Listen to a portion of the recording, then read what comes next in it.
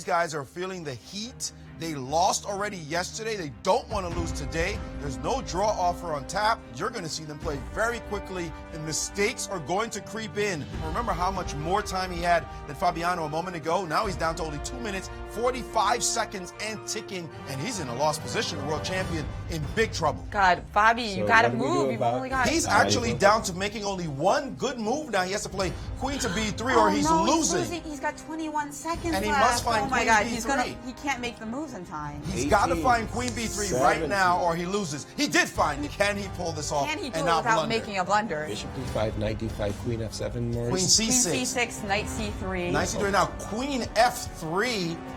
5 seconds left.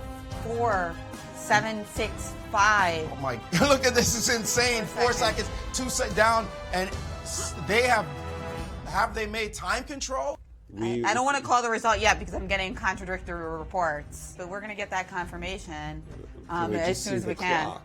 Magnus did win the game. Magnus Carlsen managed to pull that off.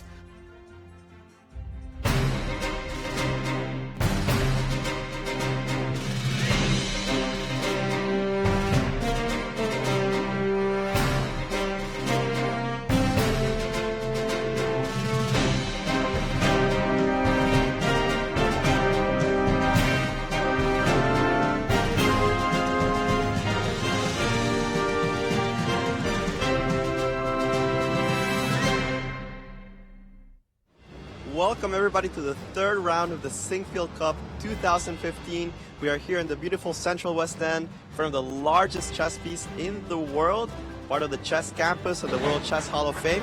We are about to start another exciting round. We had a first round of 5 decisive games, an incredible start, and now a lot of drama in round 2. We can only hope that round 3 is even better. We have some of the players arriving here, and we're all set for round 3 to start. We go back to the studio with Jen and Yas. Thank you, Alejandro. I'm Jennifer Shahadi. I'm here with Grandmaster Yasser Sarawan. Have you recovered from yesterday's drama? Not at all. It was intense. I had a good night's sleep, and I'm sure the players are still heart palpitations going on there. I want that to happen over and over and over again. Let's take a look at our standings going into round 3. Well, we've got one guy at the top, Veselin Topalov with 2 points. We've got Maxime Bashir-Legrave, Levon Aronian, and Anish Giri, all with 1.5 out of 2. Our world champion Magnus Carlsen, 1 point after that fiasco yesterday. Nakamura losing a tough one yesterday, also with 1 point. Alexander Grishuk, a nice win yesterday. And Wesley So with 0.5 point. And meanwhile, in the basement so far, Anand and Caruana, but expect these guys to bounce back. Let's take a look at today's pairings. Well, we've got Wesley So versus Alexander Grishuk. We've got 2 of the leaders of the tournament, Levon Aronian and Anish Giri, facing off. Magnus Carlsen versus Maxime Bashir-Legrave. Hikaru Nakamura versus Fabiano Caruana. And this is a big pairing, Viswanathan versus our perfect score, Veselin Topalov.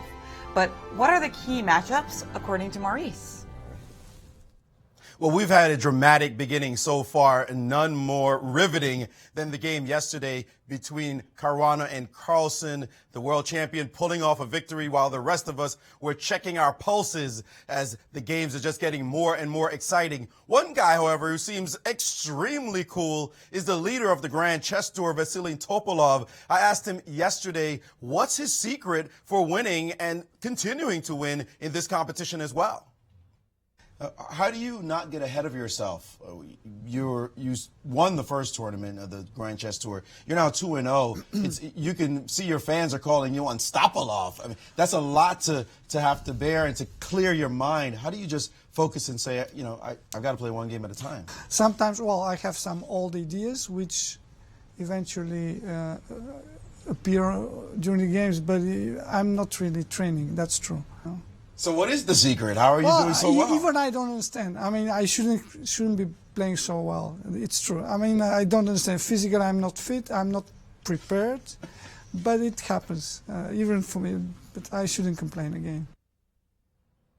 He mentioned before he came to the tournament, he was on vacation. I mean, lack of physical fitness, not prepared. Oh, yeah, and by the way, I'm 2-0. Is that a new formula for success? Well, we'll see if that continues in this competition. Well, there are definitely some interesting matchups in this round. First of all, let's take a look at the battle between world champion Magnus Carlsen and Maxime Vachier-Lagrave. Magnus, boy, yesterday all of Norway breathed a sigh of relief as he managed to pull out that game against his nemesis, Fabiano Caruana. But he'll have to face off against the fabulous Frenchman, Maxime Vachier-Lagrave, who won in the first round, had a smooth draw in the second. He's definitely someone to contend against. Expect this game to have fireworks for sure.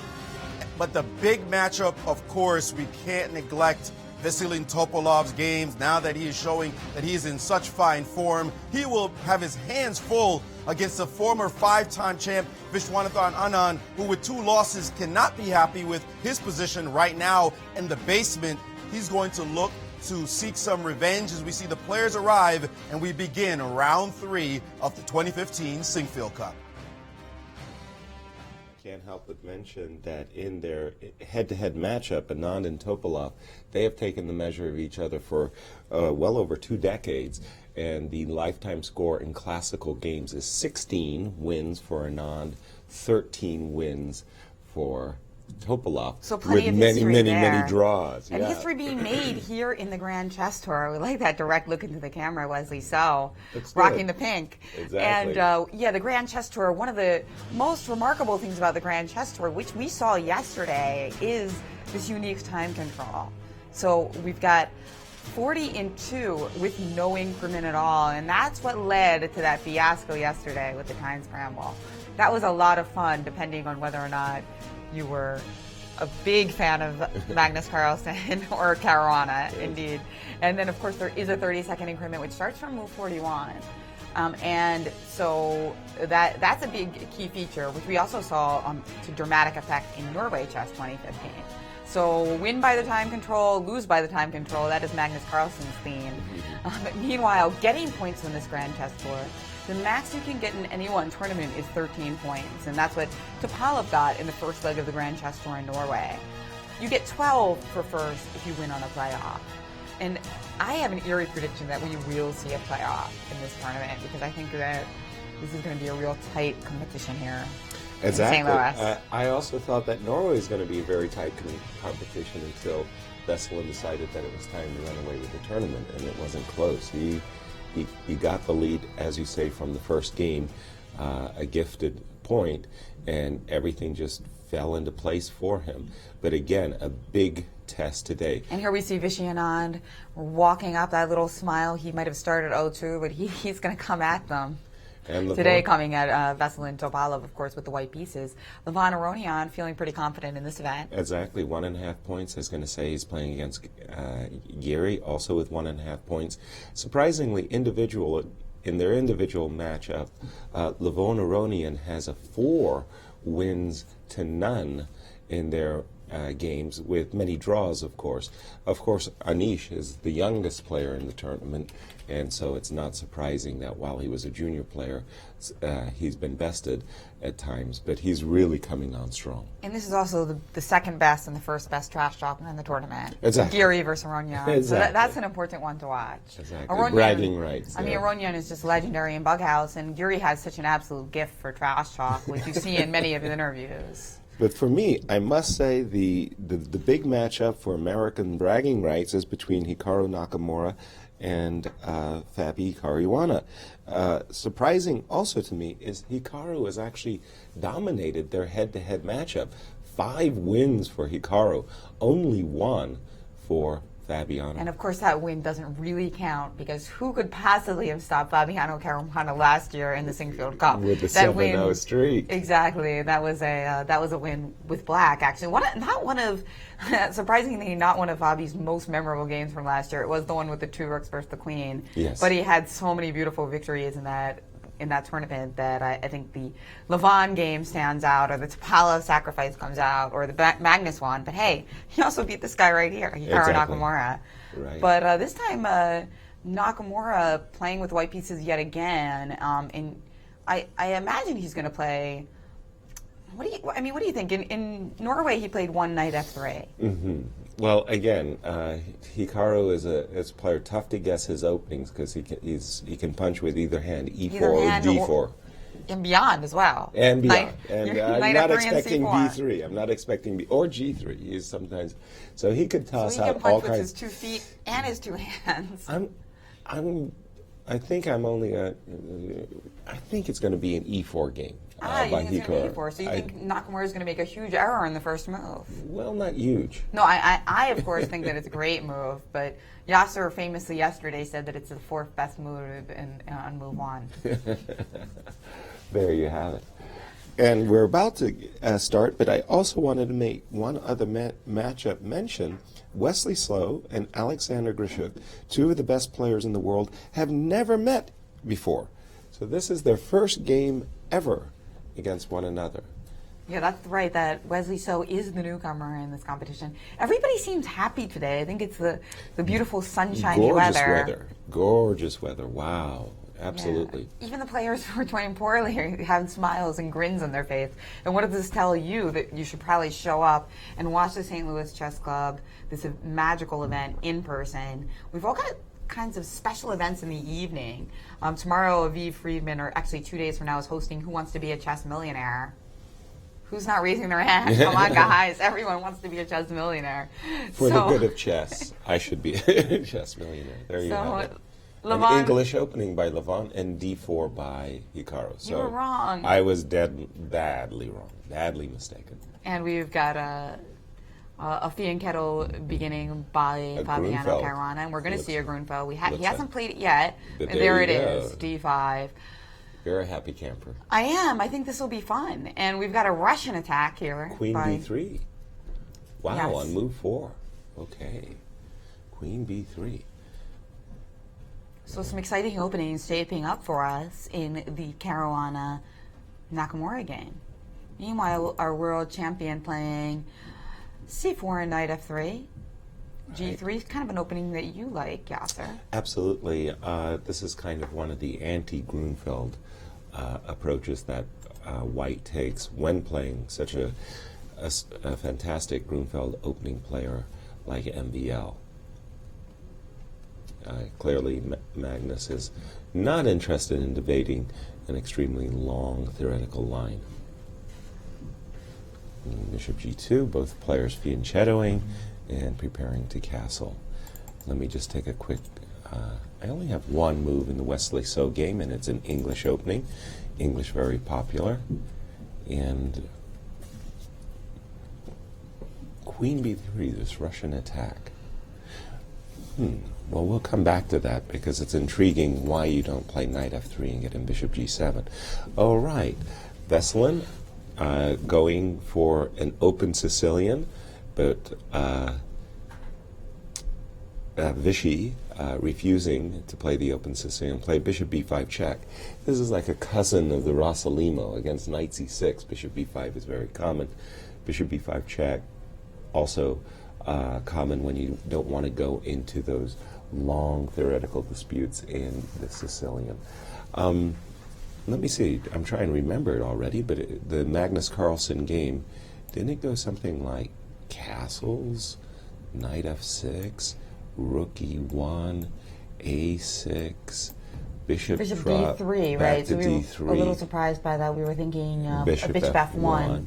Then came b5, c4, and this is where the move of the round suddenly popped on our screens, and we had to look closely at the monitor to make sure that the g pawn didn't go to g6, but actually did go to g5.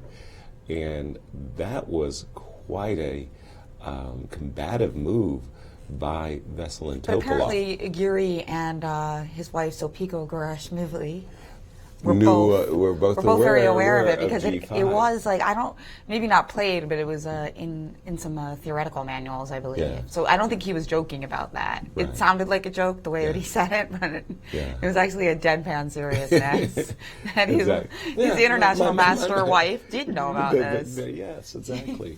All right, but so again, that was where that game led, but the players have deviated already from that. what happened is after knight d7, up pop d4 by Vichy, c takes d4, queen takes d4, and of course the big difference is, like sometimes in the Scandinavian, your queen can stand well placed on d4 if it doesn't get hit tempoed by a knight. The drawback, if you will, if there's such a thing, is that after a move like a7, a6, in many lines, white is obliged to give up his bishop for the knight, something that Vesselin truly likes. And in fact, that is what happened. a6, bishop takes d7, bishop takes d7 has been played. There's two approaches that white can take in this exact position. The first approach is the positional approach, which is to try to play c4, knight c3, get a Maroczy bind type of position. The second approach is what I would call Aggro. the tactical That's right. approach. Just go bishop g5 Bishop and castle g5, long. castle, e6, castle long. Kind of taking advantage of the fact that you have played queen takes d4, so castling queenside, it doesn't lose as much time as it ordinarily would. I say not as much because you still usually have to take a move out to play king b1. Exactly. Bishop e7, and many times in this particular line, what white is seeking to do is take advantage of his development, his edge in development, by playing rook e1 and e5 and opening up the position quickly for his better developed pieces. That's right. That's one nice thing about castling queenside. Yes, a lot of times you have to take a timeout to play king b1, but your rook is already developed. Yes, precisely. So, yeah, this queen takes d4 kind of just makes that a real possibility in the position. That being said, I think that it seems like the stronger the player, the more likely they are to play the bind way. Because I think c4, the positional approach. Somehow the more tactical approach often seems a little thin. Like it gives you a nice, fun position, but if black plays well, a lot of trades happen later on. Also, when you get a lot of those forcing lines, there really have been many, many games that have been played over the years, and a lot of times the sharpest variations end up in an even, Steven kind of ending. So, yeah, I'll go with you as well. I would think. Oh, by the way, Vichy did play castles, which I think is a prelude to him saying, "I want to play it positionally with c4." Yeah, 'cause you can't really stop it so easily, huh? Right. Going again to our two players in second place, a different approach in this reversed dragon. It comes from the English, and I remember in the first time I ever played Michael Tal, I was stunned by the pairing. It was a USSR Soviet match, and Larry Christensen had pounded on my door and woke me up and said, "You play white against Lev Polygaevsky." And of course it was Michael Tal. And I've had this position as white, I want to say 100 times in my tournament career. And of course I've always played bishop g2. And the idea behind bishop g2 is to play knight takes d5. Knight takes e5 with a discovered attack against the knight on d5, provoking black's next move. Instead, against Michael Tal, I erred horribly. I played d3, bishop e7, bishop g2, and after bishop e6, there was no reason to chase. The knight didn't have to go away. The difference between playing d3 and d2, d3 is many times in this position, white is, in this variation, white is aspiring for the move d4. Anyway, That's the difference between, like, I think a c4 player and an e4 player. When you say err terribly, we think we're like losing a pawn in some variation, or our king is getting snagged in the center. Your error horribly, double question mark, is losing a tempo. Exactly. Exactly. Okay. That's what it takes, because it's that accumulation of small advantages that gives you chances to win positions like this. Right. Bishop e7, again, this variation is played many times in history. d3. Michael Bodvinek, Lajos Portis, myself, and many others have often played for a3, b4. We think that's the most aggressive. d3 is a little softer move, castles, bishop e3, rook e8. What often happens, black's strategy is to control the d4 square. He often drops back with his bishop and simply plays knight d4, placing his knight in the center. Queen d2. Okay, this is a different approach, not one that I would usually take. With the bishop on e3, what white tries to do is control the square c5. So very often we see a maneuver like knight e4 and knight c5. But Levon wasn't interested in that. He played queen d2, bishop f8 as expected, rook f1 to c1. Okay, white obviously has the half-open c-file, but I'm wondering if there is the best rook. Rook f1, c1. The only reason I can imagine that Levon used that rook instead of the queen's rook is that he wants to one day play a3, b4.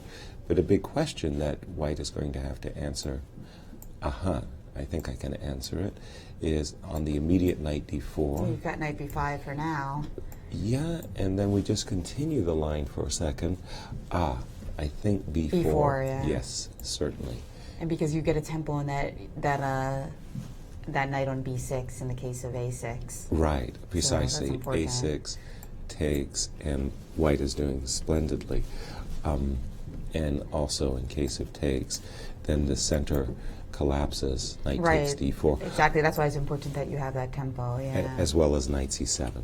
So, okay, so the immediate knight d4, black can't be in a rush to play knight d4. Wow, look at that shot in an Fury. Love it. Very, very great camera work that's done here by Spectrum Studios, right? Oh, And definitely. Fat Chimp. He looks regal in that shot, doesn't he? Just like a hawk perched, waiting. Okay, so rook c1. So let's say that if I were in black shoes, I'd probably want to do something like completing my development. I would like to play a move like bishop e6, only I know that that would simply encourage white to play knight g5, knight here, and again this knight to c5. So I might preface the move bishop e6 with losing a tempo, either bishop g4 or the simple h6. Another maybe even more aggressive approach for black would be a5 followed by a4, trying to get some space on the queen side. All right, let's continue our look around the horn here. Magnus Carlsen, MVL. Very early knight d5 in this anti-Grunfeld setting. Bishop g2, castles. Queen c7. All right.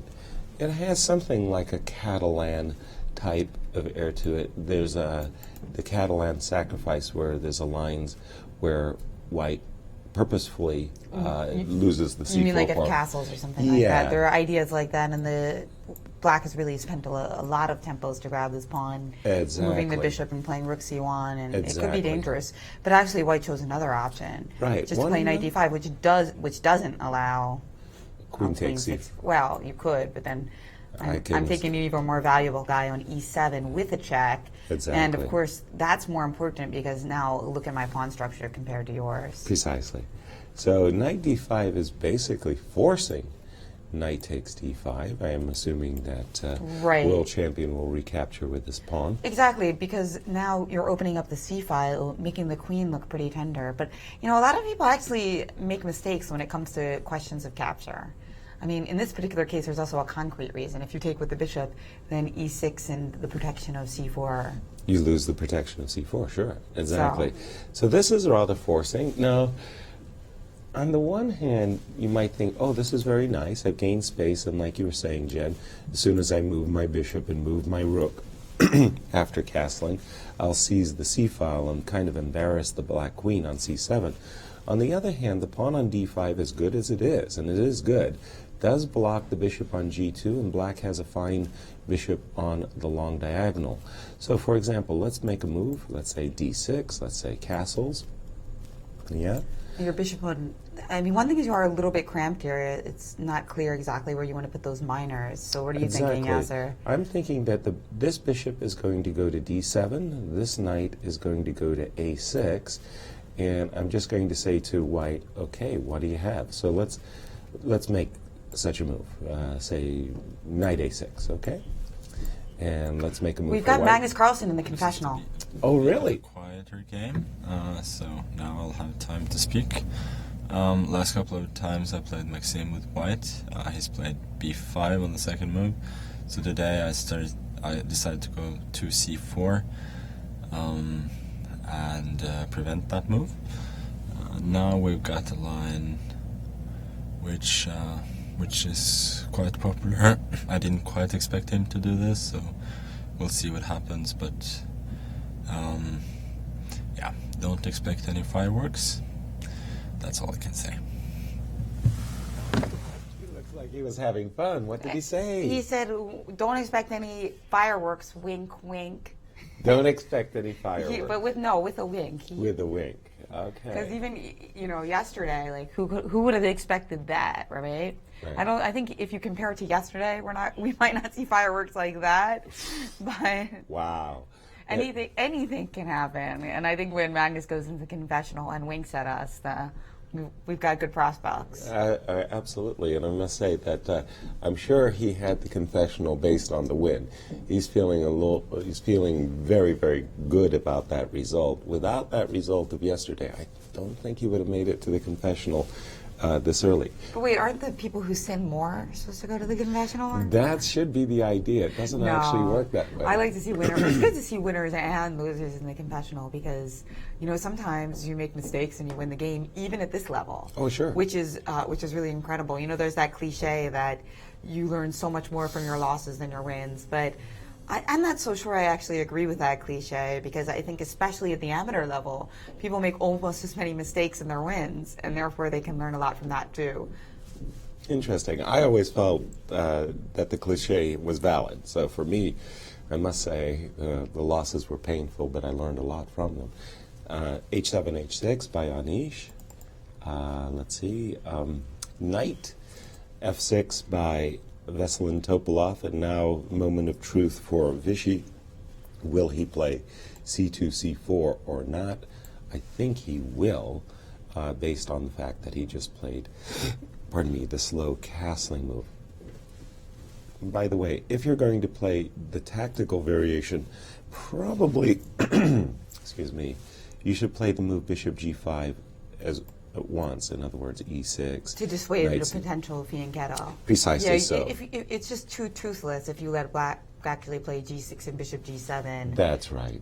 Because I love the dragon, and it would just be an improved version of the dragon because White would have to move his queen and have an extra pair of pieces traded. And then there's no kingside attack, and da-da-da-da. Yeah. So yeah. definitely not the approach that you want to take. Now, Well, and also uh, remember, now that we've castled by the way, kingside. he did play knight So c3. he played knight c3. Interesting. So let's just see, is there a tactical motif There might be here? a combination of knight d5 and bishop g5 here.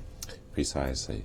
And for the moment, since we're not castled, we can't take on d5 because now White can just play queen takes g7 and two pieces are hanging. And So that we would would be- get two for the price of one. That's no good. That's no good.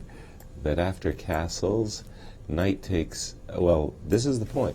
A lot of, there's a line in the Najdorf where you actually end up in a situation structure like this where you get this terrible, terrible d6 pawn. But the reality is black says, go ahead and win it, and I'm going to put my two bishops on the long diagonals. Bishop on comes to c6, the other bishop's already on g7, and black's perfectly fine. So in this position, by the way... I'd rather that if your castle is queenside. Yes, that's true. That's That would true. be even better. But by the way, we've spoken, especially in his game yesterday against Nakamura, how Veselin Topalov is really the two rabbis. He loves the bishops. And I think he would be very pleased to get a position, even if he has a damaged pawn structure, to hold the two bishops. Right, because sometimes you can play f5, but what about taking it with knight and then playing bishop h4? All right, let's take a quick look at that one. Take with the knight. Be careful, though, Jen. You may fall for one of those, what do you call it? Those Noah's bishop- Ark type Noah's things. Ark, that's because the you've one. got g5 followed by f5, and then Right. my bishop's getting ensnared in d. That is a And problem, then- isn't it? This is a tempo, so you take a pawn, but oopsie daisy, your bishop ends, well, hold on. this actually isn't the end of the line. Oh, no, it is, because even if you get this... Well, I thought you were thinking about Rook D1 or something. Exactly, Rook D1 or something. But even if you end up trading and getting 3-4 pawns, I like the bishops in those cases.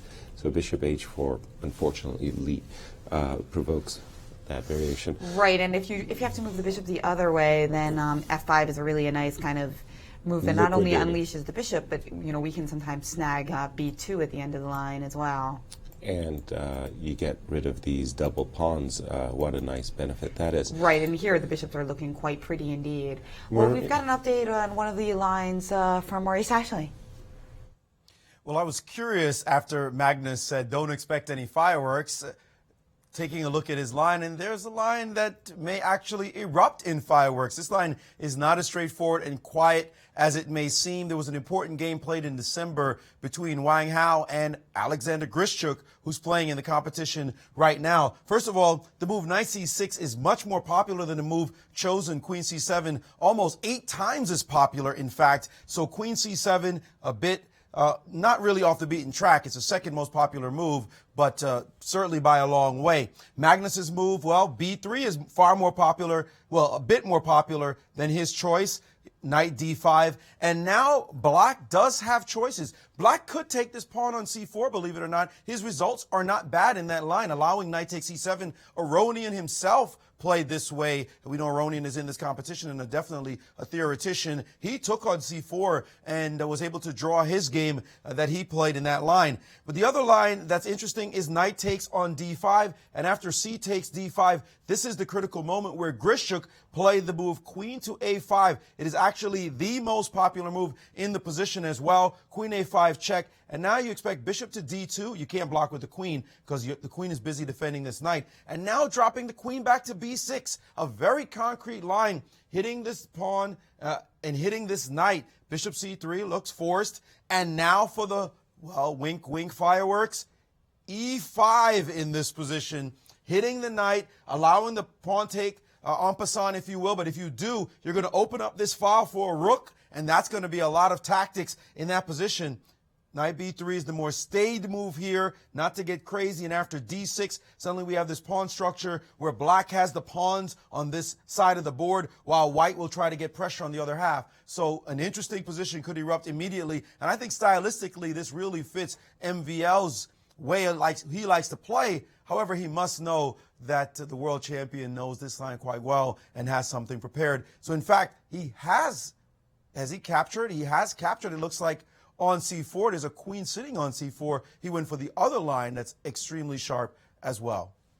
This brought to my mind, what is the annotation for going to a confessional? I think we need to add one. There's some kind of like C, because if you analyze a game later, you need to know. Cross? I don't know. Pretty important. Yeah. And people on Twitter are using our hashtag Sinquefield Cup are going wild over Magnus Carlsen's confessional visit, saying they wish more players would go. Mm-hmm. And these are mostly male tweeters, so you can imagine what the women are thinking. Okay, well you tell me what the women are thinking. And I said you can imagine. Come on, guys. So Gary Kasparov also took the time to tweet at us, and he said that a fine compliment coming from the legendary Gary Kasparov that his fans should tune in. He's got like 100,000 of followers, 100,000 plus. And even if you don't play chess, tune in for a bit and see what you're missing. And he will be, I'm told by Michael, that he will be coming to St. Louis towards the end. And I think he may even come up on the show and do some he might pay us a visit. He's yes. certainly going to pay us a visit. So yes. It's always wonderful to have Gary Kasparov's support.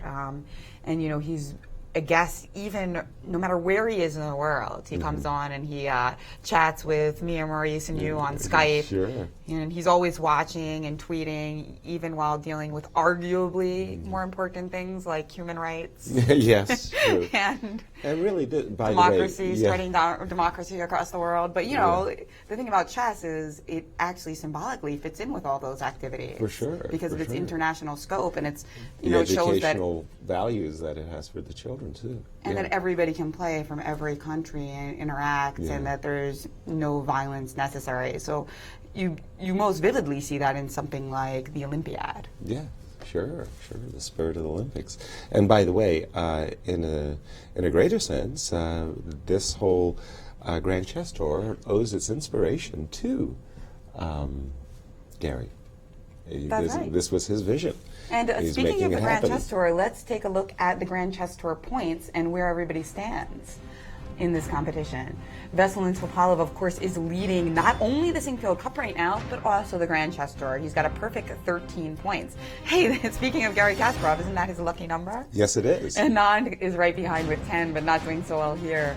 Nakamura is solid with 8, even score here. Anish Giri, plus score already in the Sinquefield Cup and 7 points in the Grand Chess Tour, so watch out for this kid. Fabiano Caruana, 6 points, right in the middle. MVL 5, Magnus Carlsen 4, Alexander Grichuk 3, Levon Aronian 2. And of course there's a lot of money involved in the Grand Chess Tour. There's actually over $1 million that's going to be given out in the first season of the Grand Chess Tour, so that's pretty cool. If you win each tournament, actually, Topalov is the only one who, of course, can do that. He gets in excess of $300,000, right? It's about $300,000 exactly. That's right. On the button. So pretty exciting to watch these guys battle for rating points, for honor, and of course for prize money. And here is Fabiano Caruana's last year's Sinquefield Cup champion, and not going as well this year, but always has the poker face, Fabiano, and that's why it was so hard to call the result yesterday, because Fabiano, whether he's losing or winning or won or lost, he gives off a very similar demeanor, doesn't he? Yes, except when you're playing bullet time trouble scramble. There was a lot of nervousness there, and when he found the move Queen B3, but of course he only had seconds. Yeah, so basically play more bullet. Those of you watching at home, especially kids, you got to play much more bullet chess if you ever want to be one of the best players in the world. No, 5 minutes is fine. Bullet is way too fast.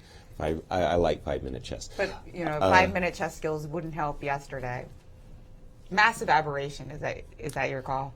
Yes. What about Hikaru Nakamura? I mean, he's a legend in Lightning chess. To be fair, he's kind of backed off a little bit from his Lightning career ever since becoming a super elite player, although he does play on chess.com in lots of matches. Not as much as he did when he played nothing but Lightning chess all day. Right.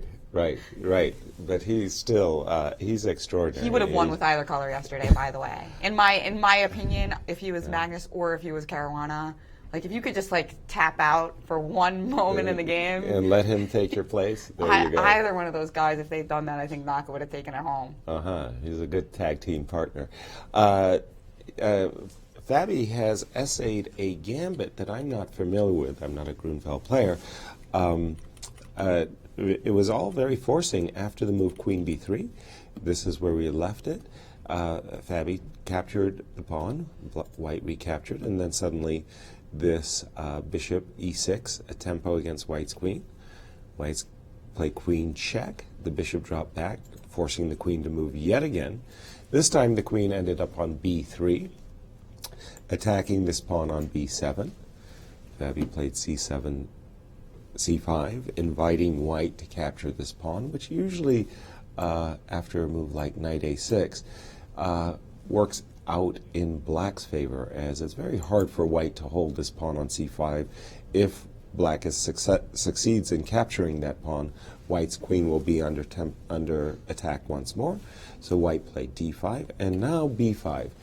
Now, Boris Gelfand, who is a great Grunfeld player as well, had used this type of sacrifice in his World Championship matches.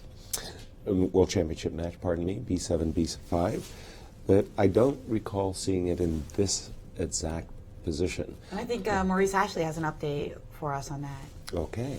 Funny you mentioned Gelfand, Yaz, because he actually did have this exact position in a game against Peter Svidler. It was a rapid game, and he did play the move B5 in that position. Right now, B5, allowing knight takes B5. He played queen to A5 check was his choice in that game. Queen A5, knight C3, and then simply knight A6. The argument being that it's a Benko, really. It's a Benko pawn sack where you're going to get the B5, the bishop's going to come to G7, and rapid play. Well, it was a rapid game, and he actually did win that game in that heavyweight matchup. However, there are other moves here. After knight takes b5, this position, knight a6 is also playable. Same idea, trying to make this knight look silly, but Fabiano played something that has never been seen before, at least not in the 6 million games we've got here in the online database.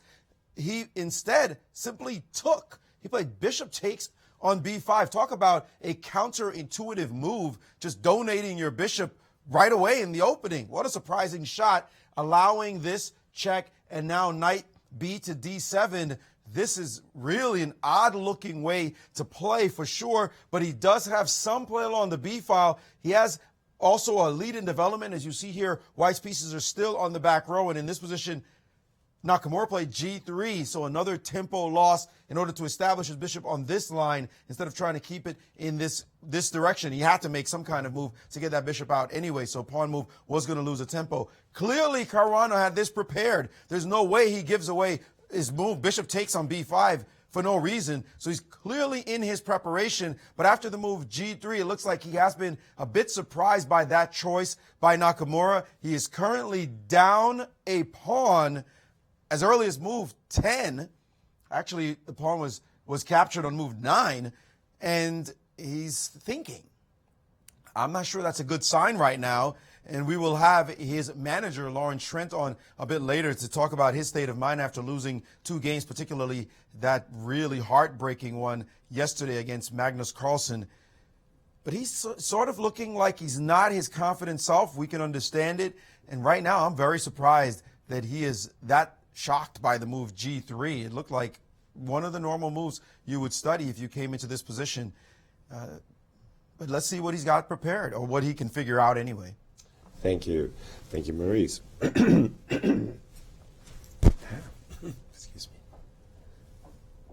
Well, we got some more tweets coming in. Damien Garrow says, unfortunately, no Sinquefield Cup for me today. Oh. Final exam is my top priority. What does that mean? An exam of some Final exam. Okay, yeah. You know, we don't really recognize those words. During the Sinquefield Cup, this has got to be your top priority, unless you're playing bullet chess. Let's just... Though, of course, you can also watch it on YouTube. And one thing that I've noticed a lot of people have been doing is they've been passing around that few-minute clip of lightning chess between Carlsen and Caruana Yes, sure. to their non-chess playing friends to show, like, hey, this is not boring. Yeah, this is going to be very So, exciting, in fact. You know, yeah. you go to YouTube, time code that, and show it to any haters who don't want to learn chess and convert them. That's Yes. that's what we're about here, right? Converting more chess players. There you have it. I agree. So what's going on over here? Right, exactly. Something similar to what we predicted? Well, Oh, no, he actually did take on c4. I was saying that I thought that he wouldn't do that because the e7 pawn is more valuable. And I'm with you 100% there, Jen. However, Maurice, when he was going through this, had mentioned that, surprisingly enough, Black's results with this particular line are not that bad. Knight takes e7 check, king h8, knight takes c8. And now the reason why Magnus wanted to capture right away on c8 was that, for example, after a move like castles, knight c6, knight takes c8, rook takes c8, Black's queen remains on this very active square on c4, whereas Magnus's precise move order, knight takes, oops, excuse me, just a second, he played,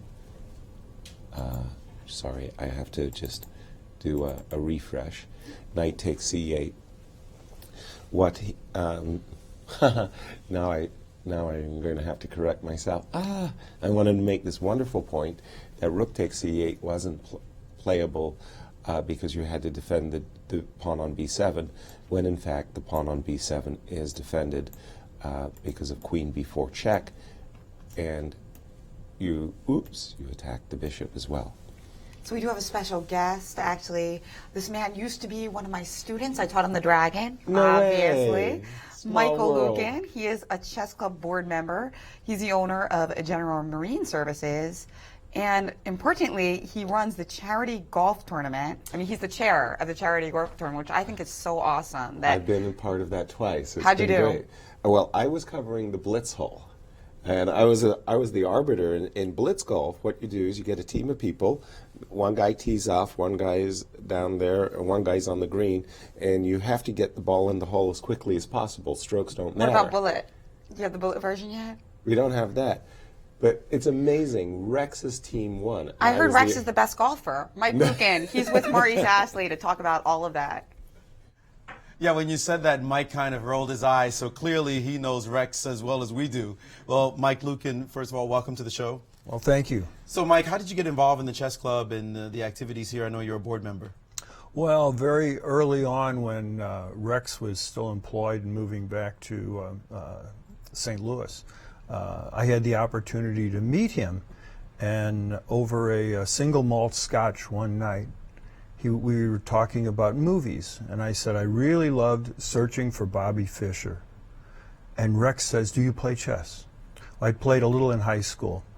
And he says, just like this, he says, if I had a chessboard right here, right now, would you play for $100?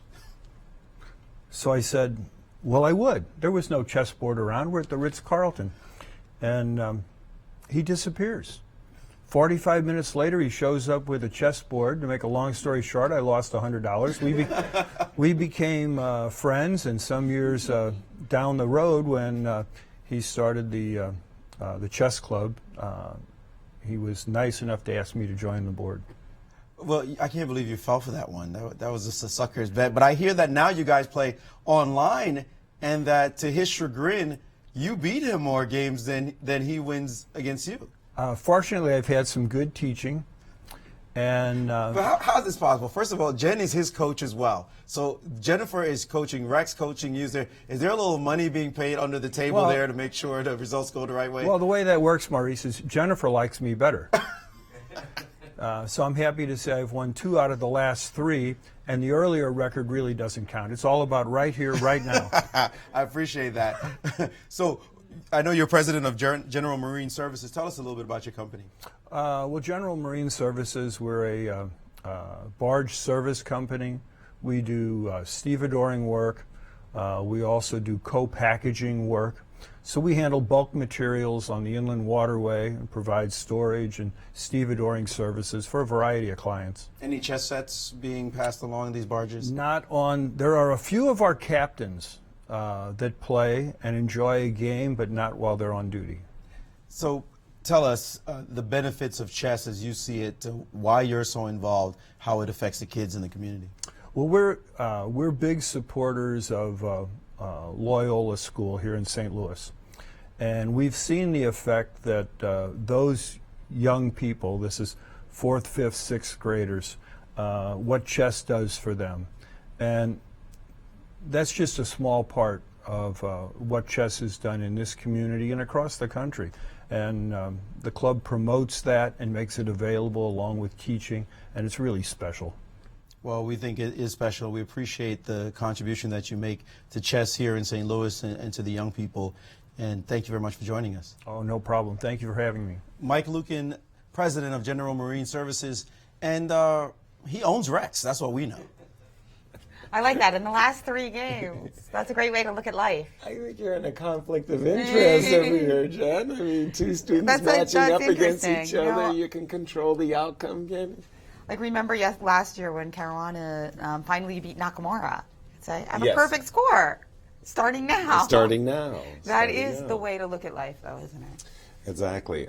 Always look at the positive. Absolutely.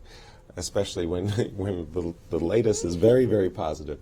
We do have very thematic moves in the game being played between Levon Aronian and Anand at the moment. When we left it with this H7, H6 move, Levon A2, A3, intimating that he is preparing to make a queenside expansion based on B4. Bishop G4, development, Knight E4. Again, very thematic play by White that he's trying to control the C5 square, and again, very thematic play by Black as he tries to control the D4 square. And I think we're up to date here. And so obviously, with this knight on D4, you think to yourself, well, I really got to get rid of it. Bishop takes, pawn takes, and let me go and settle my knight in on c5.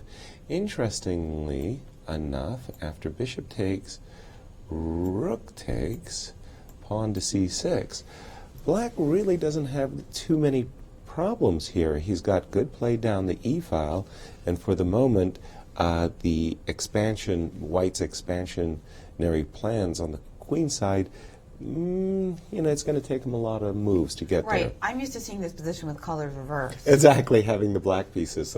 Right, and even this line I like for black as well, but you have different priorities when you're black. Yes. You want a little bit more with white. Exactly. But I've always kind of thought it was fun to play even with black, and then in this situation, white, but white also has an extra tempo, but it doesn't mean that much in this position. Not so meaningful. No.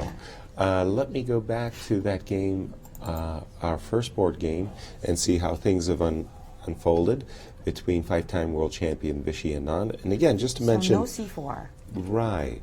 Just to mention that they played a world championship match, which was tied after 11 games, 2-2, with 7 draws, and all to play for in the 12th and final game. Vesel and Topalov had white overextended, and Vishy won that game and that match. Very, very dramatic final. So these two have a long history, including a world championship match played between themselves. It's funny how dramatic sounds so much like traumatic. In chess, they're almost interchangeable, aren't they? As we saw yesterday. Yes, traumatic and dramatic. E7, E5, a very common move in the Sicilian Najdorf. Right. Kind of get a little bit of Isaac Boleslavsky has a system named after him for this E7, E5, gaining a tempo. Queen Now, D3. the thing about E5, though, is that normally when we play E5, we like our bishop on E6. True that. That being said, black does have the 2 bishops, so he figures perhaps at the cost of a future tempo, it's okay. And we were looking at some of the issues with playing G6, that quick bishop G5 and knight D5 were problematic. Right. But E7, E5, the drawback, of course, is you give up the D5 square, but the nice part from black's point of view is that because he possesses a light-squared bishop, he'll be able to contest that square. Oh, and if we can ever play D5 in a way that's strong and doesn't leave E5 hanging, our position is going to be very nice indeed. Exactly. I mean, that's the whole thing with the Sicilian. If you ever get to play D5 without disaster, you more than equalize is exactly basically the idea. You just get right past inequality to a plus. So bishop G5, in order to capture the knight and then play knight D5 is a strategic idea from white. H7, H6 was played, and now knight D2. So Vishy's looking to maneuver his knight to the C4 square. Which is a very strong idea indeed, so that's why Topalov just nipped it in the bud. With the move B7, B5. Now, normally this knight on D2 obviously is misplaced. It wants to go to D5. So that's the thing, that not only did knight C4 attack D6, but it also had that option of playing back to E3 to D5. Precisely. But your idea, Rook D1, does it in another way that we're more used to seeing in the Roy Lopez. Right. Knight F1 to E3 to D5. Exactly. Maurice, your thoughts on the opening of the third round? Well, a lot of nuanced play happening on multiple boards, but one game that's really got my attention is this game with Nakamura and Caruana. So he played this move B5. We saw this happen here, B5, a known move to be sure. Knight takes B5.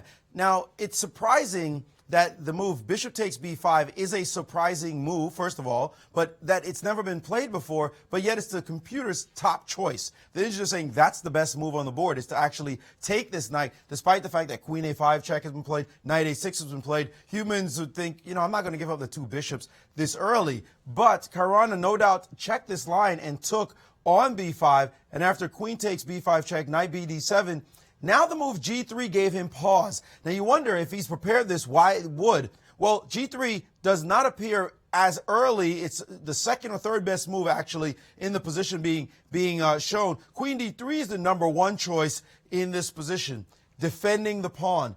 Nakamura quickly played G3, and now after some thought, Rook to B8, and now Queen to A4, attacking yet another pawn. Leaving this pawn alone, it looks like white is saying, I'm going to get a great bishop, I'm going to get this fantastic diagonal, bring my pieces out. That is a viable move right now, however, for black, but black has another move, bishop to G7, ignoring the pawn completely. And I just said it, he just played it. Bishop G7 saying, do you want a second pawn? Please keep gorging on pawns. He will have a lead in development. As you see here, all of Black's pieces are getting ready to be in the game. Certainly these are already. Castles coming very rapidly. And then Black will have dynamic play. If you concretely take this pawn, Black has a couple of moves. The most simple of all is just to take knight takes on D5, and he's gotten his pawn back. He's got pressure along this diagonal. He still has great play. His knight might jump to B4 with the idea of going to C2. That's just good for him. And actually, why would you look at anything else when you see that move? So queen takes A7 is not a good move here. Bishop to G7 has been played. And I think Nakamura is going to go into a think. I can't imagine that Nakamura studied this exact position and was comfortable at home when the other person is sacrificing a pawn for initiative, and you can just see that Black has obvious play. It's not as though it's even hard to look at when you take a look at this position. And Nakamura's posture right there says, I got the white pieces, and it's only move 12, and the guy sacked a pawn on me with a great lead in development. I'm not happy. And just look at Fabiano leaning back, relaxed. He knows that his opening preparation has definitely worked and things have gone his way. I think Fabiano looked exactly the same way yesterday when he had 2 minutes to make 20 moves. Ooh. He is pretty cool. He's not Naka's the emotional one. Yes. I mean, from a I'm not saying that I know what they're feeling inside. Right. I'm sure Fabiano has a lot of emotions, but Right. externally, Yeah, he's get the the most from cool Naka. guy, yeah. But having said all of the things that Marie said, I still don't understand why this is okay. First of all, no question, the surprise factor does go to Caruana. But having said that, let's see concretely what's wrong with Bishop G2 and just keeping the pawn. So Bishop G2, I'm assuming castles. yeah, I mean, this it is looks going like to be a more very of a permanent, long-term compensation, not like I'm going to crush you immediately. Oh, yes, no, and of course knight b6 is on your agenda.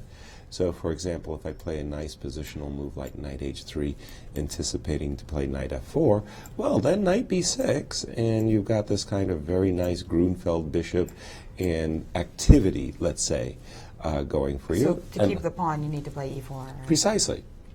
So you know me, I'm an old pawn grubber. Let me hang on to the goods.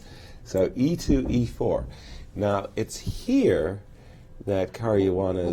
There's the rook b4. That's one Well, issue. rook b4 I would like. You know, funnily enough, my queen's not that great on a4. Yeah. And rook b4 kind of drives me to a better square. But And then I have no way to get more pressure on e4. That's the problem. the one move that really worries me is a move like c5, c4, or knight e5 first. And suddenly, whoa, time out. We're getting an uninvited guest coming to the d3 And so square. So if you keep gobbling, Keep gobbling? well, That's suicide. No, I don't want to keep going. I think let's just see how ugly it gets. I'm going to die with a full tummy here. All right. Oh no, Queenie. Where do I want to put my queen now? Not f1. Not F1. Okay, Queen e2. Queen e2. Oh my, Jen, I think you're cruising for a bruising. You're going to put me in check. Uh-oh. Yeah, uh-oh is right. Well, I'll play king f1. And then I'll try to castle by hand. Knight f3, king d1. No, Exactly. no worries. No worries. I don't think we're going to see this. Maurice, you're chomping on the bit on this one. No, don't do it. Well, we're not going to see this for sure. Nakamura is not going to play e4 in this position after castles. You know, it's important, an idea in chess.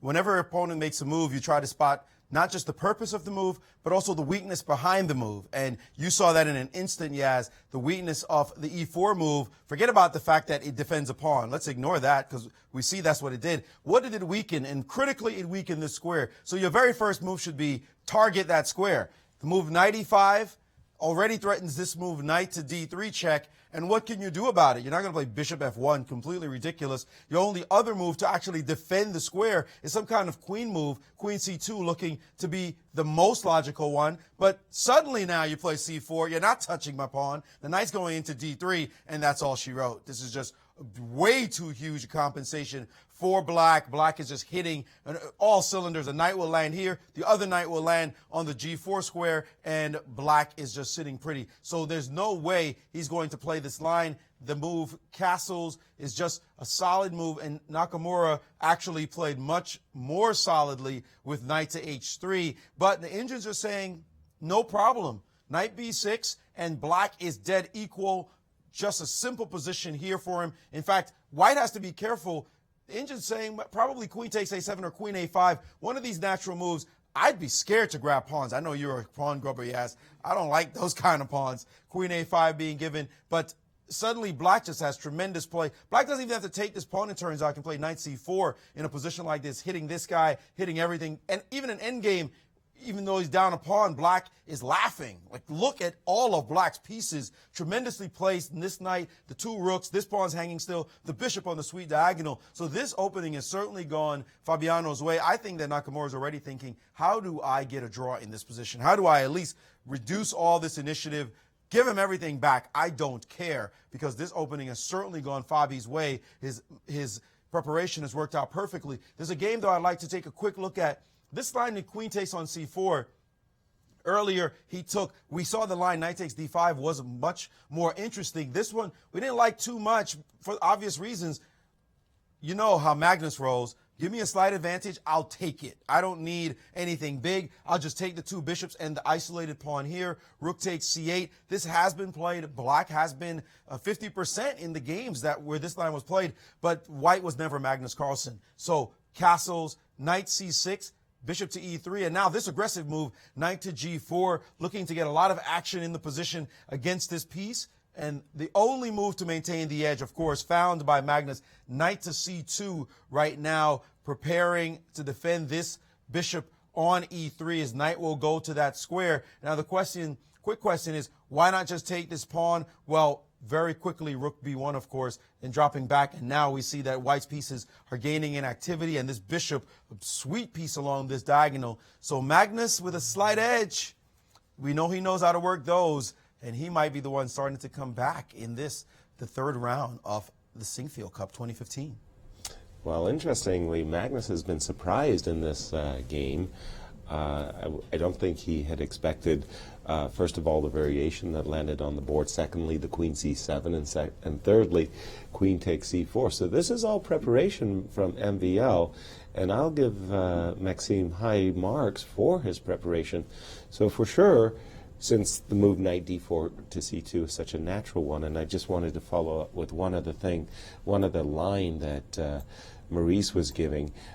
He mentioned that if you take on b2 and you drop back, you'll lose the b7 pawn, which actually asks, well, why don't I take on... You got a little tactics. You got to look at all the combinations and captures, even the ones... No, Yasser. Not that one? Well, the dragon bishop, though, it's so good.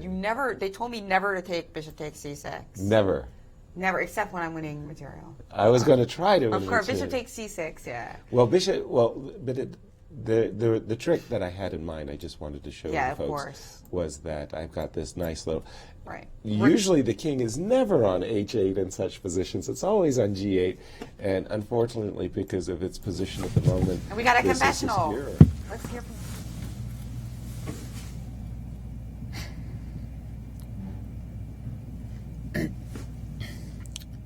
Yeah, just wanted to share. I'm not really sure about my last move because it looks weird, but it looked really cool, so I decided to play it just for the sake of fun.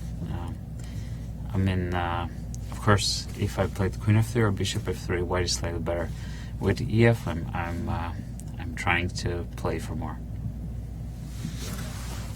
I hope it will be fun. Levon doing some trash talking. What did he say, Jen? Let's move on over to Levon. Levon said he's not so sure about his last move against Anish, but it's great to see Magnus use the confessional, because I feel like he's a bit of a trend center. If Magnus uses it, I think we'll see more players use it, and it's so fun to hear what they have to say. Well, but actually, before I was joking about bishop c6. It's just one of those things that sometimes people get these positional rules in their head, and it blinds them to tactics. Right. And ultimately, tactics does win you games. And material, yeah. Yeah. So let's take a look here at what Levon was saying. He said he's not sure about his last move. What was his last move, Yasser? Okay. I think he played E2 takes F3, the anti-positional move. Let me just bring that game. Oops. So that interesting, we mentioned earlier in the broadcast that moments of capture are always very relevant, especially for those of you who are listening in who are trying to improve, which I guess is a lot of you. Me too. But after bishop takes d4, pawn d4, we've been looking at these lines. And Okay, so Levon eliminated the knight, and then he played queen f4, a nice double attack. Right, targeting that c7 pawn. The bishop as well as the c7 pawn, basically provoking or forcing, if you prefer, bishop black to part with his bishop. Bishop takes f3, and I think most of us would reach for either the bishop or the queen in terms of making a recapture here, keeping our structure, for example, after bishop takes Well, that's f3. what most people would look at, like just instinctually, right? Exactly. You keep this very nice structure, all, the dragon structure, right? You see the dragon there with the 5 pawns from h2 all the way across to d3. Exactly. It looks exactly like a dragon, you guys. Exactly. I saw one. So. But e2 takes f3. Not the first move you look at. But Yasser, Levon's explanation was, Yes. it looks really cool. I mean, you can't really argue with that. No, you can't. I mean, when you find a really cool looking move, you just got to go for it. You got to go with the flow. We need a lot of new informant annotations now, right? It- Or clearly. chess-based annotations. We got one for confessional, and then one for this move just looks too cool It not just to play. you got to play the cool moves. So what? But seriously though, Well, one of the things. I know sometimes our e2 pawn becomes a bit of a target. Precisely. That's So- it, right. So, for example, after a move like bishop takes f3, and I'll put some moves on the board for a moment. There are many times in these types of structures where, for example, I'm just going to get some moves on the board. A move like rook e5, black intends to play queen e7, followed by rook on a8 to e8. Right, and even if we have the better minor piece, what good does it do if all it is mostly stuck to defending e2? Precisely. And, So- and that's the thing about the reason why people like to play knight d4 so much, because that pawn on d4 actually is quite powerful because it prevents us from trying to push our pawn forward with a move like e3 later. So pawn takes f3, a very unusual positional choice. So we see a little bit of the logic, but still, well, let's look at a concrete line. Now that c7 isn't taken, again, Sure. you imagine that he's going to play Knight d5, knight d5, queen d2, and And now in this particular case, so what White is thinking is rook e5 is no longer going to be a valid move because all that's going to do is provoke a move that White wants to play anyway, which is f3, f4. White's thinking that there'll be no target on the e file. The bishop will be as good on g2 as it will be on f3. And Black has issues. Personally, I think Black is fine. I think that this is an absolutely good position for both players, and it's almost in some ways kind of a bishops of opposite color position, if you would like. And I can't imagine that Anish is upset or displeased with the outcome of the opening. even if do you think he even considered the move? E takes f3? Fleetingly. Fleeting, yeah, because that's the thing. I mean, it might be a surprise, but luckily for him, it's a surprise in quite a solid position. Yes, exactly. Yeah, this is a very instructive moment. Even if this game doesn't blow up, I like that moment, which always shows you got to look at the different choices of captures. And you see a genius like Levon Aronian showing us that even in a completely positional game, you've got to look at those options. Well, sometimes Levon can be a little bit too creative for his own good. I personally I like my structure intact. We'll see if it pays dividends or not, or bites him in the butt. I just want to go to our key matchup in the first game because the battle is being joined, as we might say. So after knight d2, we see that Vichy is clear in his concept. He wants to maneuver this knight, either he wants to move it to the d5 square or to capture that pawn on d6. That was stopped by Vesela's move b7, b5. a4 was played, rook b8, rook d1, bishop e7, and this is the position we've got on the board. I would imagine that A takes B5, A takes B5 will likely be played, knight F1. I want to say that black has solved his opening problems.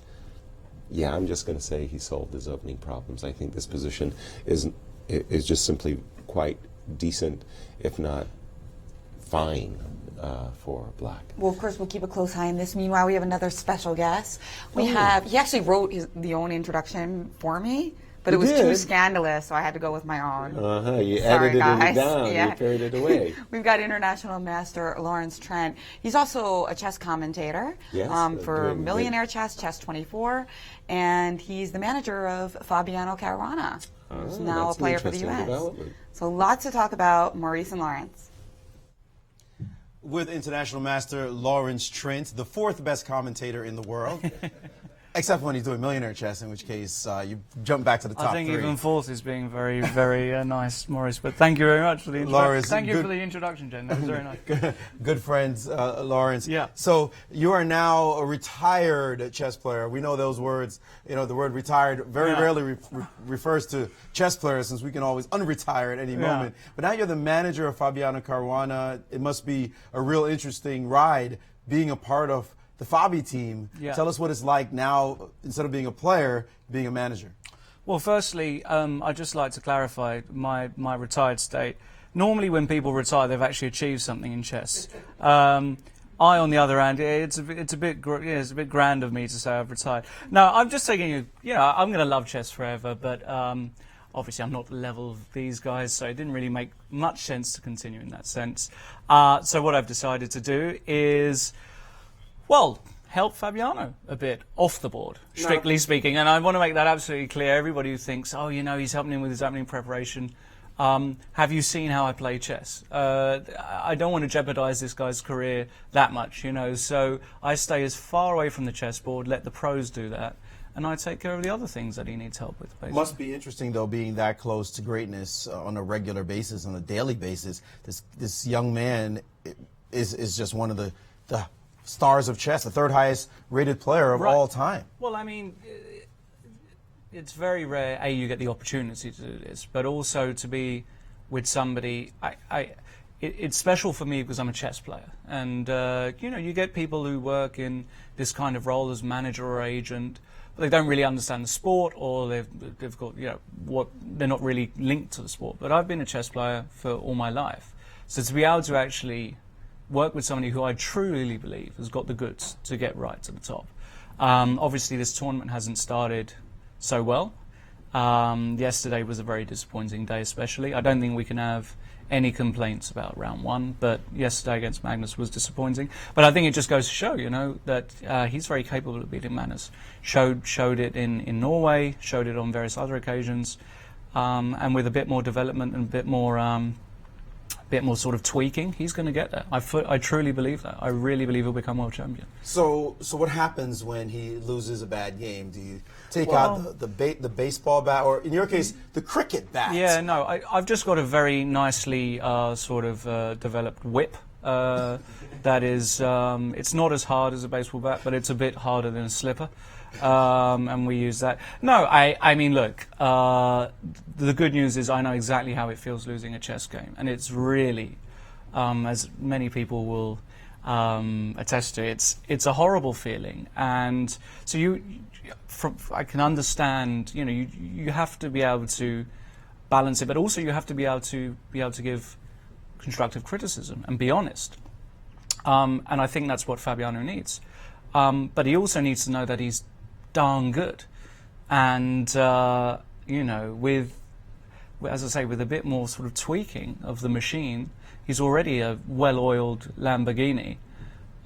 He just needs a bit more, sometimes, and he's going to get there.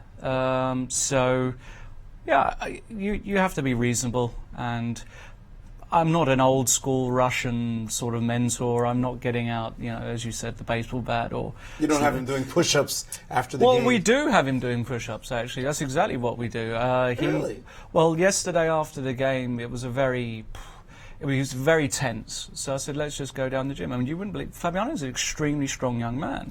He is going there, he's lifting almost his body weight, he's Nobody really sees it because he's got the blazer on, the shirt on, but Oh, he's ripped, huh? he's in top shape. Yeah, and invite me down to we the gym, man. should, We're we gonna will. hang Yeah, out. but I don't want to compete with you. It's, you know, have you seen this guy? Guys, have you? I mean, it's outrageous. You know, he's.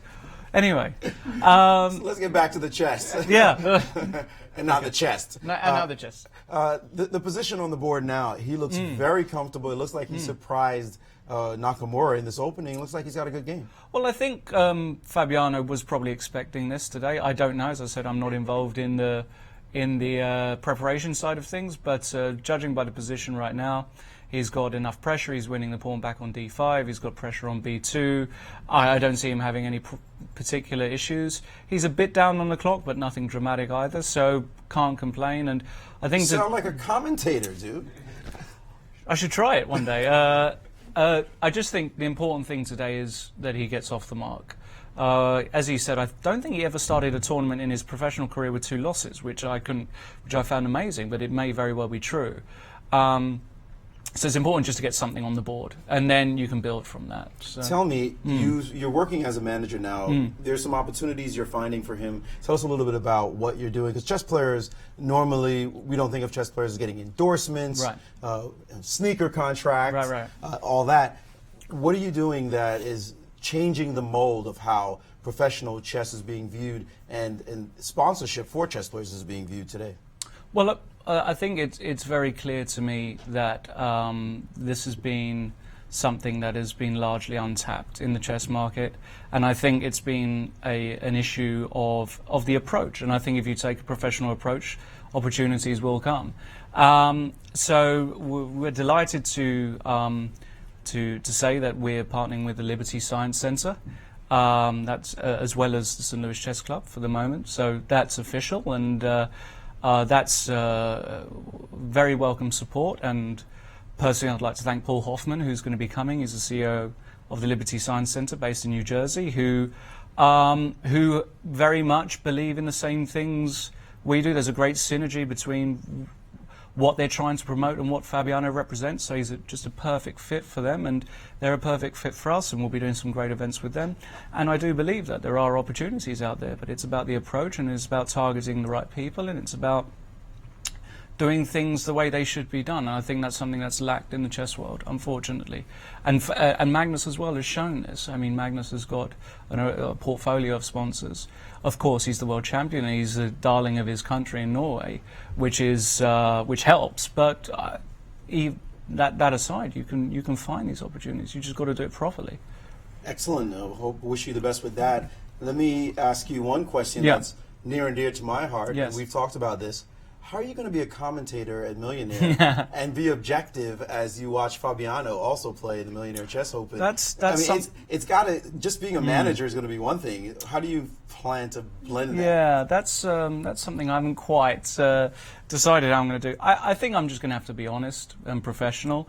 If he's in a bad position, he's in a bad position, and I'm going to have to say it how it is. And if he's winning, I'll be shouting from the rooftops, and going crazy. So I'll be biased in that sense, but no. What can I do? It is what it is. I'll have to just control my emotions to as much as I possibly can. And if he's on the verge of winning it, then I'll be getting my nice jacket ready for a night out on the town. Because he's got a great chance of winning it, of course, but Hikaru's there, Wesley's there, amongst various others, and 2 games a day, anything can happen. So I'm not getting my hopes up or anything like that. I'm looking forward to commentating. I'm looking forward to working with you, Maurice, and the amazing tournament that you are. We'll have fun again, for sure. I can't wait to be there. And it's the sort of thing as well that is very much part of the same vision. What you're doing, what the guys here are doing. I mean, the amazing professional setup you have here. It's my first time here. I just want to commend everybody. We didn't by the way, we didn't do anything. We just show up. It's Spectrum Studios. No, but I mean, I'm taken aback. A big thank you to everybody here, the staff, and also to the Sinquefields who I've had the pleasure of meeting, and what they've done to I just couldn't believe it when I walked in. Actually, I just feel like this is the way it has to be. It has to go this way, the professionalism, and if we can look to this as a sort of benchmark, then I think there's a bright future for chess. So well, we appreciate those words. Yeah. Well, thank I haven't even been paid to say that. So, you know, feel free to offer me a drink later. You know, guys. Over Dude, you're gonna be. I want to say you're gonna be buying me. Yeah, I'll buy you buying you. I just want to say a big thank you as well to Yasser and Jen, who, not just this event, the past few events, just been fantastic in the front, and you, Maurice, and just the whole crew. It's You just know, been. you're smooth Brit all the time. You know, what can I say? At least we got that. We got bad weather and, you know, various other bad things, but nah, it's great to be here. Well, International Master Lawrence Trent, Thank you. Always a gentleman. Thank you so much Thank for you. joining us. Yeah, he's smooth. You know, they bring James Bond. We got him right here, guys. After those compliments, I'm really glad that I used my own introduction. Yes. Well done. Well done. Thank you to Lawrence and Maurice. And we've got Grandmaster Alejandro Ramirez, who has some interesting thoughts on the openings in this round. Lovely. So when we talk about openings and strategy, it all really comes down to pawn structure. So I want to see the 3 English games that we had today and show more or less how the English is so flexible that all the games look very, very different. So I want to start over here with the game between Magnus Carlsen and Maxime Vachier-Lagoff. And just notice how the pawn structure really overtakes anything else on the board. Even though we see that Black's pieces are relatively active and he has good positions for pretty much all of them, this pawn weakness on d7, this isolani as we call it because it cannot be defended by any pawn on its side, just creates these problems in the long term. Basically here, because there are no good tactics, Maxime had to recover his pair of bishops, and after knight takes e3, queen e6, we immediately see the problem with having an isolated pawn, and that's when you put a piece in front of it. Knight d5 was what Carlsen played. It's called a blockade. There's just no way to pass this pawn and it becomes a permanent weakness. Even though here Maxime doesn't have any particularly immediate problems, it's a very pleasant position for the world champion because in the long term, there's simply no way of fixing this. The longer the game goes, the more dangerous it'll be for Black to hold on to this pawn. Here we have a completely different scenario. We have the game between Wesley So and Alexander Grischuk, and the position of the pawn seems symmetrical, but there's a couple of differences. First, this pawn is more advanced than this one, and second, white has the pair of bishops. In symmetrical positions, especially ones with an open file, it's very key who can control this open file.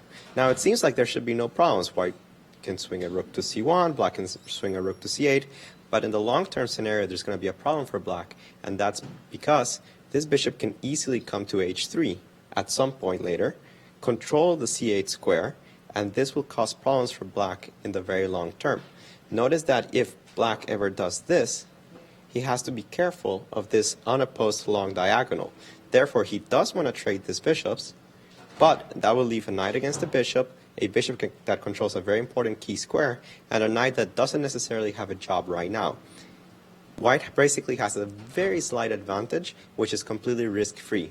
Nice scenario for anybody in this kind of tournaments. And finally, we go to this confessional booth position of Levon Aronian, where he was mentioning here, after Black captured bishop takes on f3, how to recapture in this position. You could take with the bishop or with the queen, as he was saying, and enjoy a little bit of an advantage. We see that the structure strongly resembles a Sicilian dragon, and many people actually call this a reverse dragon position.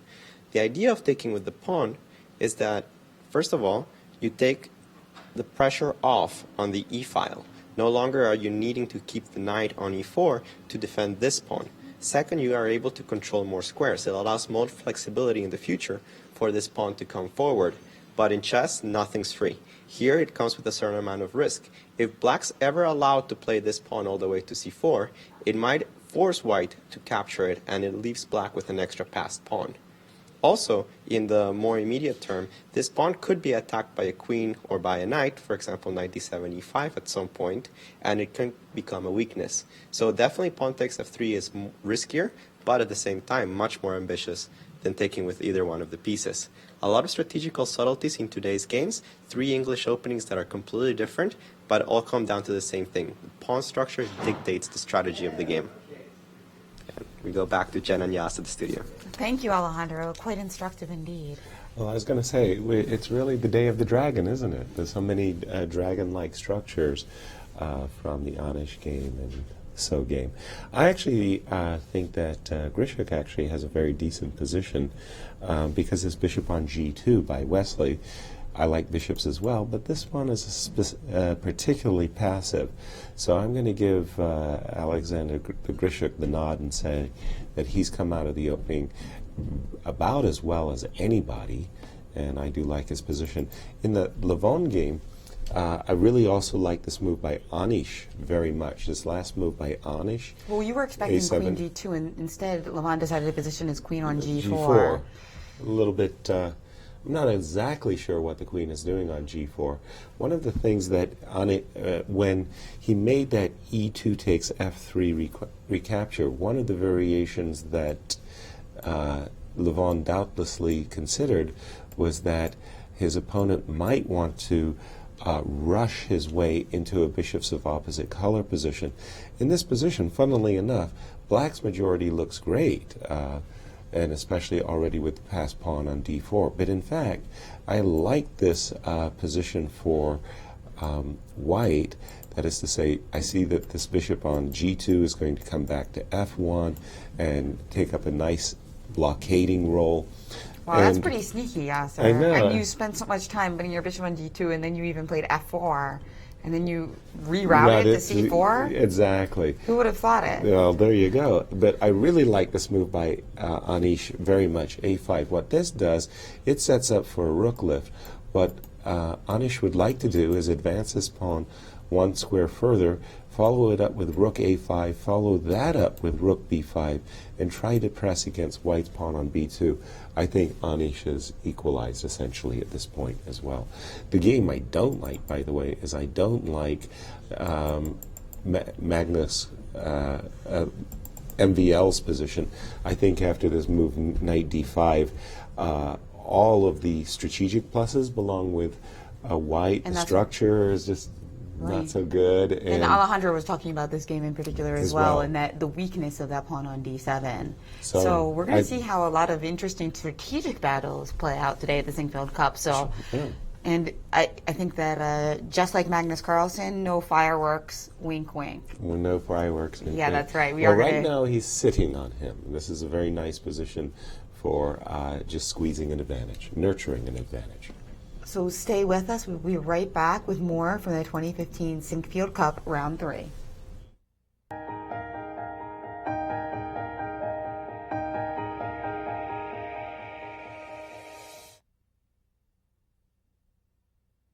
I'm Mike Matheny, and there's nothing better than watching some of the best players compete at the highest level. St. Louis has a long tradition of great players and championship moments.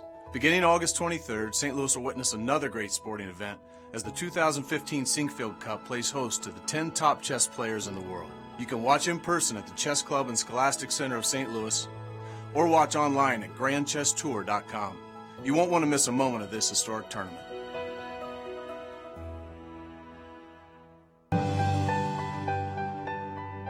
Healthcare in America is changing, evolving, and we're helping lead the transformation. Ascension is made up of physicians and other caregivers called to deliver compassionate, personalized care for all. As one of the largest providers of care in the country, our patients benefit from collaboration between hospitals, medical practices, and healthcare innovators nationwide. Ascension's faith-based heritage means we have a moral obligation to serve everyone, especially those who are struggling. Last year, we provided almost $2 billion in care for people living in poverty and for programs to help them. Whether it's in a hospital, a neighborhood clinic, a senior living facility, or at home, Ascension's care providers value every aspect of our patients' lives and health. We listen with respect to ensure every person we serve gets the right care for them. Personalized, compassionate, that's Ascension.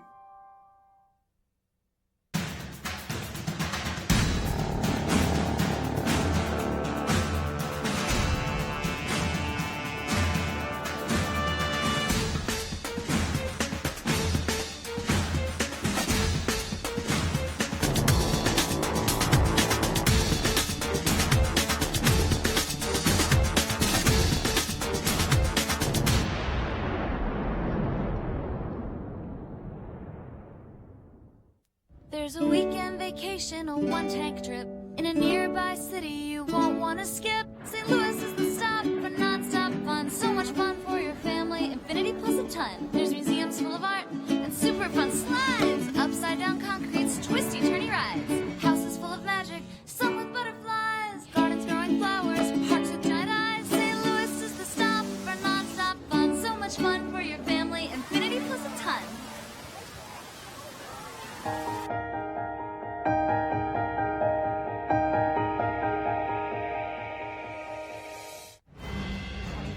Sinquefield Cup. This is the beautiful playing hall. We see Topalov, our perfect scorer so far. You see Magnus Carlsen, the first victim today in the confessional booth, and he's actually spawned a number of others, right? So Levon confessed and Nakamura confessed. Somehow when the world champion does something, everybody else does it. Right. Isn't Well, that strange? he's a trendsetter, and the chess world looks up to the world champion, male or female, to lead the chess world. Going to our key matchup, I think, between Vishy and Veselin Topalov in round 3, I really like the way, in a sense, both players have played the game, but a little bit more admiration for Veselin's play. After all, he has black. He's trying to equalize out of the opening. b4 was his choice.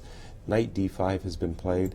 And I think after knight takes d5, queen takes d5, basically bishop e6, queen c6, bishop back,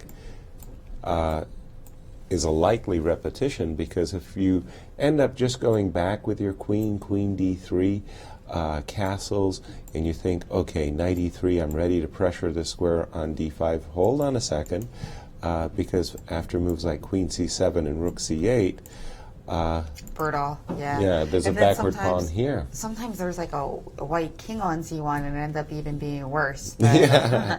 Fortunately, Yeah. The king is nice. So and the problem there tucked would away. be that even in this particular position, if you were to play knight d5, after bishop d5, you'd be compelled to take with the pawn. Right. Which is not the way we really want to take it, because it allows black this easy play, and now our pressure against the d pawn is completely blunted. Exactly. So it's you'll blocked. see that it's more typical that Sicilian players like to take with a piece, be a major or a minor piece, when they're controlling that d5 square. Exactly. So I think that this game, Veselin has done very well on his way to equality. In the Anish Giri, Levon Aronian game, after this very good move a5, Levon has stepped back. He's going to do some fancy footwork there with the knight. I suppose what he would like to do in an ideal world is bring his knight to the e5 square, maybe play bishop e4, but it looks, first of all, quite time-consuming, and secondly, a bit artificial. I don't really see a good purpose of this play. Maybe, on the other hand, just simply stopping black from getting an active rook, or if black could magically move his rook from a8 to b5, like on a magic carpet, he'd be fine. So probably the purpose of knight back was actually defensive, to stop this rook lift that I had mentioned, not necessarily in an aggressive. But you never know, like as you demonstrated earlier with this quick and nimble bishop to f1 to c4, at some strange moment, the light squares could become an issue. Exactly. So I think this is both an attacking possibility and a defensive idea. Of course, if black ever plays b5, that would be a positional disaster.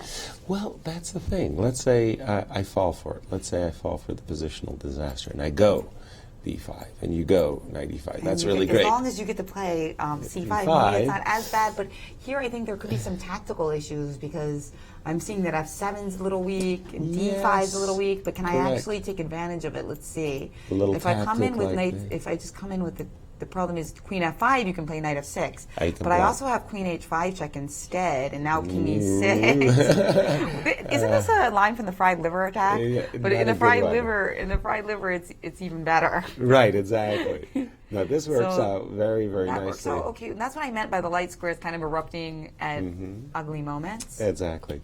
So I think after, for example, a4, knight b5, something along the lines of rook a6, preparing the possible b5 first of all, this rook may become active along the 6th rank, or if you will.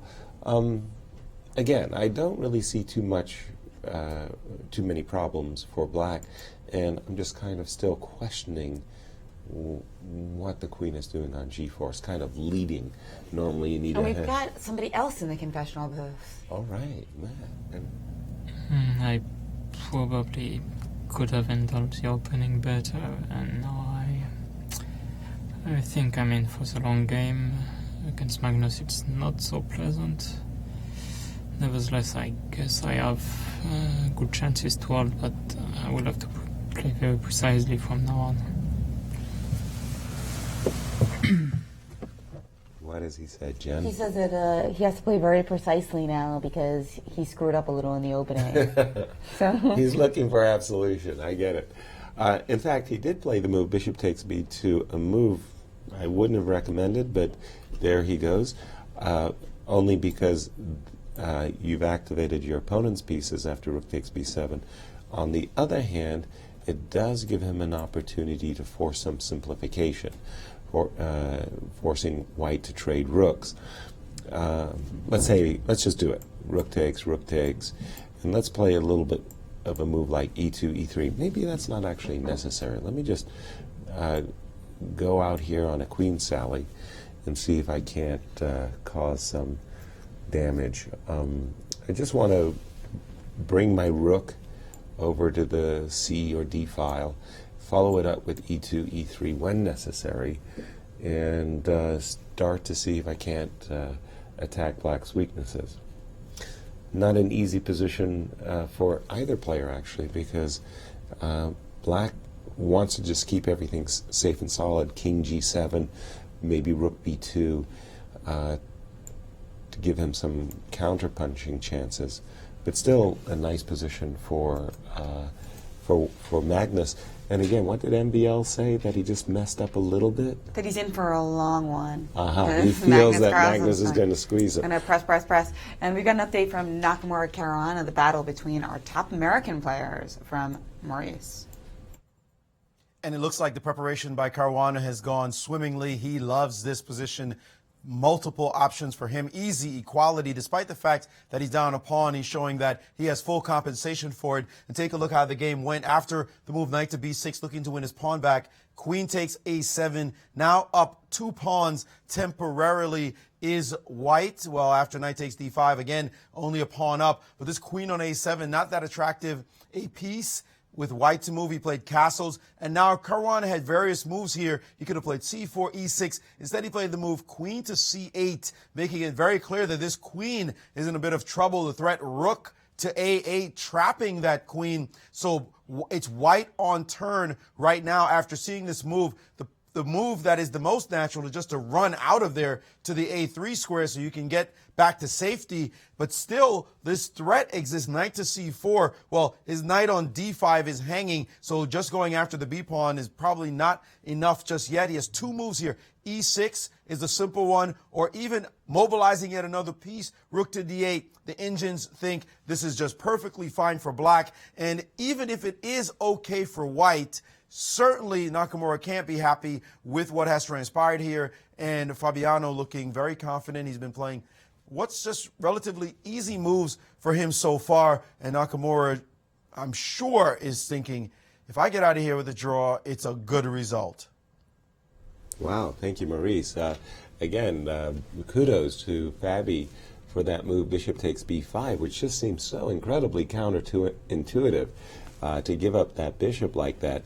But he's proven that he has very smooth, easy developing moves, and it's white who has problems hanging on to his extra material. And we do have a move by Hikaru, and I'm sure he did get his skedaddle out of dodge with his queen. Queen a3 is the most natural move, avoiding rook a8, the queen trap. And I like both your moves, e6 and rook d8. Both of those, I like rook d8 perhaps the best, mobilizing yet again another piece.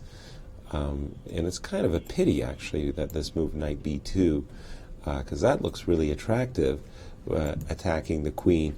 the queen coming over, and this knight on d5 and the knight on c4 are now hanging. And that's why before making that jump, knight c4, the moves e6 as well as rook d8, fortifying the knight on d5 in preparation with knight c4 were necessary. So queen a3, let's make a move for Fabi for the moment, and now Hikaru's got to figure out, well, gee, how do I mobilize my pieces? And look at my rook on a1 and my bishop on c1. They're not doing anything. And in fact, that bishop on c1, if it dares move, the pawn on b2 is likely to be captured. So problems for white, unusual ones. I think he'll find a solution of solving them where he gives back material and makes an even position out of the whole thing. But I agree with Maurice. Hikaru is not going to be happy about the outcome of this opening. Indeed, and meanwhile, we got some news in the Levon Aronian Anish Giri game, so that's actually gone in a slightly different direction than we imagined. Knight d5 to b6 to stop knight c4. Well, after a4, actually, we saw the move queen d1.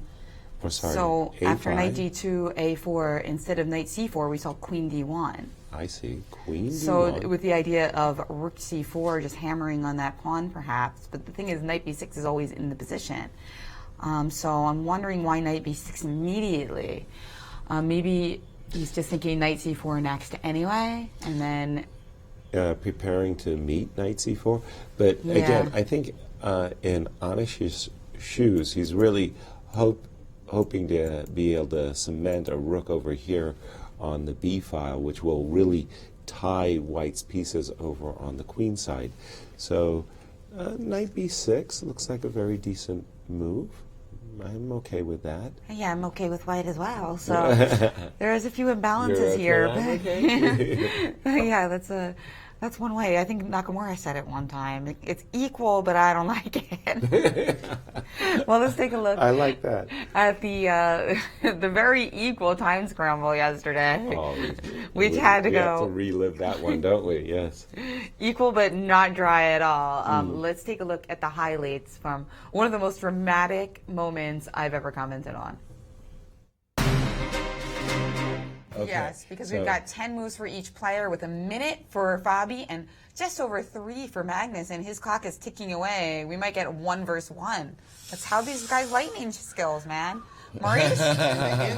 And the engine is saying that white is now much, much better, that b-pawn is gone and black has no play anymore. Magnus realizes it. He is much worse, maybe even losing. Well, he still has this idea of king h8 with g6 to play, but if he doesn't find something quickly, Fabiano's moves are simple. Just grab the pawn. Look at him looking at the clock, looking at the score sheet because he wants to get to the 40th move, but his clock is ticking down. Remember how much more time he had than Fabiano a moment ago? Now he's down to only 2 minutes, 45 seconds, and ticking with the worst position. And Caruana is the one who's now trying to stay very solid while Magnus squirms in his chair, and he's in a lost position. The world champion in big trouble. I think now he will find king h8 because But now it doesn't work though, Jen. King h8, rook takes g6, and I'm in time with bam, rook b6. Oops. And that's all she wrote. That's just over. Well, can I at least play rook e6 and not lose, or Ooh, I don't think that this is going to save you. Well, maybe it is. There's a rook f1 check here at the back. Lots happening, guys. Lots happening, but look at the clock. I'm sorry to be a broken record, but Magnus is down now to 1 minute. If we update the clock, 1 minute and 55 seconds. This is crazy, and he doesn't have a move. How are they going to make all the moves? And he played How are they going to? They're not. I mean, this is just complete insanity. Whatever he did, he just played. He played it very quickly, and we've seen rook takes b4 as a response. I don't know what he played. He did play king h8. He found king h8, and now rook takes b4. Rook takes b4, and we're going to see some of these variations. I think that's why Magnus slowed down, because this is so sharp. Magnus plays g6. G6 and takes on g6 has been played. Okay, we have to be consistent. And now Fabi's on move. He's got 48 seconds left. Only 8 moves left to go. Only 8 moves. But this position's so calm, Maurice. You know. Yeah, right. God, Bobby, you So got to what do we do move. You've about- only got. What do we do after Rook B6? What is Actually, Rook B6 is a terrible move because if Queen takes F5, it's same winning. trick. He The cannot same play Rook trick. B6. He's actually down to making only one good move now. He has to play Queen to B3 or he's no, losing. He's got 21 seconds And he left. must find oh my Queen God, B3. he can't make the moves in time. He's got to 18, find Queen B3 right now 17. or he loses. He did find He it. played Look at Queen that. B3, 15 seconds left on the Oh clock, my though. gosh. And he's praying How that many moves does he have to make? He's in still 15 got seconds? seven got moves 7 to make. moves to make. 12 seconds left, a Can minute he and a do it half in for 12? Magnus. Oh my gosh! So what happened after So he Queen has B3? played Queen to B3. Bishop and then, C6, Knight to E3 has been played. Yes. And now they're whipping out the moves. Even the program is trying to keep up. Bishop takes E4 and Bishop D5 on the board. Bishop takes E4 and Bishop David 5 on the board. 11 seconds left, guys, to play 5 moves. And Magnus with 108. He's gotten his pawn back, it looks like. The engine's saying it's basically even now. Not the precise moves by Caruana, but he doesn't care about He just precise wants moves right now. He just needs moves. As Any long as he's moves are even good. when it's at the end of it, he's got to make 5 moves in 11 seconds. That's, 2.2 seconds a move. Can he pull this off Can he do and it not without blunder? making a blunder? Exactly. He certainly physically And he can. Magnus is Magnus on has the- tons of time, Yasser. He's 40 got like seconds? He's got over 30 seconds. This is I all- wouldn't consider that time is all tons. relative, right? Oh, yeah. 37 seconds ticking down But what is he going to quickly. do What is in he this thinking position? about? Is he just going to take on D5? He could actually do anything. He's perfectly fine. Bishop F3, Bishop takes D5. I think He's Bishop fine in all F3 is the best moves. move because that's the one that Bobby's probably thinking about a little bit less because it's not a capture. So I would Yeah. play Bishop F3 That's if he can. definitely the trickiest. That's but the there time is- pressure move. And did he has played take Bishop on F. He did take on D5, and Knight takes D5, and Queen C6 has been played. And now we've got 15 seconds to 8 seconds. Bishop D5, Knight D5, Queen F7, Maurice. Queen C6. Queen C6, Knight C3. Knight C3. Now, Queen F3. 5 seconds left. 4, 7, 6, 5. Oh, my. Look at this. It's insane. 4 seconds. 2 down, and they have they made time control? No. No, they somebody- have- somebody has somebody lost on on time. Somebody lost, and it looks But I like it don't was know if- Caruana. It looks like it must I have don't been know who it Caruana. was. He went down first on the clock.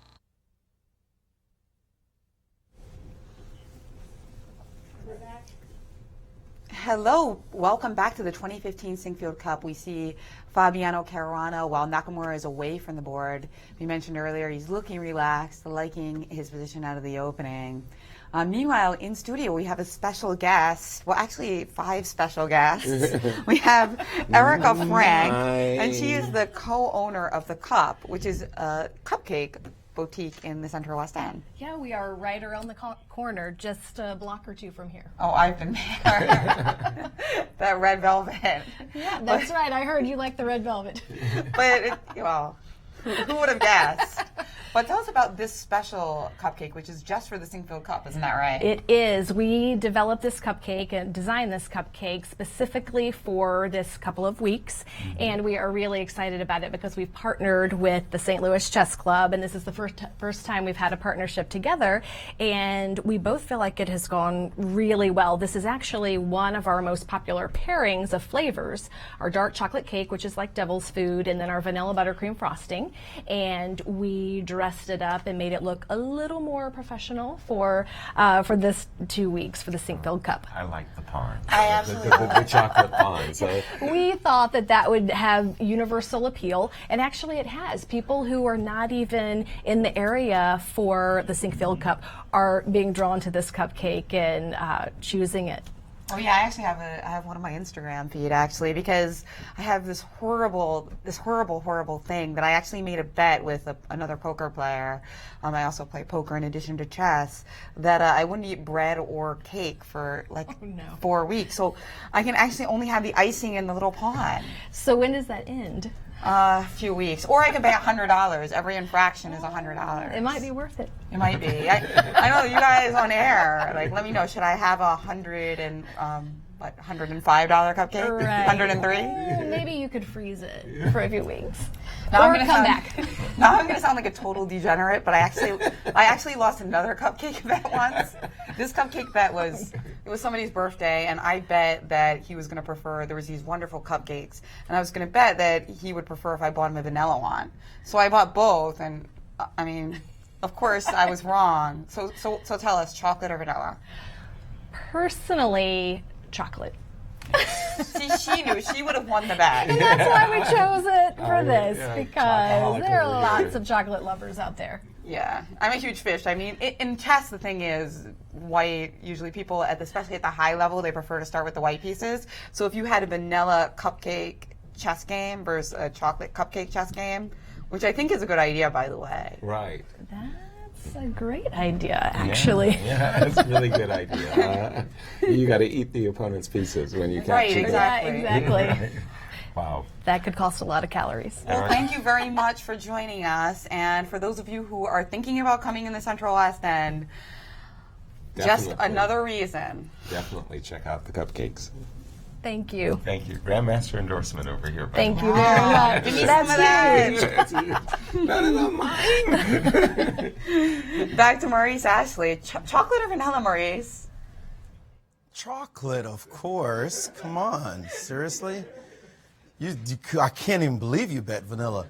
Well, here we see that the chocolate pieces in this position are doing quite well. Vasily Topalov, our leader in the tournament with 2-0. He has the black pieces, and he's very comfortable here. He has just one slight weakness that's a typical weakness in the Sicilian when you play, but he has everything else in his favor. He's got the two bishops. He's got the D pawn well protected. He's got the C file on lock. He's got a rook on the B file. No other weaknesses to speak of. White just simply doesn't have much here, and we can expect that Anand is thinking how to reduce any kind of initiative that black might have. I'd say that white's not in any real danger himself, but certainly not anything that is going to scare Topalov. And as you see, he's walked away from the board. He's just relaxed.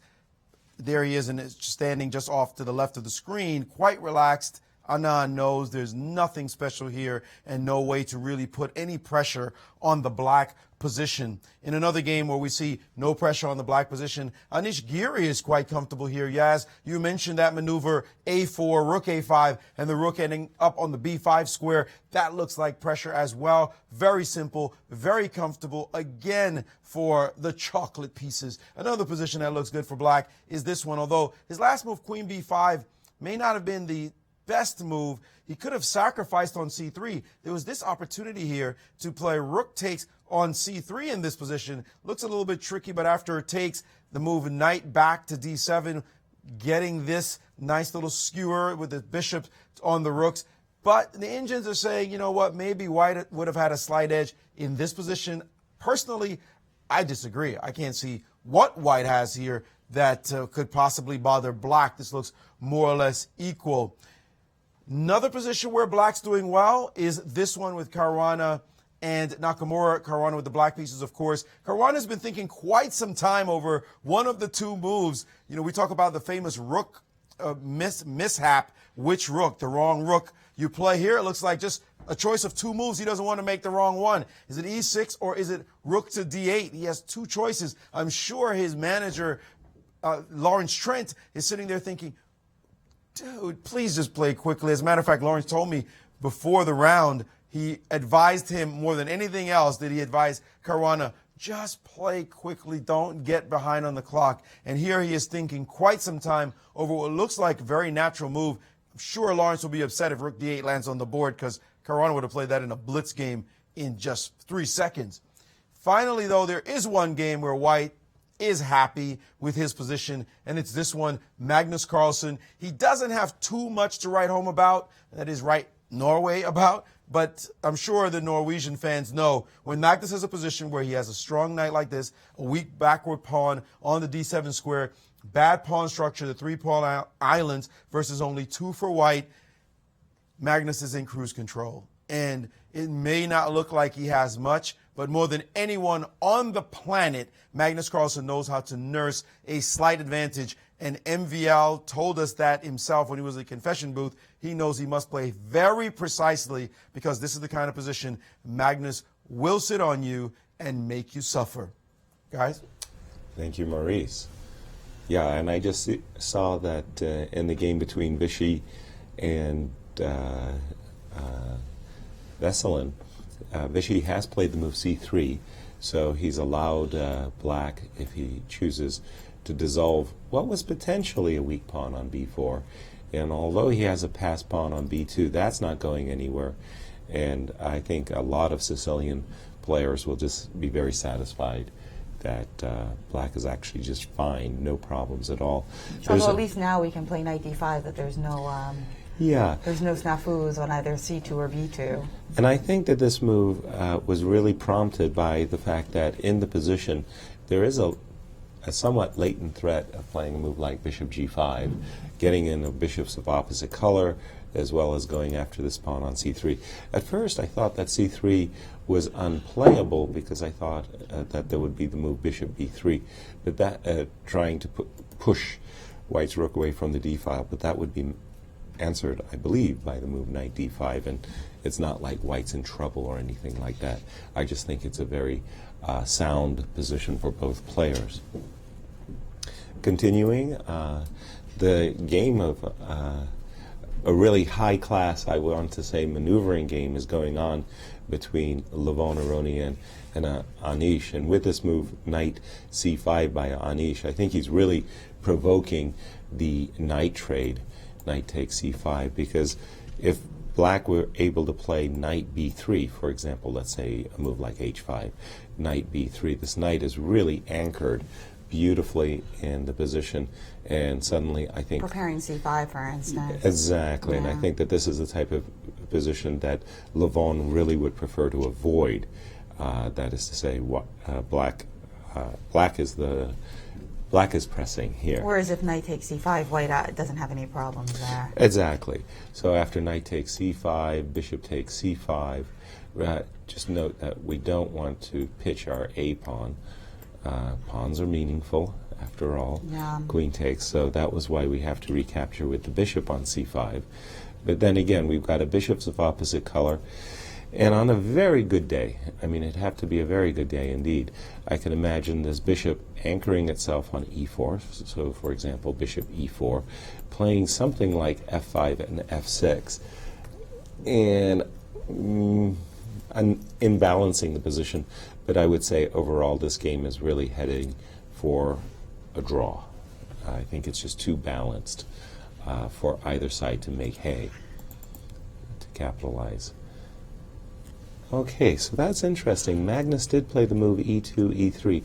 I thought he was going to play queen a4 as a prelude. I guess it transposed. No, he wanted to play pawn on a4. Well, in this case, I'm thinking that how MVL has played it, knight e7, he's getting the best that he could have possibly gotten out of this position. I don't like his position that much at all, but so long as white's major pieces, the queen on d1 and the rook on f1, are not bothering black, black should be okay. Maurice, you have some thoughts about how Magnus is nursing what looked like a big edge? Well, you said black is probably okay. The Indians completely disagree. Black looks like he's made a terrible move. The last move, knight e7, not a good choice at all because of some concrete tactics. Here, the Indians were saying just move your king back over to g8 was one simple choice. Another choice maybe was to play queen to d6, keep the position. But the move he played, rook b2, was already a little bit funny. a4 was maybe not the best move by Magnus, but good enough. But knight e7 is virtually a howler, and now he has to play very precise chess because of the move knight to f4. And as you look at this position, you realize the dangers here. First of all, this pawn on d7 is under terrific threat. This queen is eyeballing the pawn directly. What don't you want to do? You know you really don't want to play this move. After takes, e takes f4, suddenly the rook's going to come to the file, and this check is on tap, and this pawn is weak, and something is rotten in the state of Denmark. This doesn't look quite right for black. Something wrong here. Definitely has gone wrong. Knight to e7, again, knight to f4. This is the key move Magnus needs to play. If you don't take, well, this pawn is hanging. How do you save it? For example, play a move like queen to d6. Now knight to d3. Oops, out of nowhere. The rook is hanging. So is this bishop. And this queen is going to have to take. So that pawn on the back is going to drop. There's no place to put the rook, giving the move rook back to b8, which obviously just allows knight takes, queen takes, and now queen takes d7. Thanks for the pawn. Extra one. And Magnus's technique will certainly take him home in this one. Again, back to this move, knight d3. If you try to play rook to a2 because you want to nibble on this guy, well, here's another angle they'll get you from queen to b3. Now it's the f7 pawn that's the problem. Suddenly, Magnus has tremendous play. All he has to do is find knight f4. I have no doubt that's the next move that's going to land on the board. The position is going to change dramatically, and I don't think in MVL's favor. Looks like Magnus is back on track after that win yesterday. Never give a world champion a free point. You don't want to do that, because now he'll start chasing you down, and it looks like Magnus is in fine form in this game. Right, I mean, Thank you. it's hard to Many imagine worries. him not finding knight f4 when it's like the first move that kind of jumps out at you because of Exactly. all those weaknesses in the dark squares. I had a blind spot. I must say, I had a blind spot. I saw the move knight e7. Black being desirous of just getting a straight bishops of opposite color position. And until you see how strong the move knight f4 is, and once you realize that, then indeed knight e7 is a big strategic howler and puts... well, knight d3 is the move that's kind of tricky, right? I mean, I think that bishop takes f4 is forced, basically. Because bishop takes f4 being forced is Well, then after this, you've got two threats to deal with. One, rook e1, queen d4 check.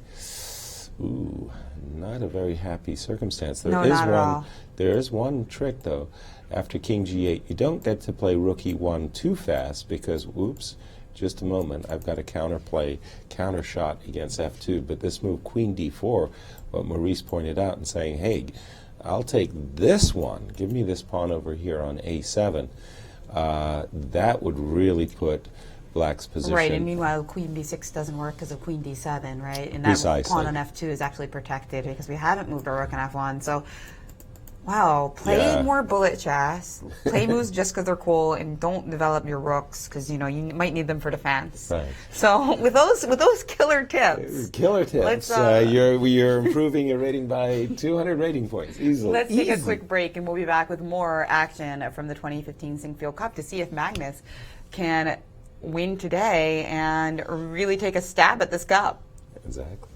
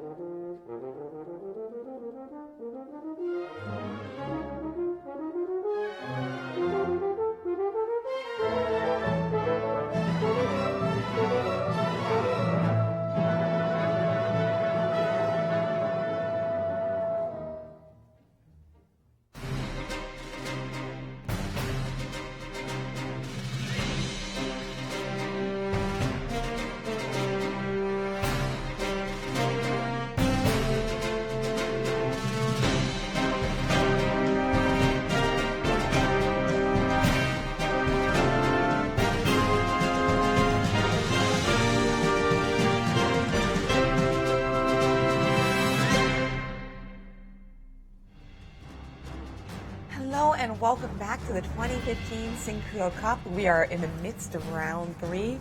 We see here a shot of the plank hall. Those of you who are watching at home, we thank you, but big question, why aren't you here? Exactly, enjoying the action. Yeah, a lot of people do a little bit of both. They come here for a couple days, and then they take the rest of the week off to watch online. And then they come again for the next weekend. Absolutely. So I think that's a good recommendation, a little mix of chocolate and vanilla, if you will. Yeah, there you go. Well, we've had some developments in the game of Magnus Carlsen. It does look like Magnus is about to win a pawn. When we had left it, we said that Magnus had this really nice retreating move, knight f4, that caused a lot of trouble in Black's camp. As you predicted, Jen, correctly so. Bishop takes f4 was obliged. E takes f4. And I think we have a move. Don't we have a move? And of course we have the threat of queen d4 check now, but it looks like MVL now trying to figure out how to defend in this position. He hasn't yet played king g8, but that is quite a natural idea to stop queen d4. Exactly. But as you pointed out, still problems with queen d4. I was thinking that what MVL is going to have to do is simply jettison this d7 pawn. It's weak, and to maintain this play with at least an active rook, you get some compensation for the pawn. After all, it is a double pawn. I'm not happy playing Black's position, of course. He's a pawn down, and White has the initiative. But I think that this is his best way of trying to hold the position, at least with an active queen, an active rook.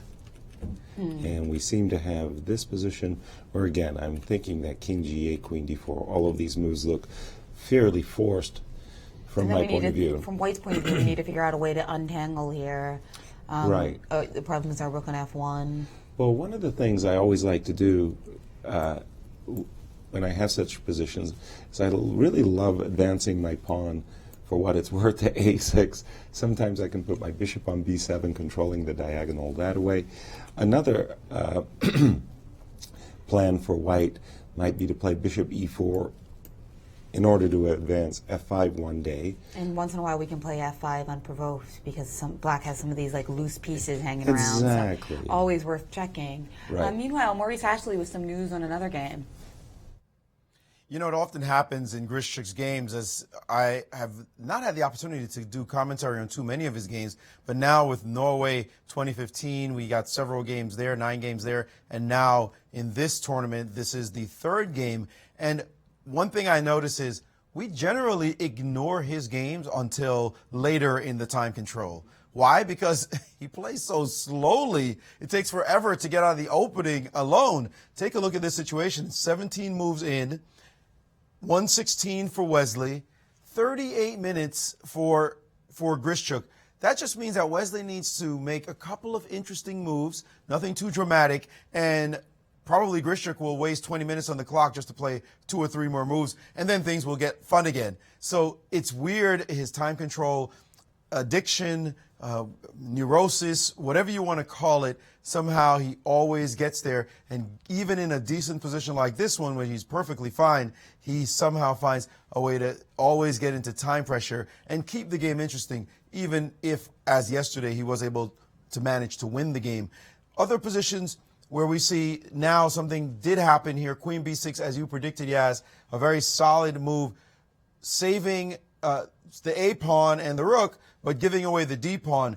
Interestingly, right here, the engines are not giving only queen d7 as a good move. Another idea here is to play the move a5 first before taking on d7. If queen takes, of course, this check wins a rook. That's one idea. Another idea is the move queen e1 to try to keep things even more interesting. This move is kind of odd, going straight into an endgame with queen e5. I can't imagine Magnus is going to play this position just to straighten out his pawns. But then again, there is a point here. Queen takes, pawn takes. This pawn suddenly becomes very weak. Again, rook d1 is coming with f4, and we saw what Topalov did yesterday with a bishop and a rook. So definitely an interesting option as well. Clearly, Magnus has multiple opportunities in the hands of the world champion. This kind of edge is virtually decisive.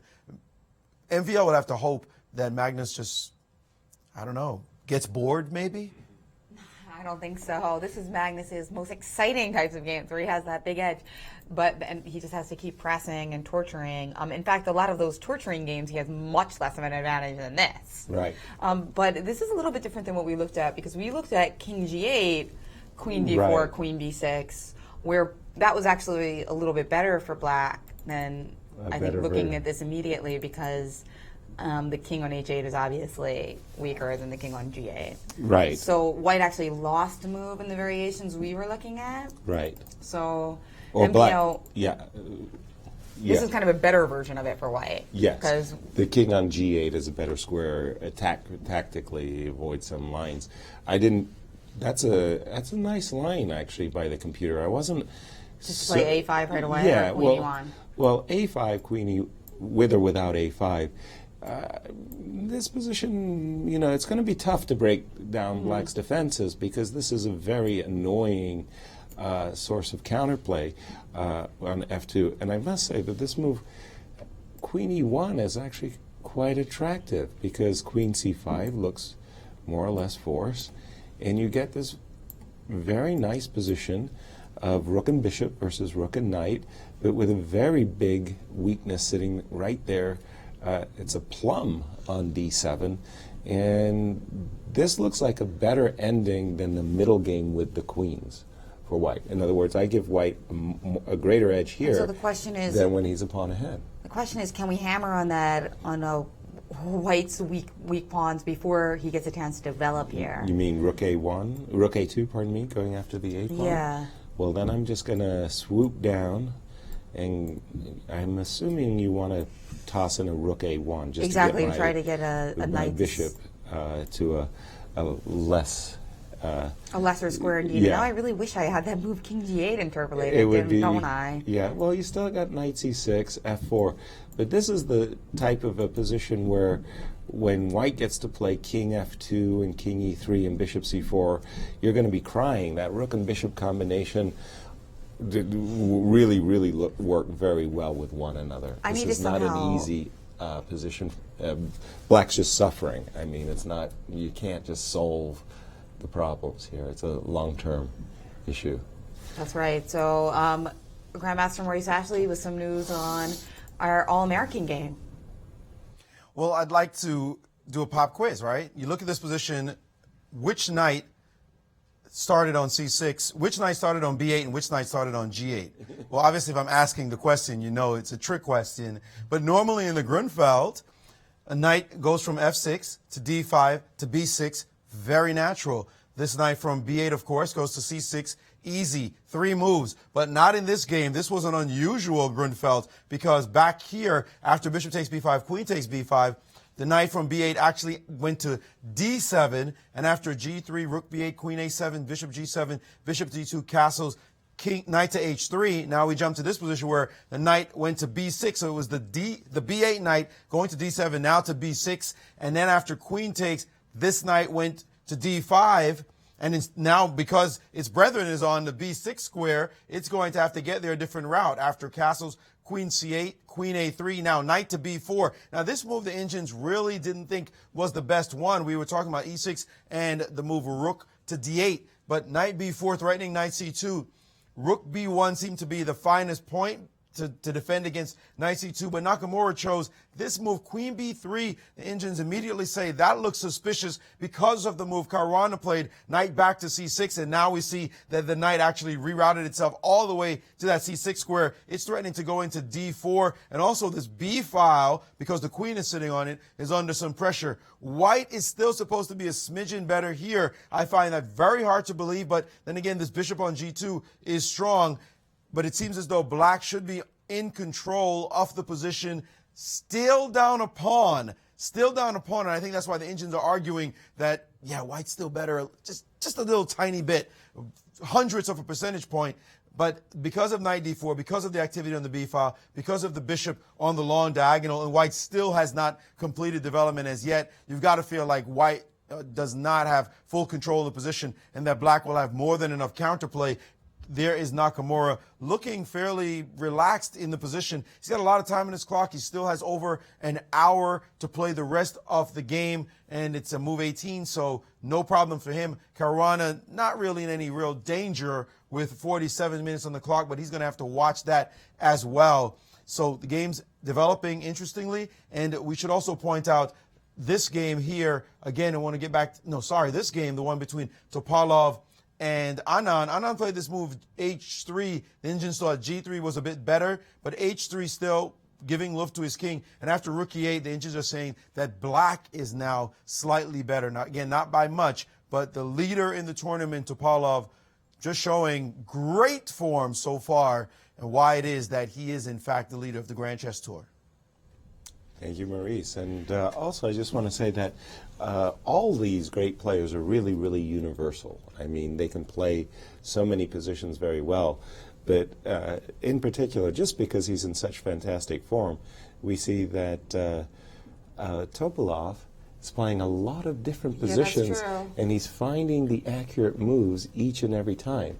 So it just goes to show that he's really a remarkably good player. You don't become world champion otherwise, and there you have it. That's right, and we actually have one of Topalov's victims, Hikaru Nakamura, who just recently went into the confessional booth. Oh, wow, okay.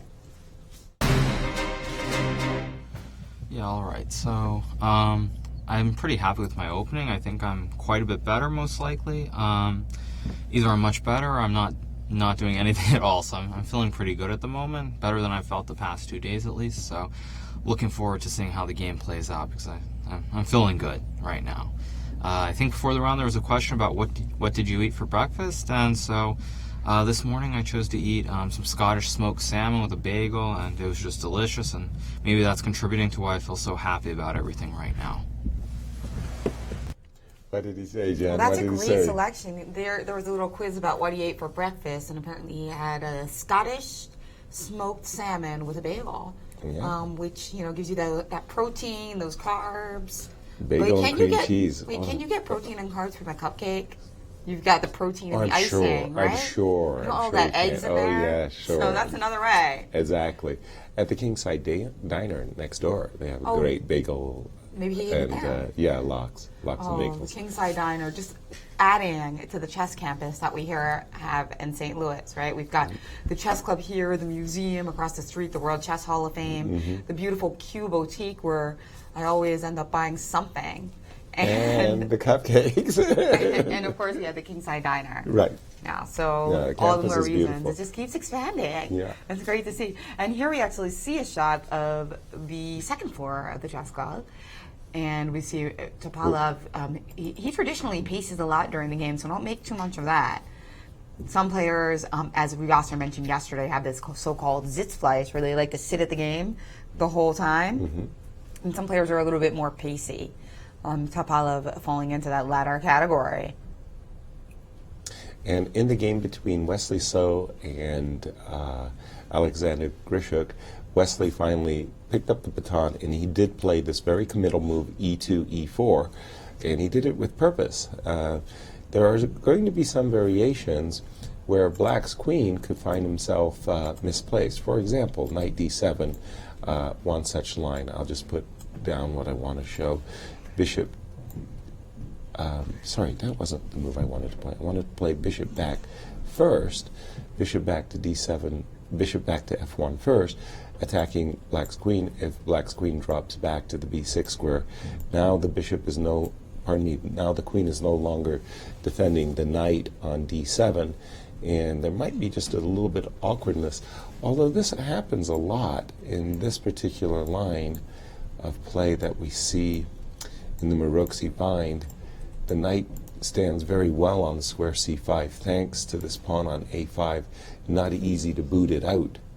So, right, we would have to try to play A3 and B4. Yeah. But so this move, E2, E4, I find to be a committal So move. that's pretty clever, that bishop f1 idea, huh? Yeah, so you keep coming up with these like bizarre bishop f1 retreats. Well, just to offset the piece. So stating- you were saying if knight d7, bishop f1 followed by bishop h3. And no, black should not try to repeat moves there. No, because of a4. Exactly. So, but in the marquee matchup between the two Americans, he did it. Oh, that's. I thought that Hikaru was still in thought. Hikaru obviously needs to mobilize his pieces. The knight on h3 needs improvement. The bishop on c1, rook a1, etc., etc.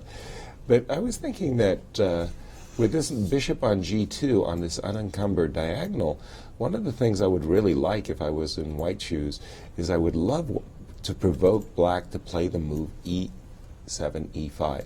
So I like this move bishop c1, f4 to try to force e5. The reason I want to force e5 is because after e5, the bishop on g1 gets blocked out of the game.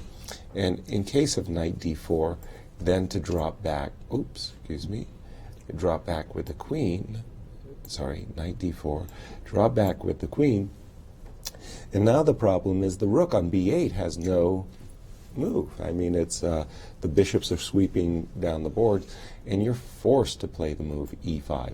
Once I've provoked that move e5, I'm thinking that, okay, the bishop is going to drop back to d2, maybe even to c1.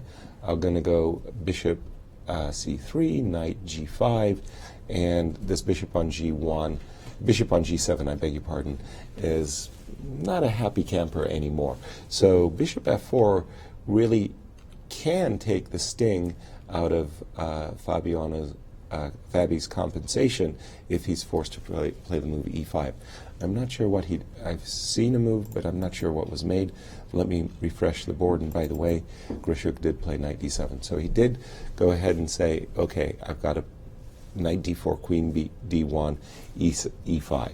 Okay, so how big is the compensation? I'm not 100% sure. Bishop d2, is there enough compensation here? What do you think, Maurice? Well, it looks good for black, but just looking at it with just to my eyes, just the fact that he can get a knight to c4, it looks like play. The engines are saying it's fine for black. It's just equal. Actually, after this position, after e5, the move bishop to g5 is being suggested, maybe stopping rook to d8. Bishop d2 is not exactly the greatest move in the world because this move knight to c4 is immediate and it's hitting the bishop, it's hitting the pawn, and you have to be really careful here because tactics start to erupt quickly. A move like b3, for example, suddenly takes and rook to d8, and there's some funny business tactics that are coming in the position. Knight f3, of course, is threatened, and you have to wonder where to put this piece. e4 and some ideas down the long diagonal as well. So black is just in complete control of the dark squares. Meantime, this knight on h3 is not so happy, and the bishop on g2 is not so happy. Actually, the engines are now giving a huge edge to black, despite the fact that black is down a pawn in this position. It looks like white has to struggle to even find moves here based on the potential for forks happening everywhere on the board. So a tricky position to play that move. Queen d1 was played, e5 very quickly by Fabi, now testing where this bishop should go. But every move looks like it's going to be handled by some rook maneuver along the line. Also, the move queen a6 is coming with tactics on the e2 square. There's a lot of play here for black. Clearly, black is fine, if not, according to the engines, now going better for black. At first saying that black was maybe slightly worse because of that extra pawn. Now the engines, calculating more and more, are coming up and settling on this position as black has all the initiative in a Benko-style gambit. So Fabiano Caruana really playing the position well. And Nakamura, you see there, trying to check to make sure he doesn't slip into any danger lines. He's got to start thinking about bailing out quickly and not giving any more pressure, allowing any more pressure, with the knight on d4 being the anchor piece, trying to rustle up all kinds of trouble in the position right now. Thank you, Maurice. Okay, so from what we've been discussing, it seems that the move bishop c1, sidestepping that knight c4 tempo, and we've looked at queen a6, but again, e3, this is really better for black. Knight e2 check. If there's a better move, let me know. king g1, and at the moment, okay, you can get a tempo, you can force my queen to the c2 square. I still don't, I mean, there is Benko Gambit style play, but this bishop, normally speaking in the Benko Gambit, white has a pawn on d5, which restricts the bishop on g2. Here, the bishop on... So if you just take on c1... And I recapture on c1, rook f takes c1. I mean, okay, this knight on h3, it is true, this knight on h3 is not in the game, but one or two moves and, you know... yeah, I need to get my bishop on g7. Your bishop on g7, yeah. You're by playing e4 at the right moment, exactly. It might be e4 in this kind of a moment. Well, if we play e4 right now, then... I'll probably play knight g5 and end up taking it. But let's go back a move or two, and instead of the move rook d8, let's start with knight a4. Obviously, you got to use your rook on b8 to make white's life a little bit difficult. So knight a4 provokes b3, and maybe it's here you can leap into the action with the move e4 indeed. Right. And this looks like issues. Oh yeah, I don't think b3 can be played. Okay, well, if b3 can't be played, then I'm going to take back what I said about bishop f4 provoking e5, because if you end up getting to play knight takes c1 and knight takes b2, you're going to end up getting a really sweet knight on d3. Hey, what happens to your move bishop f1 when we really need it? Yeah, exactly. Now would be a good time to change the pieces around a bit. So this looks like Hikaru probably, when he went in for this line, had anticipated playing the move bishop d2. That was what I wanted to do, bishop d2, and then just to go to that position where Maurice says, well, a big advantage for black. I don't see that. I do see the queen sacrifice after rook d1, and I think white won't have too many problems creating a fortress in this position. The knight on h3 is still, you know, offsides. You can take my queen, of course. But you have to take the other way, right? What? I mean, with the e pawn. That's. I do. Why? Well, there's a knight on h3. Ah, I beg your pardon. So you have to play a Levon. Yes, I have to play a Levon. Okay, we'll turn that into... Which I think in this position, of course, we would prefer to take with the bishop, but... Okay, but then the point is that I have rook, bishop, and pawn for the moment. Okay, probably after, for example, a move like c4, maybe that's not a good move, by the way, you'll end up winning the a2 pawn, but I don't think the queen will overpower the rook and bishop on the king side. So, right, you've got that nice little square pawn combination. Maybe at some point you'll be able to play f4, and you'll prove that the bishop on g7 is just shooting into empty air. Exactly. So, so I think he can scramble out of his troubles. We'll see how his defensive skills are up to the task today. Are being tested. Yesterday they weren't, but to give credit where credit's due, a lot of that was just because Topalov played very well. Great chess. So, and we do have a special guest. The World Chess Hall of Fame's got he's got actually 3 exciting exhibitions up right now. There's the Marcel Zama exhibit, Encore Ivory Chess Treasures from the John Krumiller collection, and Battle on Board Chess During World War II. For those of you within striking distance of St. Louis, I also have to remind you that tomorrow we've got a music series. And Yasser? I was going to say the Ivory Chess set collection is spectacular. I went up there. I must have spent on one visit 1 hour, and a second visit another hour. They're just really, really intricate, beautiful sets. And we have the woman behind it all, Chief Curator at the World Chess Hall of Fame, Shannon Bailey. She's with Maurice Ashley. Thanks, Jen. With the Chief Curator of the World Chess Hall of Fame, Shannon Bailey. Thanks for joining us on the show. Now, the World Chess Hall of Fame does so much. You have exhibitions, you have shows. There's always something happening over there. Tell us, you have 3 exhibitions right now. First of all, I saw the World War II exhibition. I thought it was amazing. Please tell everyone about that one. Sure, that's Battle on the Board, Chess During World War II. It was curated by Emily Allred, who is our assistant curator, and she had some help with from John Donaldson. And it looks at how chess was used during World War II kind of as therapy for soldiers, and how different prisoners would make their own chess sets. It's really a moving show.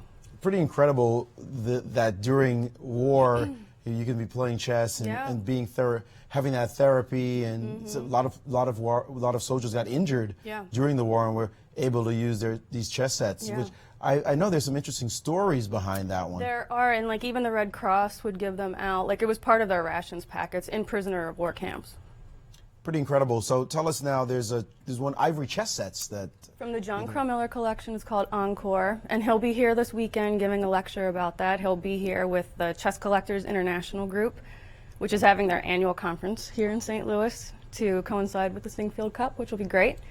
And you're looking at some of the images of his sets and some pieces from our first floor show, which is Marcel Dzama, Mischief Makes a Move. So tell us more about this latest one, the third one you just mentioned. This looks spectacular. He is a these images. Great artist out of New York. He's actually from Canada, from Winnipeg, but he is obsessed with Marcel Duchamp and incorporates a lot of chess imagery into his work. So the whole show is centered on a video project that he did for the Toronto Film Festival a couple years ago. It stars Kim Gordon from Sonic Youth. And then there is a lot of supporting artwork around it, different, like, beautiful sculptures and chess sets that he created all for it. How do you guys make decisions on what you're going to show? I mean, you've had such a great variety of exhibitions that have been over there. What attracts you and makes you decide, well, this is the direction we're going to go in? I know you had the hip hop chess exhibit at one point. There's Bobby Fischer is over there. What makes you? Well, our mission is really broad in that we kind of boil it down is that we want to make chess fun and accessible, and so chess is already fun and accessible to the people that don't know.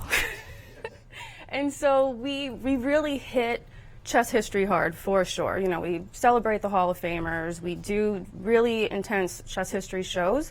But then we want to kind of bring in an art crowd and bring in a general interest crowd. And, you know, we've had almost 50,000 people come since we opened up. We haven't even been open for 5 years. We've had people from many countries, every state in the United States. So we try to kind of look at something to be like one of our things is like, I never knew that, or I didn't know chess was related to that. And that happened a lot during our hip hop show, which was incredible. That was incredible. I saw that one. One of the cooler ones, too, was the burning boards. Yes, which we did last year during the Sinquefield Cup. So that was with Glenn Kino, and we had every Sinquefield Cup participant play in that. The commentators got to play as well, thank you. Yes, and all of you. And that was a chess player playing maybe like somebody in the arts field or somebody that wasn't a strong chess player, and it created this nice, not only just a beautiful setting, but a nice conversation. I got to play Leonard, and that was really fun. Well, we were playing with burning candles and tongs, and the pieces you couldn't even recognize. I know, you just had to remember where pieces were. And they actually just redid that a couple of months ago at Brandeis University at the Rose Art Museum, and I went up and participated in that again. It was really neat. Fantastic. Well, keep up the great work over the World Chess Hall of Fame. Thank you. Shannon Bailey, Chief Curator at the World Chess Hall of Fame. If you do have a chance to come down and visit the chess club, make sure you go across the street and check out those incredible installations. They're quite a bit of fun.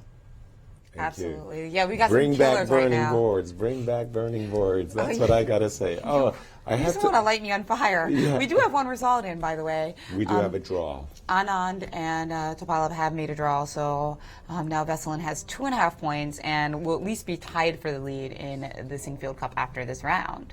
And what were you going to say? Yeah, I was going to say this is a fantastic thing, the burning boards. So I'm playing, actually, against Shannon's husband, Bradley Bailey, who also helped with the curating of the Marcel Dzama piece. Right. And as I'm moving the pieces, and we're playing a lengthy game, the candle wax is dripping all over the board. But next to me, my neighbor was Magnus. And Magnus was having a lot of fun. And he had to make this checkmating move, Queen H3 to C8, checkmating a king on C6. But the C8 square was full of wax, and it was impossible for him to put the queen on C8, so he had to scrape up the board. It was hilariously fun. Yeah, or he could it was probably a great evening. And now what's going on in the Hall of Fame is great, actually. All the exhibits are really cool. You were mentioning how much you like the ivory chess set collection. It's amazing. And I talked to Anand, and he said he loves the World Chess Hall of Fame. He just loves the exhibit. So I kind of assumed he was talking about the ivory chess set because Marcel Sama exhibit is like really avant-garde and really weird. And he was like, no, I meant the Marcel Sama part. Cool, yay, Vishy. So it's great to see people who you wouldn't expect to like something like that, and we're introducing these new types of art to different people. Oh, definitely. You got something for everybody right now there. You've got the really avant-garde art with Marcel Zama, the beautiful piece of history ivory chess sets, and then of course the pure history with the World War II chess sets. And that is amazing too, and how chess impacted many prisoners on both sides.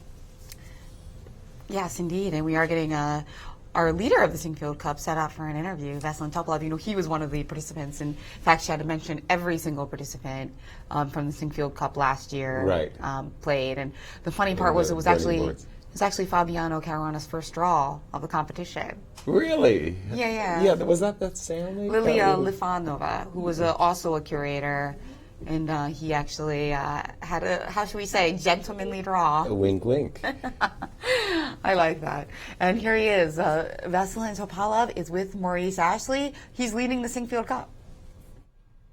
Well, the current leader, Veselin Topalov, after a pretty accurate-looking draw, I might say. What did you feel about the game today?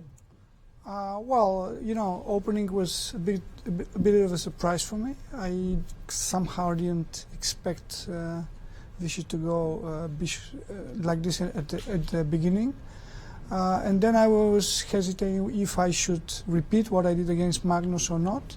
But somehow I believe that, that's what I somehow always do, so I shouldn't be afraid. And game was pretty much correct, I would say.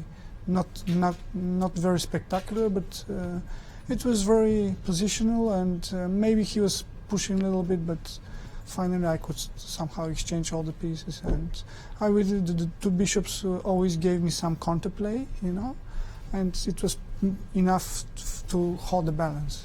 Do you feel that he, after losing 2 games in a row, really wanted to just make a riskless position on the board and not take too many chances? It's possible that, I don't think he was going for a draw, of course, but I think he wanted to play some solid opening, and that's what he did. But wait to see what happens, because,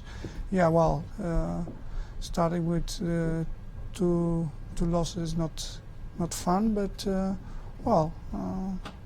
still too many rounds to go. I don't think, last year I also lost the first 2 games, and then at the end I was in the middle, so it's still a lot of time. Many people were hoping for another fabulous Fabiano performance from last year. Now you're 2 wins, you got a draw, and you're not going to go 7-0, which is kind of difficult to do. What do you feel? You think a good draw with black is what the doctor ordered right now? Oh yeah, definitely. I mean, not very ambitious, let's say, to win all the games, obviously, and then draw with the black is good result, especially in my situation, I believe. Now, there are a lot of people chasing you. I mean, people right behind you. Magnus just won a pawn against MVL after a very fortunate finish for him yesterday, so he might have 2 points after this round. We also have Anish Giri and Levon Aronian, who look like they're headed towards a draw. Do you feel the pressure being the leader, or you've been in this situation before many times in your career, in your illustrious career, of course? Well, I'm just, for the moment I'm a sole leader, but at a very small margin. So you can't really say that's a big deal. I believe that three or four other players really have chances. Even Magnus, I think if he wins today, I hope not, but he would be just a half point behind. I don't think its tournament is over at all. But his game. I was looking, during the game that somehow the impression was that he was pushing, but now it looks not so much. But it's a very interesting position. Still a long way to go, of course. I believe Bashir should hold somehow, but it doesn't look much for white, but still maybe some problems. Well, we know Magnus, it doesn't have to She look will like play much. forever, I guess. Yeah. Well, you get a chance to rest. You mentioned that you were on vacation. Maybe after a quick game today, you can relax, have a vacation day to prepare for your next round tomorrow. Oh, for sure. For sure. Well, thanks so much for joining us, and best of luck in the rest of your games. Okay. Viswanathan Topalov leading the tournament, looking extremely relaxed at it. Not like a man who has wolves chasing him. We'll see how the tournament proceeds. Thank you, Maurice. A pack of wolves, in fact, chasing Vesselin. But he's impressed. 3 really good games by Vesselin to start the tournament. I think for a lot of players who come to such a major event like the Sinquefield Cup, one of the things they always are worried about is their so-called form. Are they calculating well? Are they in good physical condition? Do they have the emotional energy? Click? Is everything clicking? And after 3 games, you've certainly gotten a good measure of your own self. And the 3 games that Vesselin has played so far, I think, have been just simply terrific. Absolutely, absolutely wonderful. So in top form, and also when you think about his rating, with a peak rating, very impressive start for Vesselin Topalov. That's right, and let's take a look at Magnus Carlsen's position. Sure. I was just going to say, unless I don't like what Fabiano did. He in the position we left it, neither bishop d2 nor bishop c1, but simply bishop e3 was played by Hikaru. And after rook d8, bishop takes, rook takes, queen c2, I think a lot of White's problems are behind him. First of all, he's managed to almost complete his development. He still has maintained his extra pawn. No severe weaknesses in the position to speak of.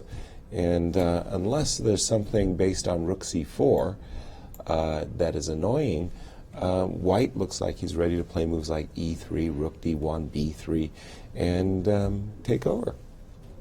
All right, and yeah, we've got a lot of interesting games in this round. Let's take a look at So Grishuk as well. Okay. Because that's actually kind of going along lines that I think you predicted, Yasser. There was rook c4, by the way, was played.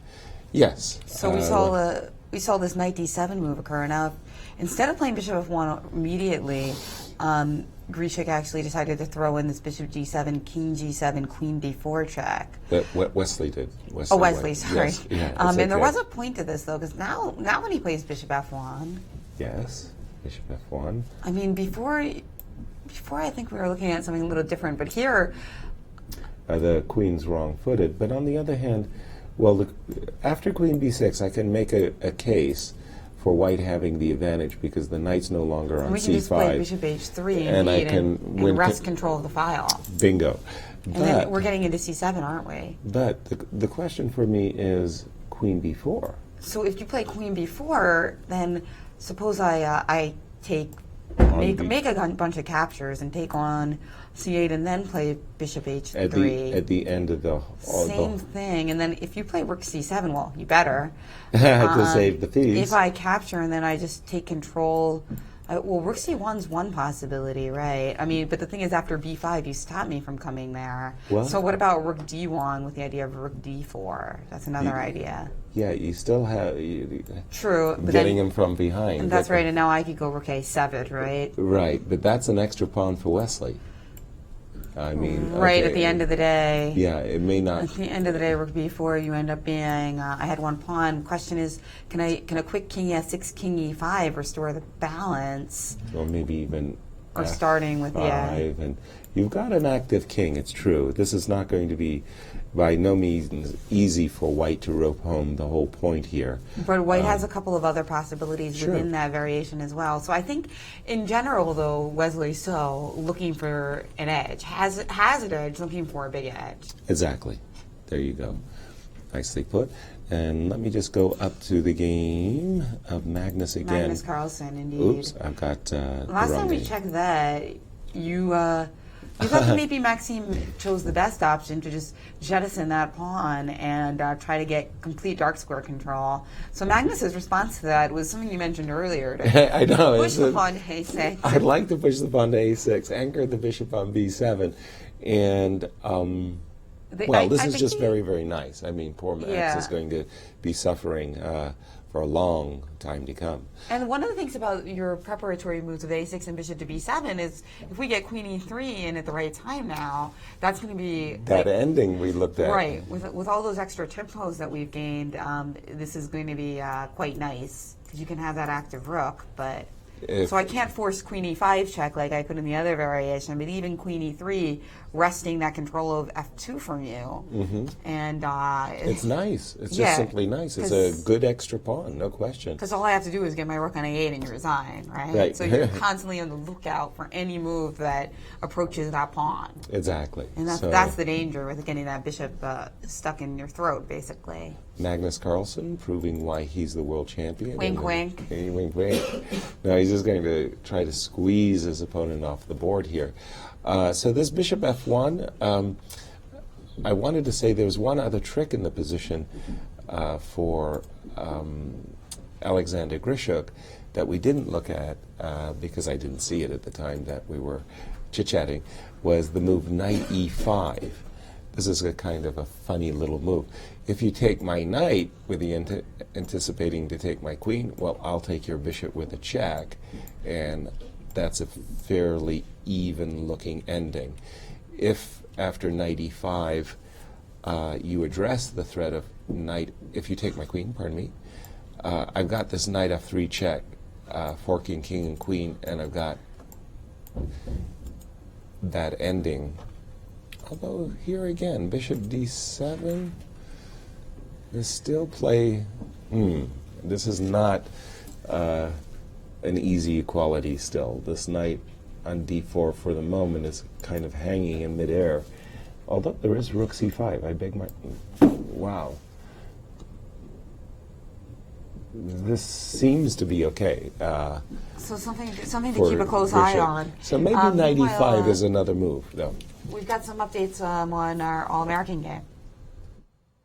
Yes, this position we have to pay attention to because it looks as though the players may be headed quickly towards a repetition of moves in the game between Nakamura and Caruana. In this moment, you mentioned, Yaz, after rook d8, bishop takes on d4, removing that strong knight from the middle of the board. Caruana had a couple of pawn captures. Both of them, you had to really judge the position well to understand if you had advantage. The engines like cd4 giving two connected pass pawns to white, but felt the engines calculating that this position was just fine for black, that black would have plenty of counterplay and was even. This must be scary, though, for a human to have to play if you don't judge it properly. Also possible, excuse me, I touched the wrong square there. Also possible was taking on d4 with a pawn. Again, not a move that you can automatically play. You have to judge it very well since your bishop is blocked in and moves like b3 are playable. So Caruana, did not like either one of those choices and instead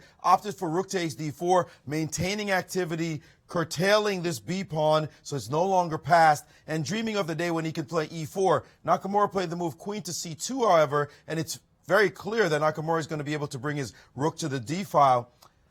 So instead, rook c4, attacking the queen, queen d2, and now rook to d4, attacking the queen again, and now Nakamura played queen to c1, but still rook to c4 is on tap. The engine saying that this move would create a repetition potentially, but also if he's going to try to play for something, he can play the move e4 right now, still maintain something sharp.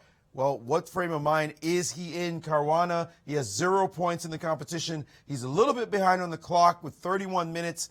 A big-time decision for him whether or not he'd like to repeat moves here. Also, Nakamura has set up the potential of playing queen to e3 after queen c1. This move, rook to c4, might be responded to by queen to e3. Still just fine for Fabiano, but it's up to him to make the decision. Will he go aggressive or seek a repetition of moves?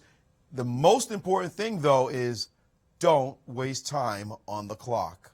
Thank you, Maurice. And we actually have a lot of great tweeters out there. Some of them are really good at chess. Mm-hmm. Some of them are really good at being witty. Yes. And some of them are really good with Photoshop. So let's take a look at a tweet inspired by Photoshop here.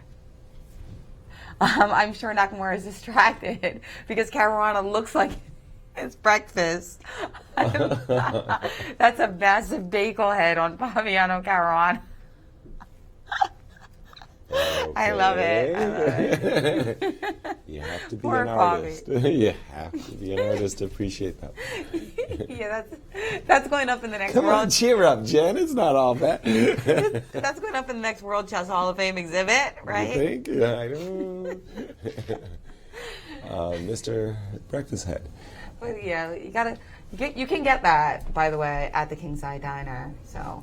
So Queen C, and what has Fabiano chosen? Just a moment. Let me refresh my board for a second.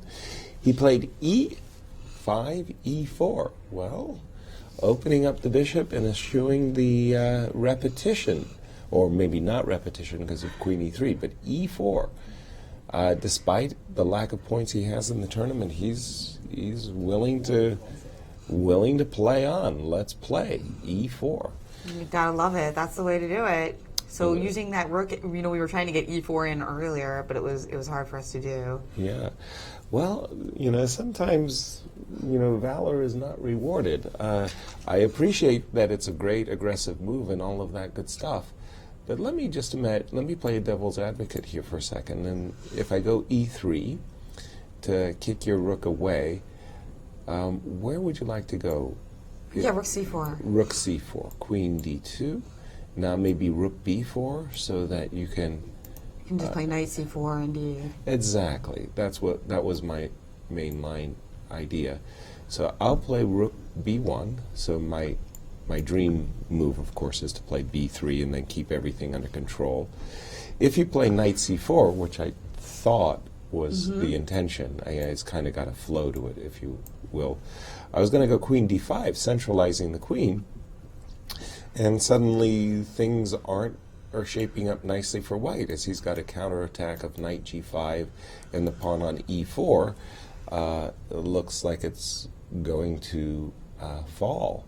So that looks like a dead end. It looks like somehow we have other options there. Though let's take a look. Maybe one of these moves was lazy or something like that. Well, I think everything was okay after rook B4. Maybe knight C4 is wrong. Knight A4, potentially going to C3. Not sure what I could recommend for you here. Right. Okay. So.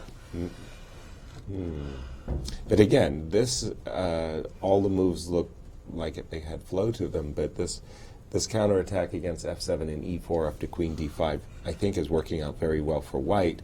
Maurice, let me hand it over to you and ask how the computer likes E3, or whether it does or doesn't. Well, it looks as though at the end of that line there is a very beautiful variation, Yaz. Everything looks strong there when you played that move, Queen to D5, except take a look at this hidden point, Queen F8, anticipating your threat on the F7 square and defending this pawn on E4 with nasty tactics and maintaining everything about the pluses that black has garnered in the position. Bishop takes E4 is now suddenly met by the move rook to D8, and the queen is looking funny, kind of almost trapped. Where do you put it? If you played it on this square, C6, you run into knight to E5 and suddenly an attack on the bishop, and the queen can no longer defend that piece. So that would be a problem. And after rook to D8, another move is queen to G5, but that runs into knight to D2, and again, problems for black. So this move, Yaz, is the tactical point. If he were stuck in this position, he'd just have to find it. Queen to F8, the only move to play. And you see the perfect harmony of the black forces, two rooks, knight, bishop. If he can just hold on to the e-pawn, then he's fine. And it looks as though the tactics are what helps black in this situation. A move like B3 right now can be met by rook to D8. And again, the knight is coming into the D2 square. So it seems as though black is perfectly fine with that move, E4. The Indians actually liked it quite a bit. Top choice. Wow, beautiful move. Queen F8 is a lovely move. That is really cool, an exceptionally easy move to miss, by the way, because you just kind of stop in your mind's eye and you say, oh, Queen D5, I've activated my forces. I'm very, very happy. The Queen F8, wow, the tactics seem to keep black more than okay. Remarkable move. Did not see it. That was a nice one. So e3, again, this has been our major line. Rook c4, queen d2, rook over, knight c4, activating the knight, queen d5, and this exceptionally cool move, I must say.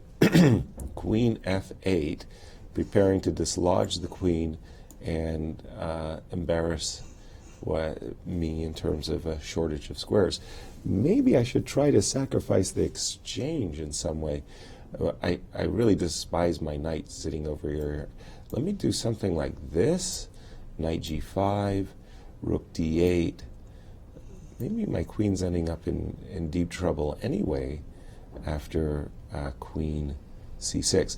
My point, if I have a point, is that I was trying to give up an exchange in this fashion because I've got two pawns and some light squares. At the moment, I'm really worried that my queen will end up getting ensnared somehow. Yeah, I always have these possibilities of playing knight e5.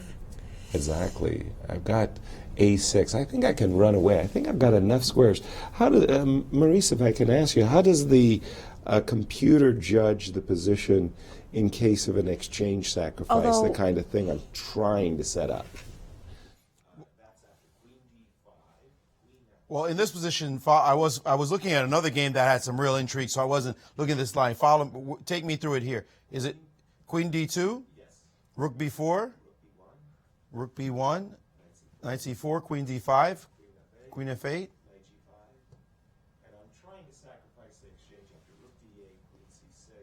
Queen c6. If knight d2, you want to take, knight takes e4? Correct. Knight takes e4, giving away this one. Yep, I got to recap. You got to take, and then c4. Uh-huh. And looks fine for black. Looks like black is picking up the b2 pawn. White might make it out of this one because the a pawn will survive, and you might pick up the c pawn. Maybe white does have a possibility of making this bishop and pawn work, but I think that black is going to come out of that line looking just fine. But that wasn't the position that was attracting my attention. There's some big explosion that happened in this board between Aronian and Giri. In this position, it looked like Giri had simply equalized completely, and after rook takes e1, queen takes, the engine's like rook to b5. Remember that maneuver? He put a rook on the rank and then should stay there. Instead, he decided to be quiet about it, more or less saying, what do you really have? You don't have much. I'm not worried about you. Well, queen e4, slowly build.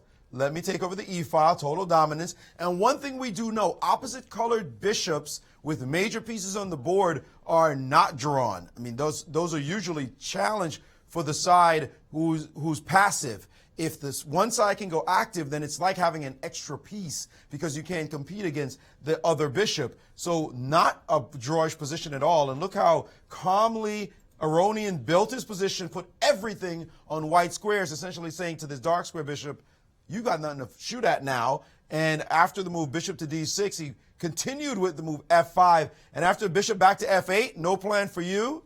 f6 was played. Take a look at that move. Now trying to crack open this structure and create some white square weaknesses in the position. And after g takes f6, certainly a committal choice. Now queen to f4, and all of a sudden, white has tremendous play around the king. The bishop can go to e4 next, and black's going to have to watch this position very carefully. The engines are giving white a significant advantage after that capture on f6. I feel like I'm surprised, maybe even Giri's surprised at how bad his position got so quickly. Just all of a sudden, he is way worse, and it looks like Aronian playing so well, winning his first game in style, looking like he's trying to do the same here in round 3 of the Sinquefield Cup. Wow, remarkable. When Levon played the very creative e2 takes f3, he could have only dreamed that that e2 pawn would have made it to f6 and broken up black's king side so badly.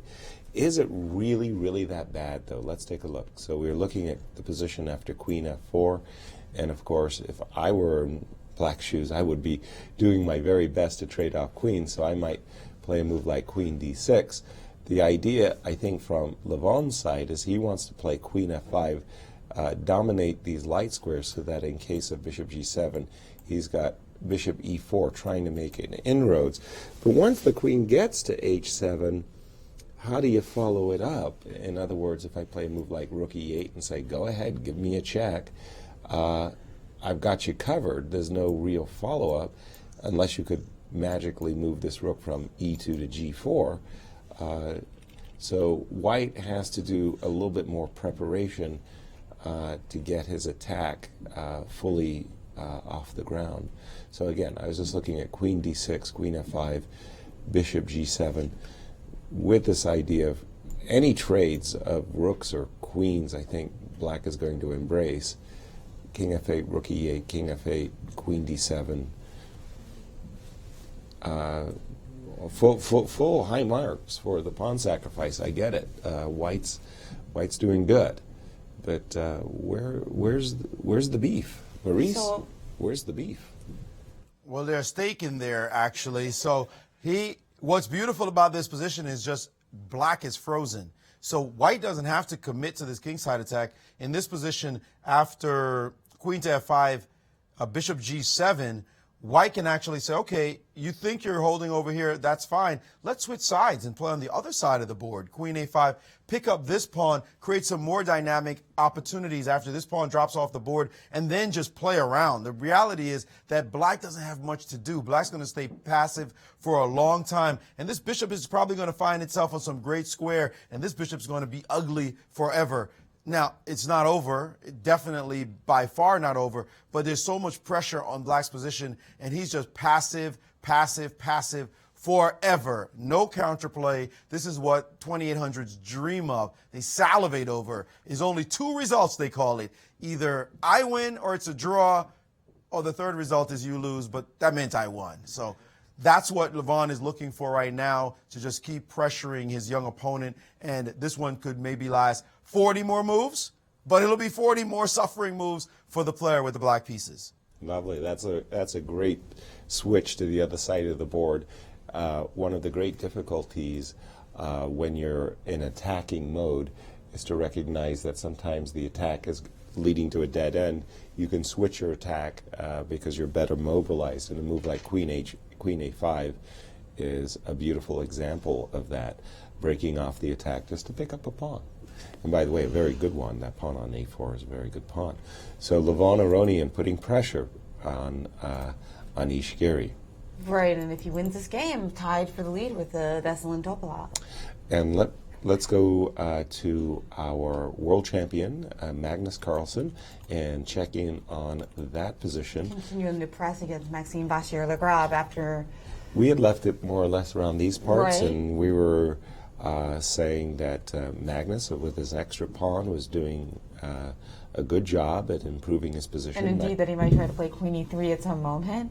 That was why knight f5 was. And now Maxime had to keep a careful eye over queen e5 transposing into that ending that we had previously looked at. So we calculated knight d6, now queen e5. You can capture and get your rook behind the advanced pawn after you capture on b7. Exactly. Black's just in time to make a draw in this case because of the saving move rook b2.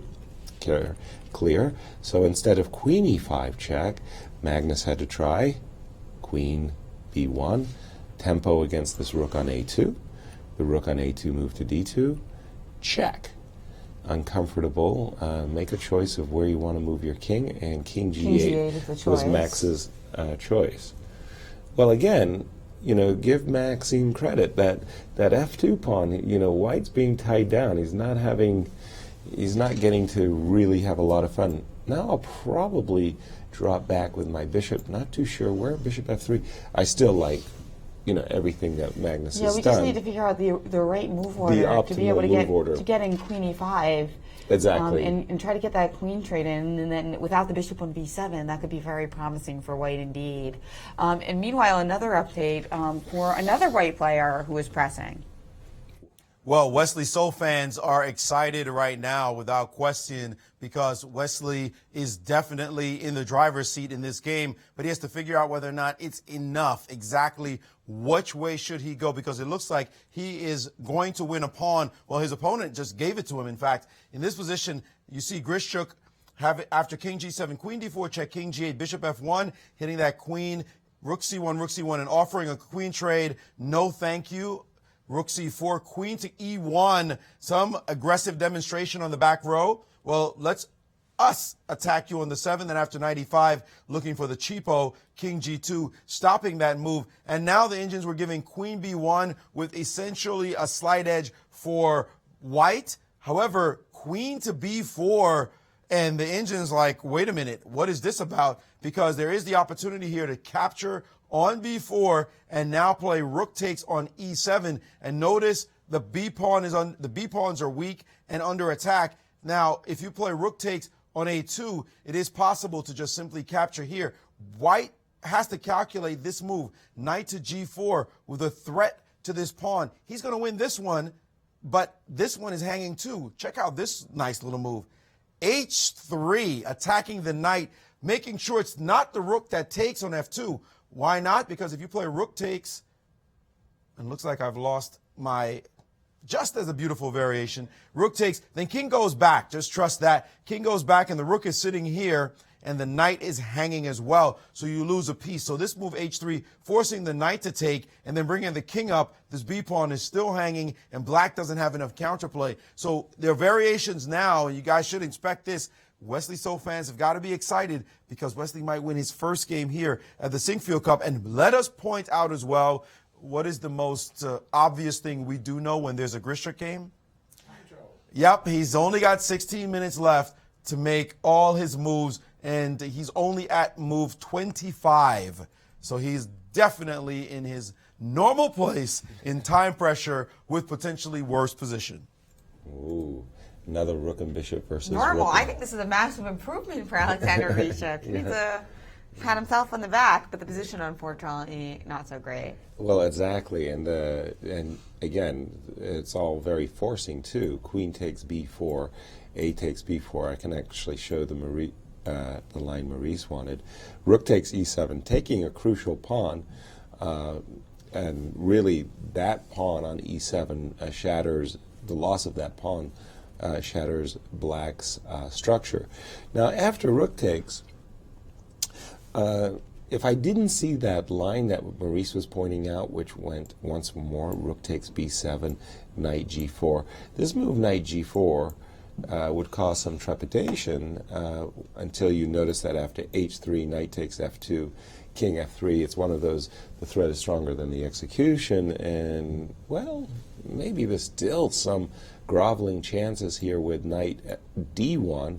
I've got this cheapo rook f2 check in mind. No, I still like white. But having said all of that, I also like the simple move, h2, h3. I think that's far more human. Preventing the move knight g4, and also, hoping that one day you'll have an f4 type of business. Maybe this position. Well, the problem also is that, in these positions, the knight doesn't have a lot of retreat squares. So our pawn was pinned previously, but now your knight literally has no escape squares, right? So your only square is going to be d3. Well, except for f3. The problem is the highly desirable f4 runs into a very embarrassing Indeed, yeah. Then we have to go back to h1. Oops. So and unfortunately we couldn't play f4 earlier because we were pinned. Exactly. So no way to take advantage of that knight's lack of squares quite yet. So that was why the computer wanted to play rook b7 and rook b4 and toss away the f2 pawn. All right, back to Maurice with our marquee All-American matchup. Big development in this game, guys. Take a look at what's going on here. After that move, rook b4, as you mentioned, playing the rook to b1. But the Indians already liking black's chances. It looks as though black is on top. Instead, he played rook a c1, just jettisoning the pawn on b2. And after queen to d6, looked like his point. Now Fabiano is thinking, and he's got his pawn back. This pawn on e4 is not hanging. There's a potential threat of this pawn going with knight g5 and knight takes e4. And what do the engines say? Take the pawn whenever you want. c4. And now this c pawn has turned into a beast going down the board. If you were to play a move like knight to g5, going after the pawn, the engine says, we're just going to push. We don't care. This pawn is going to end up on c2, well protected. a2 is hanging at some point as well. And Caruana looks like he is starting to press an initiative. Nakamura needing to defend in this position. Engine still saying it's just about okay for white. But I don't know, Yaz. Pawn on c2? Or, I mean, c3 alone, it's super hyper defended. c2, you start to sweat a little bit, no question. No matter how good you are, you don't want to see a pawn make it to the 7th rank and the guy starts thinking about lots of tactics to drop on you in order to promote it. So black certainly on top in this game.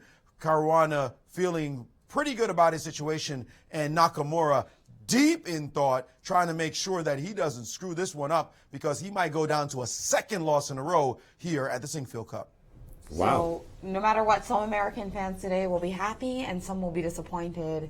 It's a win-win or a lose-lose, depending on how you look at it. But we are going to keep a close eye on this big game and all the other games that are shaping up to be even more interesting than I thought about an hour ago. It looks like white keeps pressing. Right. With the exception of the Topolov game, the Levon game, one that we thought was really edging toward, it's suddenly become very, very interesting. Hey, that's modern chess for you. Like, everybody followed Magnus into the confession booth, and a lot of people are following his grind mentality. There you go. So we'll be right back with more from the 2015 Sinquefield Cup. Don't go away. You might miss another Caruana Carlsen-esque time scramble. Whoa.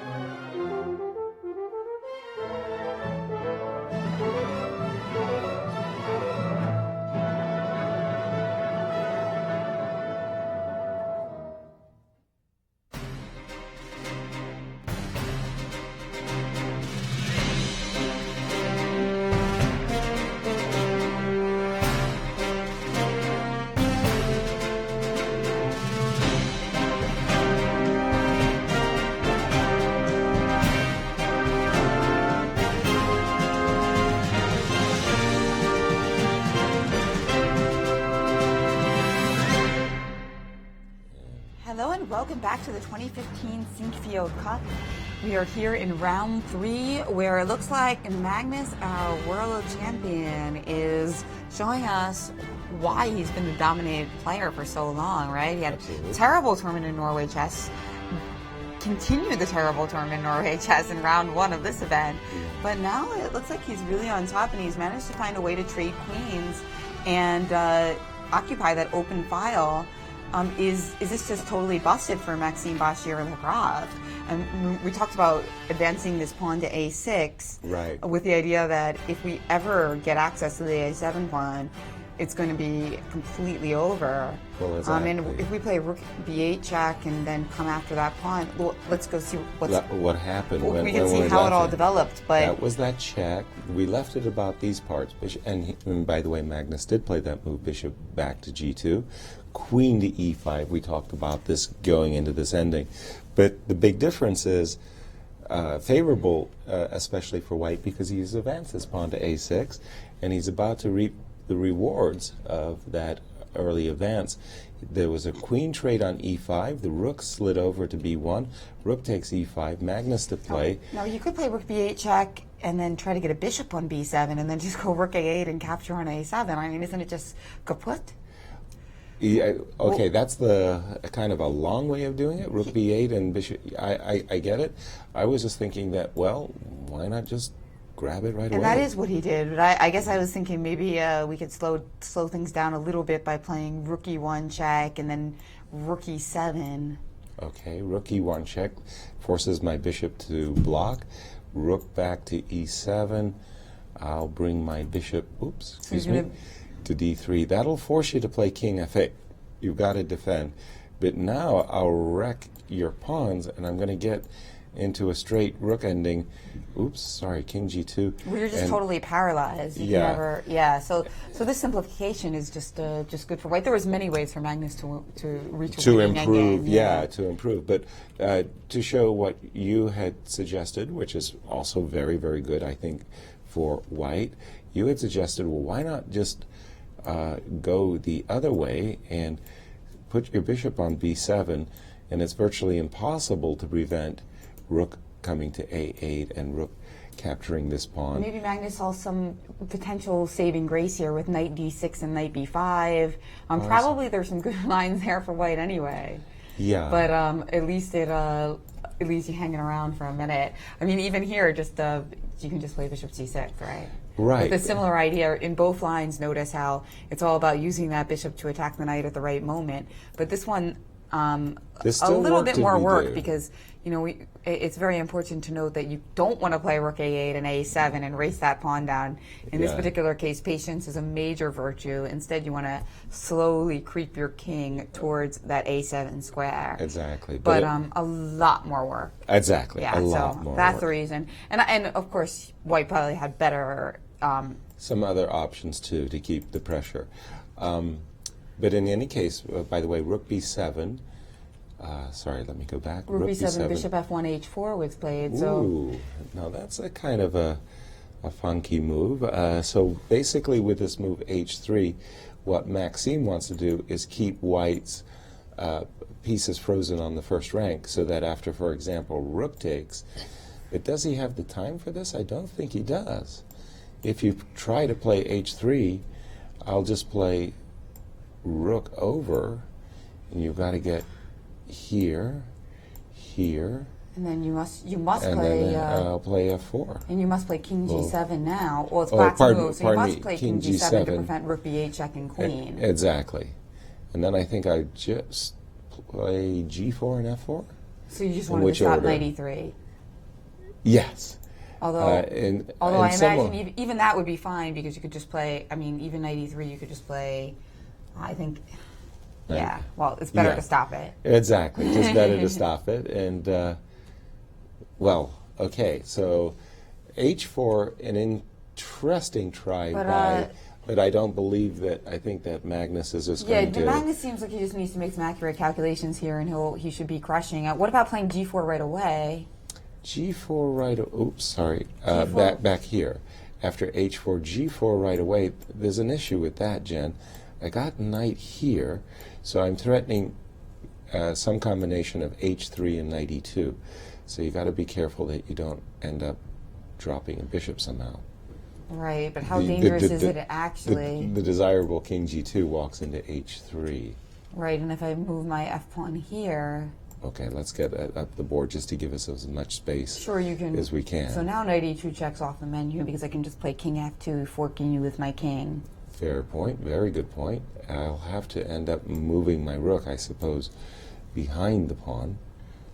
I got some ideas like knight f3 check, knight e2 check. If you play king f2, this is probably simply winning for you, just getting out of that pin. Okay, Maxime is trying... But the question is, what's the cleanest way? Exactly. And, okay, Magnus just snapped the pawn right away, which I think was the first move that we looked at, wasn't it? Exactly. Yeah. I mean, take when the taken's good. Just not quite enough counterplay in almost every variation that we look at. Right. Maxime's coming up very short. Maurice, is he close to resignation? He's going to lose a piece almost definitely. He'd be lucky if he actually only loses his knight in these variations. Rook takes a7, definitely the right move. h3 leads nowhere after the actually most accurate rook to d7. This knight is now completely trapped. It has nowhere to go to even make something happen in the position after rook to a1, a7, and as you mentioned, after king to g7, which is forced, or pretty much forced. Now white has everything. Now it's time to chase that knight around. g4 attacking the knight. It can't go central to d4 anymore because of the rook sitting here. Well, now is the moment when he can actually try to give away the piece with knight to d4. But knight to h4, he's not going to play that move. Knight h4, and now the move f4, as you guys mentioned. And now that's it. Now it's easy for white. The bishop can always take the h-pawn. You have to be careful about that. Knight f3, simply king f2, and the h-pawn is hanging. The bishop is free, and we're just thinking about getting this bishop into the act to be able to guard the a8 square, and it's pretty clear that Magnus Carlsen is in complete control. This game is over. You know that the world champion is going to see all the moves necessary, and you can just tell from the body posture of the two players, Magnus leaning back, totally relaxed, and MVL there resigned to his fate, that he will, in fact, lose this game after not playing the best of games. He looked like he had some chances to hold, but suddenly Magnus figured out how to trade queens, and he's Magnus, after all, back in business. That was a great shot from the webcam of the, respectively, of the two players' body language. One of the things that made yesterday's drama that much more acute was at the end of it all. I didn't know what happened. I mean, it wasn't clear to me that one guy was, throwing up his hands in victory, and for a moment there I thought that somebody had lost on time or the result had gone the other way. Whereas in this particular game, you can see the contrast is very clear. By the way, h3 was played, and now this move, rook d7, that's the clincher, just keeping the knight from coming to d4. From coming and to meanwhile, d4. retaining all the same threats of a7 and rook d8 check. Exactly. So that was why we were just looking at this variation, and as Maurice was pointing out, that's all she wrote. Once you solve the problem of these pieces on the first rank with this move g4, followed by f4, Maxine can resign with a clear conscience. Not before going to the confession booth. Speaking of consciences. Yes. Wesley, so meanwhile against Grishuk, let's take a look at the time. We've got our traditional time pressure situation here. 3 minutes for Alexander Grishuk, but the question here is, he's only got 7 moves left to make. I don't really think time pressure is the issue in this game. No, it's just the question about whether or not he can defend the position. He can certainly make enough moves in this game. It's not like yesterday where really it was in doubt whether Fabi could physically make all the moves necessary without just making a gross blunder. Exactly. Something about this move f7, f5, either it was terribly mistimed or some type of oversight. I'm not sure exactly why Sasha didn't play for knight c5 and keeping the position bottled up. He played f5, which opened up the position for white to play this move rook c7, grab a pawn, very, very important pawn, I might add, and rook e2, and Wesley pawn ahead with control of all of the entry points. And again, it's looking a little bit like Hikaru's game yesterday against Veselin Topolov, rook and bishop versus rook and knight ending, and this looks very, very good. Maurice.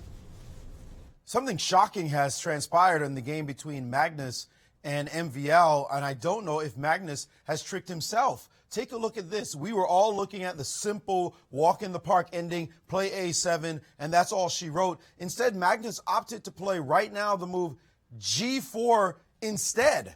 And in this position, knight h4 is on the board, and now he cannot play a7 because he, in fact, gets checkmated in 2 moves. So he cannot get his pawn to a7 after this move g4, knight h4. He has to now respect the mate threat. Now, we were trying to solve that with the move f4, knight check, king moves, but knight takes on h2 threatens the bishop right now on f1. And if you play bishop h3, all very natural. Well, thank you very much for this pawn. And now I'll take this guy, and it's a dead draw. What has happened here? Magnus played g4 instead of a7 first, and I think he has actually blown it. It can't be. I mean, that's just absolutely incredible that he would have done this, and he is sitting there at the board. He played very quickly the move g4, so you would expect that he was ready to make the next move right now. But he is not moving quickly, and it seems it's dawning on him that he has made this finger failure, they call it. I think that the game is a draw.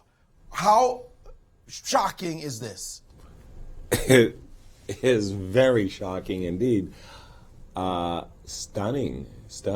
Uh-oh. And look at that. So Magnus actually didn't play for that variation. So instead he just played rook to d3, stopping knight f3 check and attacking h3. Of course, rook takes a6 is not possible because of rook d8 check. And I think as long as he holds on to this a6 pawn, he's still going to win the game, notwithstanding perhaps a suboptimal technique. Good point. Rook d3. I think that does in fact right the ship, but not the easiest win, but strange technique to be sure. Maybe he missed. It is a little strange. You wonder if he missed it and then realized he's still winning after rook d3 pretty quickly, and just made that move. I mean, note that Maxime only has a few minutes left on the clock, although time control is going to be made right after he makes this final move. So this is going to be his 40th move, and he played knight to g2. So the threat there would be to try to play knight f4 and knight e2. Okay, well, like I say, take the pawn. Just take the pawn and see what happens next. Knight e1, and just... Or maybe knight f4 instead. Oh, pardon me. Knight f... Sorry, I apologize. Knight f4 instead. But the thing is just rook well, anything. Okay, anything. Right? Yeah. 2 pawns should be winning. Well, it is winning, of course, because eventually White will break this pin, and he will play bishop c4. Maurice, was that a close call? That was a close call, right? That was definitely a close call, but rook d3 is riding the ship, not nearly as good as a7, though. He must have seen some kind of ghost in the move a7 and play this line. But rook d3, he's going to have to suffer a little bit. I mean, suffer. He's going to have to work a little bit in this line. The other line, it was just over. But this line, with this variation, the knight's going to land on f4. He's going to have a pawn on g5.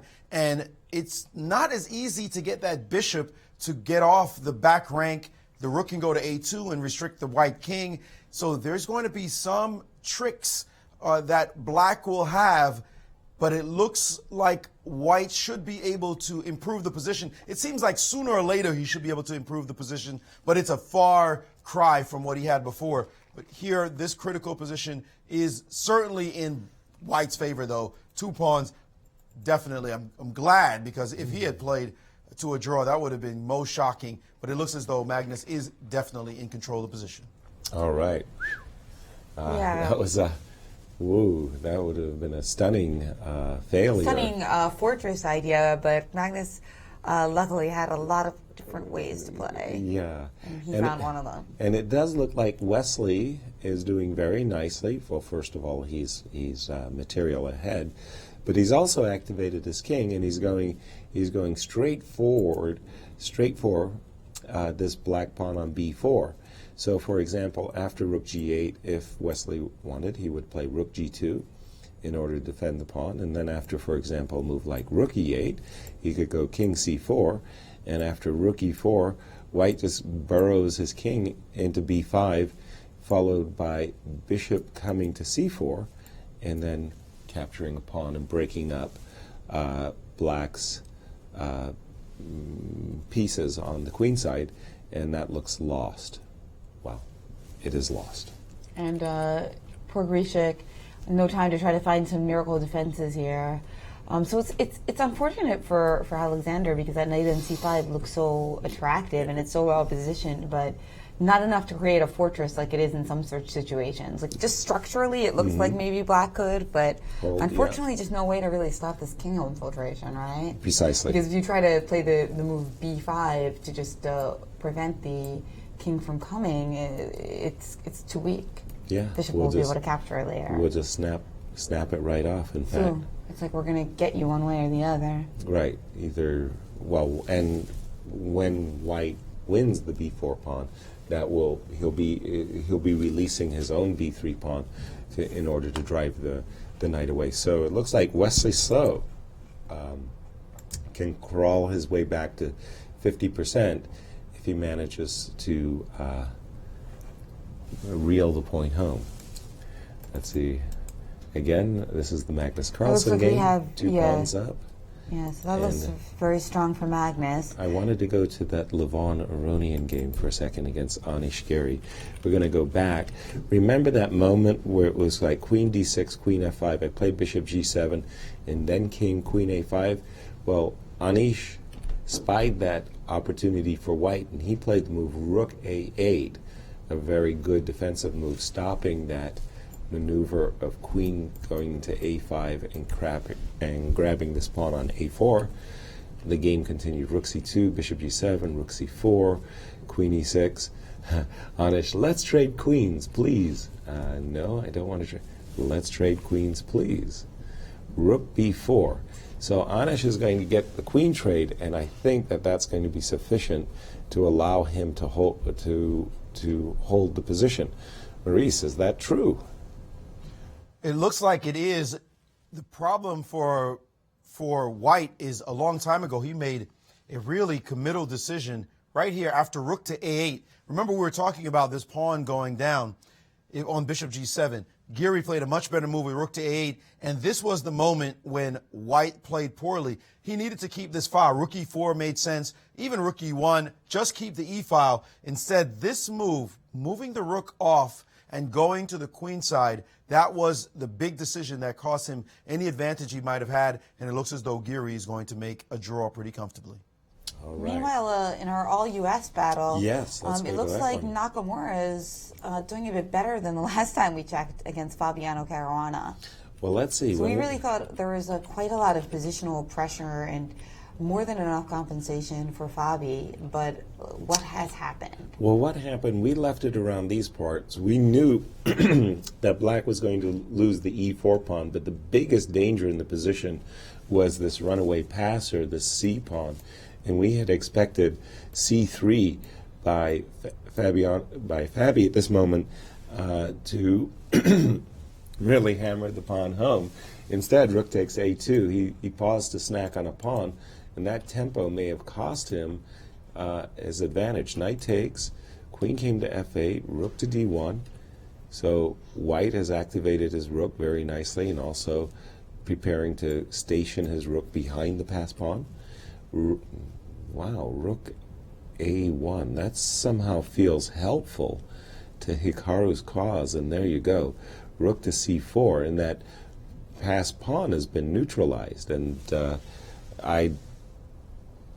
my first instinct is that I actually prefer white. Well, yeah, because now your pieces are going to be able to leap into action where whites are starting to fizzle out, right? Yeah, well, especially this rook on c6. It's a monster rook. Is pretty, and the knight on e4 ain't too bad either. Right. Remember, it can sometimes come to d6, sometimes to g5, sometimes to f6. It's got a whole lot of nice possibilities here. Yeah. And it's not so easy for you to play a move like f5, shutting it out, because that'll give a big weakness to the g8, a2 diagonal. Yes, I will be very happy to see a move like f5, something like knight here.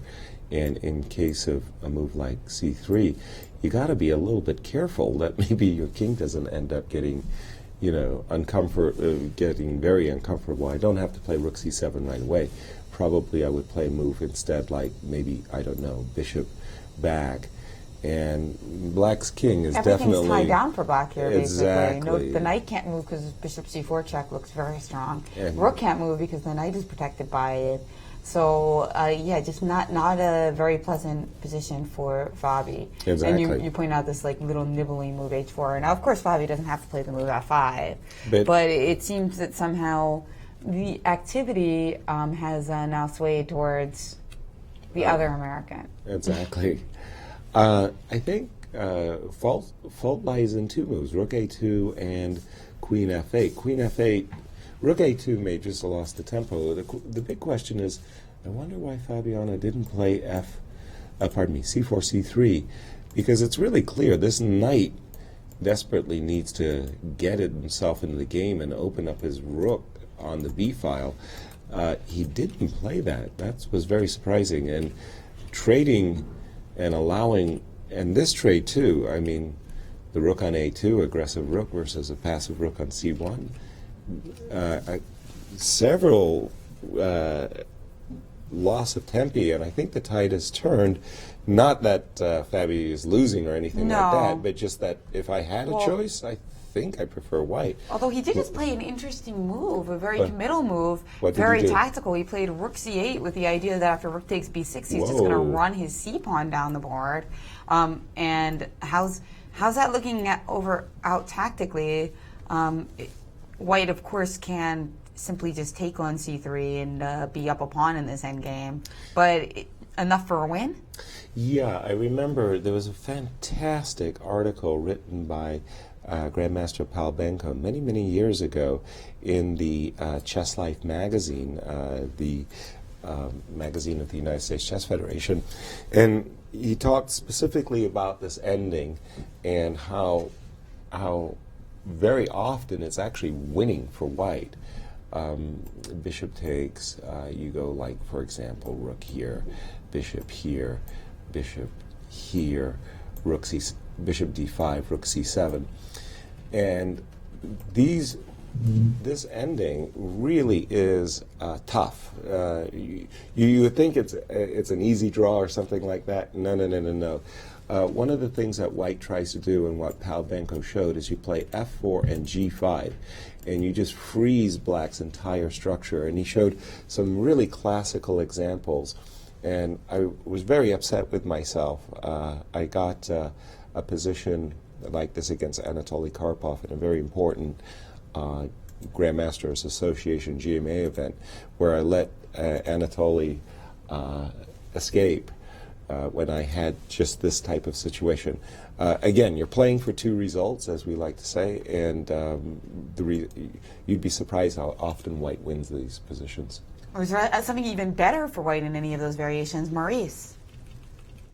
Well, it turns out that that ending is the best that white can do, but the most critical thing to look at is the clock again. Fabiano allowing himself to go to 233. He played several suboptimal moves. Yeah, as you pointed out, Rook A1 was not a good choice. The idea of not playing C3, C2 was not a good choice. That time pressure, when you're not in form, it is reflected on the clock. We often talk about the clock as though it's the clock's fault. When you're in good form like Vasilij Topalov, the clock never even comes into consideration because you're just making the right moves very quickly and easily. Guys like Hikaru Nakamura, they just don't get in time pressure.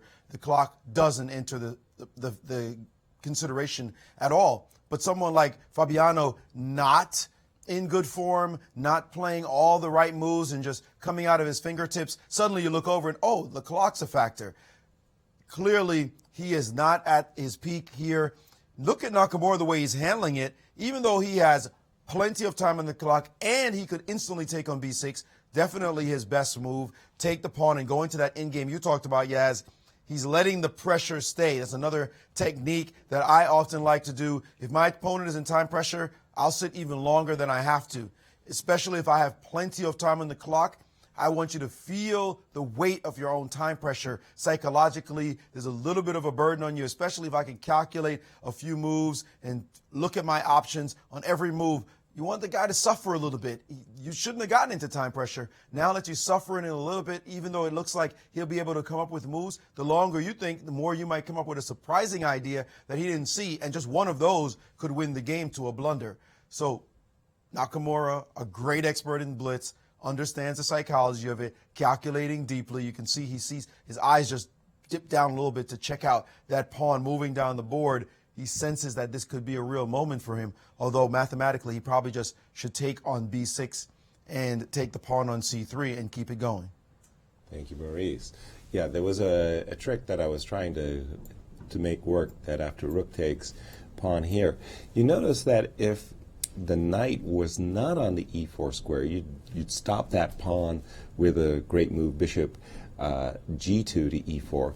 So you would think, okay, I can go knight f6 check, king to g7, bishop to e4, and I'll try to play rook and knight versus rook on bishop with everything on the same side. Being samesies, huh? The samesies. Bishop takes f6. Yeah. So there is no nice little finesse that you could try to take advantage of. Also, I just wanted to note that if you try to go rook b1 with the idea after bishop, you would be very happy to go into the two pieces. Yes.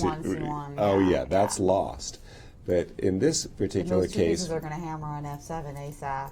yeah, you think, oh, I got the guy in the pit. Well, Who cares? Who cares? Rook c7. That's a problem with opposite color bishops. Those types of tactics you rarely lead to anything. Yeah, do those they? pins don't work. I mean, so. and if you stop f4, I do it the other way with bishop a5. So that's nothing. And by the way, in that, in this ending that we're about to get, what I mentioned, that Palbenko delivered a brilliant article. Sure, I'm a big fan of Palbenko also. What was that article? Was that an old chess life? Oh, very old chess life. Right. Yeah, and he used some fantastic classical examples. The most classical example is if you ever get the guy frozen in the very passive position. This is dead lost. This is, you should be winning this 10 out of 10 type of things. So the only chance is this rook. You got to defend actively on the side, but even that is no guarantee that you could save the game. So, who's Fabio, burning the midnight oil with some old copies of Chess Life with Palbenko? No, that when I was a kid, I got to tell you, Pal was amazing, and he was, I think it was called Endgame Laboratory or something Endgame like. Lab, yeah. Recently he stopped doing it, but he's still doing articles actually for U.S. Chess sometimes. On studies and stuff. Exactly. Yeah. I love the studies. Yeah. But that's less like practical Right. games and more beautiful compositions. Somebody's going to take Pal and put him in front of a camera with a DVD and just say, explain to us how you come up with study ideas. And it's looking into the mind of a great genius. He's really remarkable. And he's very quick too. He Oh, can make yeah. these studies, he can compose the studies very quickly. It's extraordinary, isn't it? Yes. Yeah, I He's love gifted. it. So. He's gifted. So Fabi is going to be under quite some pressure for a very, very long time in this game, and Hikaru has gotten that ending that we've been talking about. I believe they've reached this position where I was expecting to move rook b7, bishop e5, bishop d5, rook c7, and then, for example, move like rook b5 with masking an attack against the bishop. And the key to winning this ending is to, again, get your pawns to g5 and f4 and keep black's kingside frozen.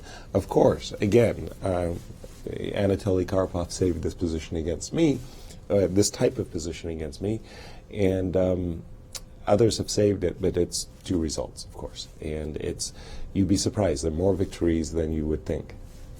Right. Well, Caruana, one of the best players in the world, but in pretty poor form in this tournament, so it'll be interesting to see whether he's up for the task. Also, what's very hurtful for Fabi is, in a greater sense, he out-prepared Hikaru for this game. He came to this game, he came out with some really lovely ideas, and Hikaru was under a lot of pressure, and Hikaru was sitting here in a better ending. And that goes to show that, Fabi's just not in the form he needs to be to compete at this really, really high level. Well, yeah, and then, I always talk about how Fabi has this poker face, but actually it does seem like he's a bit disappointed here. Yeah. And it is, I think, just from an aesthetic point of view, hard to let that beautiful counterplay lead into this suffering. Exactly. I mean, when you played a really good opening, early middle game, you've gained an edge against Hikaru, who has the white pieces, and you found yourself in such a situation. It really takes the wind out of your sails. And we have reached that position, actually, after c3, knight c3, bishop c3. So we're in for a long struggle here as we see if Nakamura is up for the grind. Mm-hmm. And I see in the game of Wesley So, by the way, Wesley did not go for rook g2, the move I had expected. But the game is over. He went for rook e3, rook a8, and he went after black like this. He's just going to go king and white b7. has won the game. Wesley So has won his first game in the Grand Chess Tour. Wonderful. His first game from the Sinquefield Cup, and he rises now to an even score, 1.5 out of 3. Nice job to Wesley. Exactly, and Alexander Grishuk, 3 games, 3 decisive results, but unfortunately for Grishuk, 2 of them have been losses. That's right, yesterday, his first ever classical victory over Anand, but and today it was, yeah. couldn't keep it going, and big point for Wesley So. Definitely, definitely. So, wow, okay. we're never going to have a game without draws, you gotta say. No round without draws. Well, that's and of true. course, Magnus also is headed towards victory in his game against NBL. So the 2 results that we still have in doubt are Nakamura Carolina. Will Nakamura squeeze out the victory? And then how about Aronian Giri? Okay. While we wait for our guests, let's take a look and see how that game's going. Yeah, I think Magnus is still on his way to victory. And pardon me, after the trade of queens, I think that it's draw city over here. One of the problems is, from White's point of view, White's happy to grab a pawn, but this pawn, rook takes d4, means that after f5, this bishop is going to spring to life, and it will always give enough counterplay, generate enough counterplay that black will draw the game. At the moment, of course, White is a pawn down, having sacrificed it earlier when he went f5, f6. So I think that after this move, rook a7, a draw seems inevitable on this board. All right, so it looks like we're likely headed towards a couple decisive results today. Yes. And if you had to bet, do you think Naka's going to win, or do you think Fabi's going to be able to hold that draw? I think, I'm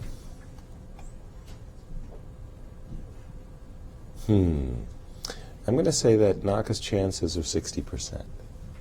All right, so the way you were describing this position so poetically, it sounded like you were a little bit in favor of Nakamura, and it is over. Magnus Carlsen has won his 2nd game in a row here in St. Louis, and Maxime Bachir-Lagrave has gone down. Yes. And now we've got Magnus Carlsen with +1, 2 out of 3, MBL with 1.5. Right. So MBL crashes to 50%, and Magnus Carlsen, after a stunning loss in the opening round, has climbed back into the leaderboard. That's right, so he'll be all smiles. Oh, yes. Cool. So, world champion, rebounding, and I mentioned earlier that I think somehow that this is going to be a really tight Sinquefield Cup. Mm-hmm. And the next few rounds before the rest day are really going to show us. Well, especially before the rest day. The round before the rest day, that's the round where all the players know they're going to get a rest day. So they can just put everything. They just throw the whole kitchen sink, all of the energy, it's funny emotional because I energy think they Anish have. didn't Anish say the opposite? What's that? I think Anish Giri said the opposite when he was interviewed by Marius. What did he say? He said that people play a bit more peacefully, rather, before the rest In day. anticipation of the rest day? Yeah, because they're so tired, they need a rest day. That's not been my experience. I don't, especially not in like the U.S. Championships. Maybe at the very high level, there's this kind of practical thing going on where they're almost spent energy. I think that's what he was trying to say. Yeah, but maybe we'll get clarification on that. We'll find out, won't we? I mean, rounds 4 and 5 are coming up. Yes, exactly. So we do have our U.S. victor today so far getting set up for an interview. Wesley So. Wesley So. Congratulations on your first victory. He's with Maurice Ashley. Yeah. With Grandmaster Wesley So. Well, simple question. How does it feel to win your first game in the Grand Chess Tour? Well, I'm very glad to win my first game. Also, this was my first game against Alexander Grishuk. So it's a big honor. Actually, I did go to the confession booth 10 minutes before my game finish when I had the time to do so. We didn't get a chance to pick up on what you said in the confession booth, unfortunately. Could you confess for us again? Actually, I went to the confession booth in the final position. I thought he was gonna keep playing, but the position shouldn't be too hard to win, and he resigned. So I said that I was a pawn up, and I was better be careful not to let this slip away. And I also said that this was my third English opening in a row, and it would be a record if all my games here started with the English. Now, Jennifer tried to argue that the great time to go is when you're winning, and Yasser and I felt like winning is not the best time to go confess since there's no drama left. It looks like you're just going to win the game, but you seem to have made Jennifer right in this case. Yeah, well, unfortunately, the players really have to concentrate and focus on their game. And as I think yesterday, no one went to the confession booth. You can see everybody here is really intense because each half point matters. And in the first day, I think I went 20 minutes going into the game against Maxime, and and I really confess that I lost. But for my first win today, I'm very happy because each game here is hard, and you never know. Sometimes players might finish this tournament without a single win. So now I'm at least assured of at least having one victory. Now I'm back to 50%, and another tough game tomorrow. Was he losing throughout? You had a little bit, but it seemed like all of a sudden you had a lot and you were just winning. Of course, he wasn't losing throughout. I think he could have defended more precisely with in different positions. And I mean, perhaps I was slightly better after the opening, but his position was very solid. So I mean, he had a couple of improvements. Maybe instead of Queen A6 in the opening, he could have went to B5 right away. Then he wouldn't have wasted the tempo. But in the game, a typical Grischuk, he went for a position. Then he started using a lot of time. Got into a lot of time pressure, which just seems to be plaguing him round after round, tournament after tournament. It happens to him almost every game. But he's very good at it. He's very good at blitz, and he's very tricky if you use time trouble and you try to play fast to put him into pressure. Then he can find a lot of good moves, and and this is well known, Alexander Grischuk. It seems like all the players at that high level are now noticing, or have clearly noticed this pattern of his. And even though it was your first game against him, you knew very well not to let his time pressure bother you. Well, he's a very popular guy. He used to be number 2 in the world a few months back. And yeah, it's my first game against him, and I think it was a pretty good game. But I think my game today was not the only exciting one. As you can see, the two Americans, Fabiano and Hikaru, are still battling it out. But maybe it's going to be a draw. I'm looking at the position right now. Well, congratulations on getting back to 50%. Congratulations on your first win, and good luck in the rest of your games. Well, thank you to everybody here. You've been working hard for a long time. Well, you deserve our hard work. Thanks so much. Thank you, Maurice. Wesley So, American winning his first game, and his first game against Grischuk as well. So back at 50% here at the Sinquefield Cup. If I can ask a question to Wesley, because I think Wesley is very used to all kinds of time controls, but most especially the ones with the 30-second increments. What's his opinion about the time control, the first time control here, not having that 30-second increment? That's a good question, Yasser, because actually this is one of the few tournaments, maybe this is the first or the second one. I don't recall the time control in Tata Steel, but it's very strange to start without an increment. Almost all the tournaments I've played in have a 30 seconds increment starting from move 1. But I guess it really doesn't matter that much for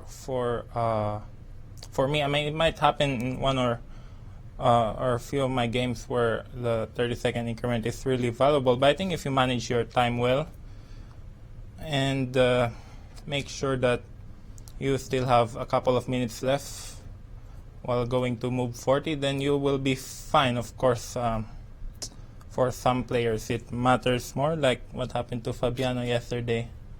But you don't seem to get into time pressure too much. I hope not. I try to keep an eye on my clock. But yeah, it's very strange without the 30-second increment. It's very strange. That's why I think players here feel safe once they get to move 40. And yeah, talking about what happened to Fabiano's game yesterday, he had like 1 second or 2 seconds. Yeah, he blundered and lost. But maybe he has very little time. Yeah, 2 seconds left. And he seems to be out of form as well. So we trust that you won't be out of form and you'll keep playing well and finish off the tournament strong. Yeah, but with the increment, I don't think Fabiano would have lost yesterday. But yeah, it's another question. But indeed. Back to you guys. Thank you very much, Wesley.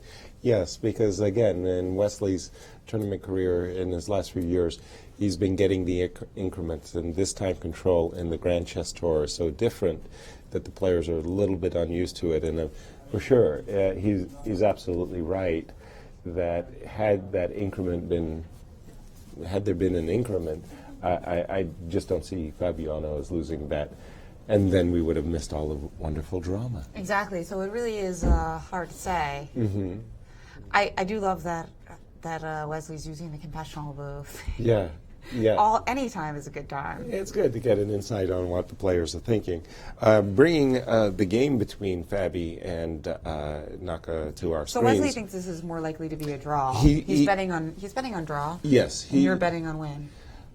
60% win, that's right. And it really depends if White can get that structure that I've been trying for. It doesn't seem, the problem is that if you play, well, not the problem. And we do have another official result in Levon, Aronian, and Anand have drawn their game. So just this game in the balance. And meanwhile, we have a guest, world champion Magnus Carlsen, on his second victory in a row, is in the studio with Maurice. Yeah.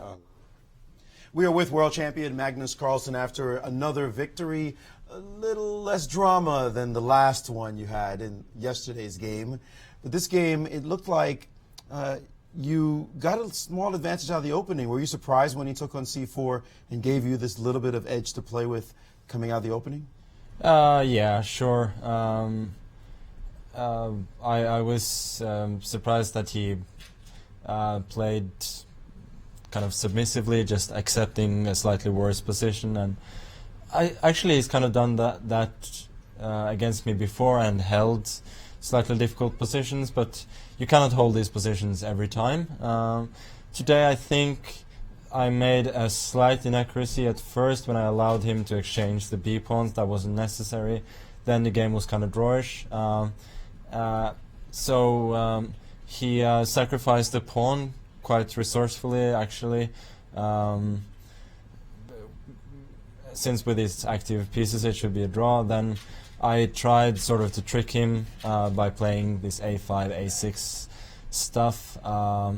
You think at this point it should still be a draw? Yeah, it should definitely be a draw. He should have taken my pawn on A5 when it was there before I got it to A6, because then his pieces will temporarily be misplaced, but I don't think I can make great use of it. I think the most I can get is a 4 versus 3 on the king side, which is slight suffering, but eventually a draw. And once I get the pawn to A6, Maxim actually said that he kind of overestimated his activity. He thought it should always be sufficient, but I felt that he cannot really make progress, and eventually it will be difficult to defend. And when I got in this queen E5, then I sort of force him to make further concessions, and when he exchanges, then this A6 pawn is definitely not weak. Yeah, tell me about it. There was a moment in the game that you shocked us. You could have played A7 at the end game, and instead you played the move G4. Why didn't you play A7 there? Because it looked like it was winning. Well, I just thought A7, something like King G7, king g7, and I thought my pawn was safe on a6, and just getting rid of his h-pawn was a very safe way to win. You've won 2 in a row. You're used to winning a few games in a row. Are you feeling like you're back in form? Is the gray matter starting to work better now? Yeah, I felt that largely my brain was working well yesterday, and today it wasn't perfect. I made a couple of inaccuracies, but well, it was a more pleasant job today for sure. We played on my terms, and it wasn't perfect, but it was a pretty normal game. You're a fantastic endgame player, maybe the best in the world. Could you give us your opinion on a game going on now between the 2 Americans, Nakamura and Caruana? It looks like, if we can get that position up on the screen, it looks like although he's up a pawn, Nakamura may not be able to pull this off. What would be your opinion about this position? I think you're I believe the position, there it is. Yeah. Well, Hikaru has done what he has to do, which is to play g5, fix the black structure. So I imagine eventually black will have to play f6, exchanging that pawn off, and then he will have an unpleasant time, but he should be able to draw eventually. But this is going to last a long time. You would make somebody suffer in this position if you had the white pieces. Oh yeah, definitely. Since Hikaru hasn't had much to play with in this game, so when you've actually gotten this far, you got to make your opponent work, I think. And that was actually my thought process when I played Hikaru in Norway chess. Well, I played quite poorly in the opening with white. I got absolutely nothing. Then I think I played pretty well. After that, I managed to eventually get 4 versus 3, although it was without the bishop, so it was much less chances. But still, I felt that, yeah, once I got in there, I mean, you need to at least try a little bit. But that's the way it is. I mean, sometimes I think Hikaru sort of outplayed Fabiano a bit today, but sometimes there are just enough resources in the position still, and it's a draw. Well, thanks so much for your extra time you spent with us, and seeing you back in form is a good thing. So we hope to see more of those games as the tournament continues. Yeah, thank you. World champion Magnus Carlsen, 2 in a row. That's a dangerous sound to the rest of the field. Will he make it 3 in a row tomorrow as the Sinquefield Cup continues? Thank you, Maurice. Thank you, Magnus. Yes, indeed. That is a scary thought. Magnus on a rampage. Oh, dear. Watch out. That's right. We keep track of streaks, even if they don't start from the first round. Exactly. But whenever you have these elite players, and to see Magnus perform well, that's really, it's a fine feeling, not only just for the spectators, but for the players, because as the world champion, you want to see the world champion playing his best form. And maybe round 1 and round 2 wasn't there, but the confidence, he's getting the wind in his sails, and look out to the rest of the field. That's right. Well, of course, MBL's fans aren't too excited. Yeah. He started off so well. Indeed. We have another move. Yeah, we have by the another way. move. King F8 was played. So this bishop is kind of glued to the square D5. You can't move the bishop because of the pawn on G5 would be snipped. So he had to play E4, anchoring the bishop. And then the problem here is that what white really desperately needs is to put his pawn on F4 and his king on F5, king on G4, so he can support his pawns. He's got to be worried that after, for example, a move like king E7, rook over, that bishop G5 bishop D2 doesn't come. But there is this nice little move, rook F6, settling up to be able to take this pawn on F7. So after king E7, rook back, probably the best idea for Fabi, is to drop back with his rook over here. Oh, there's also rook a7, but anyway, rook c7, and making this move bishop d2. But basically what Hikaru is doing is he's closing on the position he wants, which is to get his pawn to f4, his king to g4, and to keep gaining squares and pushing up the board. And testing Caruana, indeed. Well, we've got the quote of the round from Levon Aronian that if a move looks cool, you should play it. All the kids listening at home are writing that one down on their chessboards. He is with Maurice Ashley. Levon Aronian, former number 2 in the world, number 1 in Armenia, and enjoying this tournament so far. At least no losses so far with a win. But today's game, it looked like after you went in the confessional booth, you played this cool move, e takes f3, that you had a cool position, but then somehow it went the wrong way. Yeah, I really liked my position, and I mean, I thought my opponent played extremely passively with giving his white bishop, although he thought that he's doing it fine, but I'm sure Yasser would agree with me more. So, yes, somewhere after f6, I should probably play more subtle moves than what I did. I mean, I've been trying to play very slow moves because I've studied books and games of Petrosian before the tournament, so I was trying to keep the pressure, but then somewhere I went wrong. It's not easy to really point out the point where I missed a good move, but it felt pretty nasty for black. So when you played, it seemed like you played a rook over to the queen side, and then when you realized you were at to trade queens, or you got to this position, you must have felt the air come out of your position and also out of your body as well. Yeah, I was kind of trying to provoke Anish to play queen e6, and then to bring the queen to b3, then I would play rook d2, and then it's passive, but probably I have a good reason to do that because his pawns are hanging there. But yeah, that's where I went wrong, I guess. So. Yeah, Levon. I have the position up on my board, but basically you had just played the move rook on e2 to c2, and everybody was wondering why you didn't play the move rook e4 to be able to switch over to g4 and then to play bishop e4. Yeah, of course, rook e4 is the most obvious move, but then I really don't threaten to play rook g4 yet because he has queen e6. So maybe rook e4 and rook f4 made sense. That was actually what the engine suggested. Yeah, but I realized that rook c2 is not such a good idea. Rook c2, rook c4 is not such a good idea after I've played it.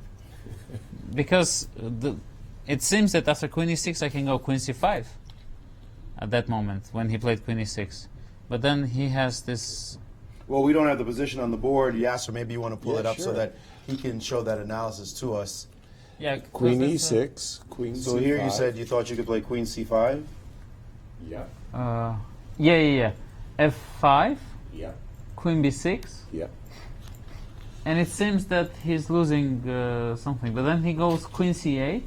Yeah. I've actually missed this idea from distance. Rook b4. Yeah. Rook a6. Sorry, bishop f8. This is really important. Okay. Rook takes d4 and rook a6. He's trapping my queen, forcing me to exchange the queens, and then black is fine. So otherwise, of course, I wouldn't bring my rook to c4 if I haven't got this idea. So it was an oversight in not really in a time trouble, but in a critical moment. Wow, that's still subtle. Even though that's subtle, you still seem to be dissatisfied. It's showing in your face. You feel like this is one you should have had. No, of course. To get such a pleasant position and not to convert is always unpleasant. Still, it's not a loss. You're in clear second place behind the tournament leader. How do you get back up and play tomorrow's game? Just try to, create ideas, and I cannot really complain about today because Part of the game I played well. I can complain a little, but not fully, because I thought I was creating problems for him and setting traps, which is very useful. Well, thanks so much for joining us and giving your opinion, and we wish you the best in the rest of your games. Levon Aronian with 2 points in clear second place, well, tied for second place right now, still giving chase to the tournament leader. Thank you, Levon. Wonderful insights there. Goes to show the mind of the chess grandmasters. He's just making general assessments and understanding the roles of the two bishops there. Having the great light square control was more meaningful than the extra pawn. Yeah, interesting indeed. And speaking of light square control, we of course have this Nakamura game versus Caruana, the only remaining game in round 3 of the Sinquefield Cup. And Magnus pointed out that the pressure on this F7 pawn is so great.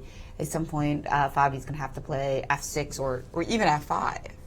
Right. Because F5 will be even more forcing. Well, we'll take that off Exactly. the saw. But then the resulting position, you have to be really careful that white doesn't get. Fabi didn't play that right now. Right. At first, he protected his 7th rank with his second rank rather with Rook C7. Right. So we're just saying that we get a position like this, you have to be very careful. That's why I want white's king to be on the G4 square. You have to be very careful that in F4 and E5, you just don't get pushed back, and it's very easy.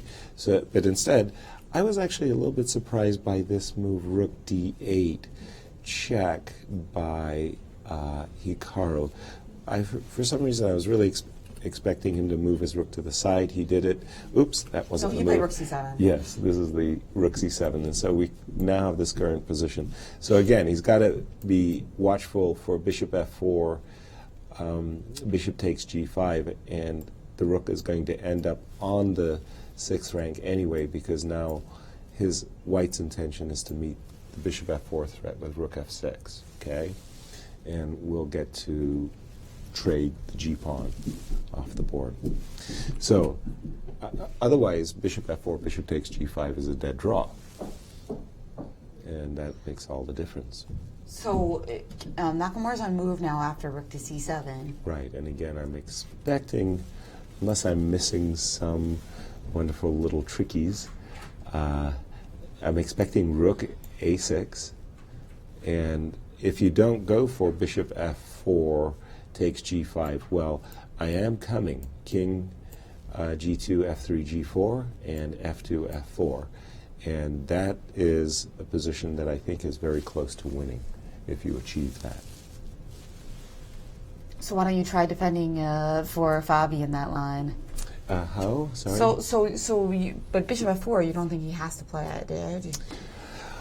Well, I don't have another recommendation. I mean, basically, his rook's on the 7th, and again, if you just play passively, I like that word that Magnus used, submissively.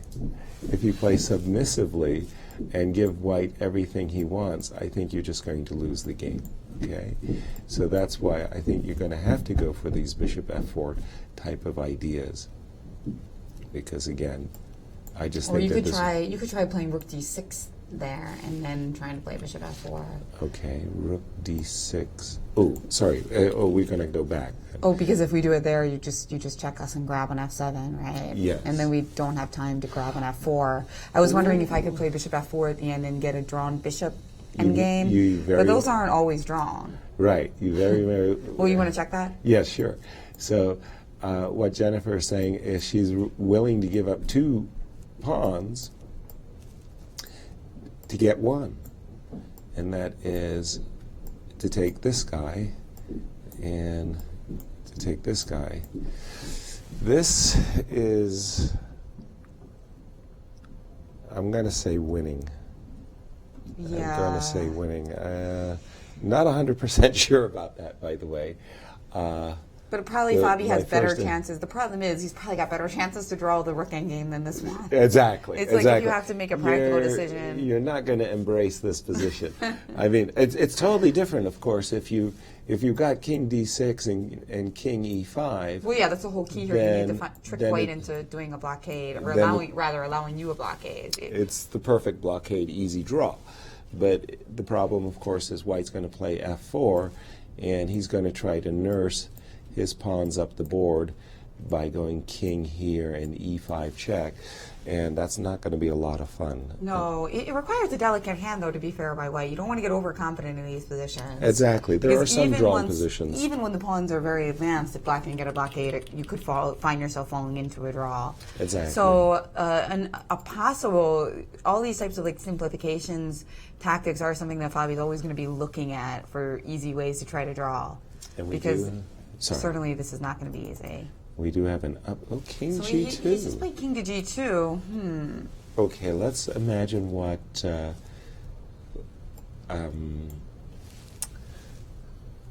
Hikaru has in mind. How is Hikaru intending to meet Bishop F4? Well, I guess he can go around the other way because of the skewer. So if he could play like Rook H8 or something like that.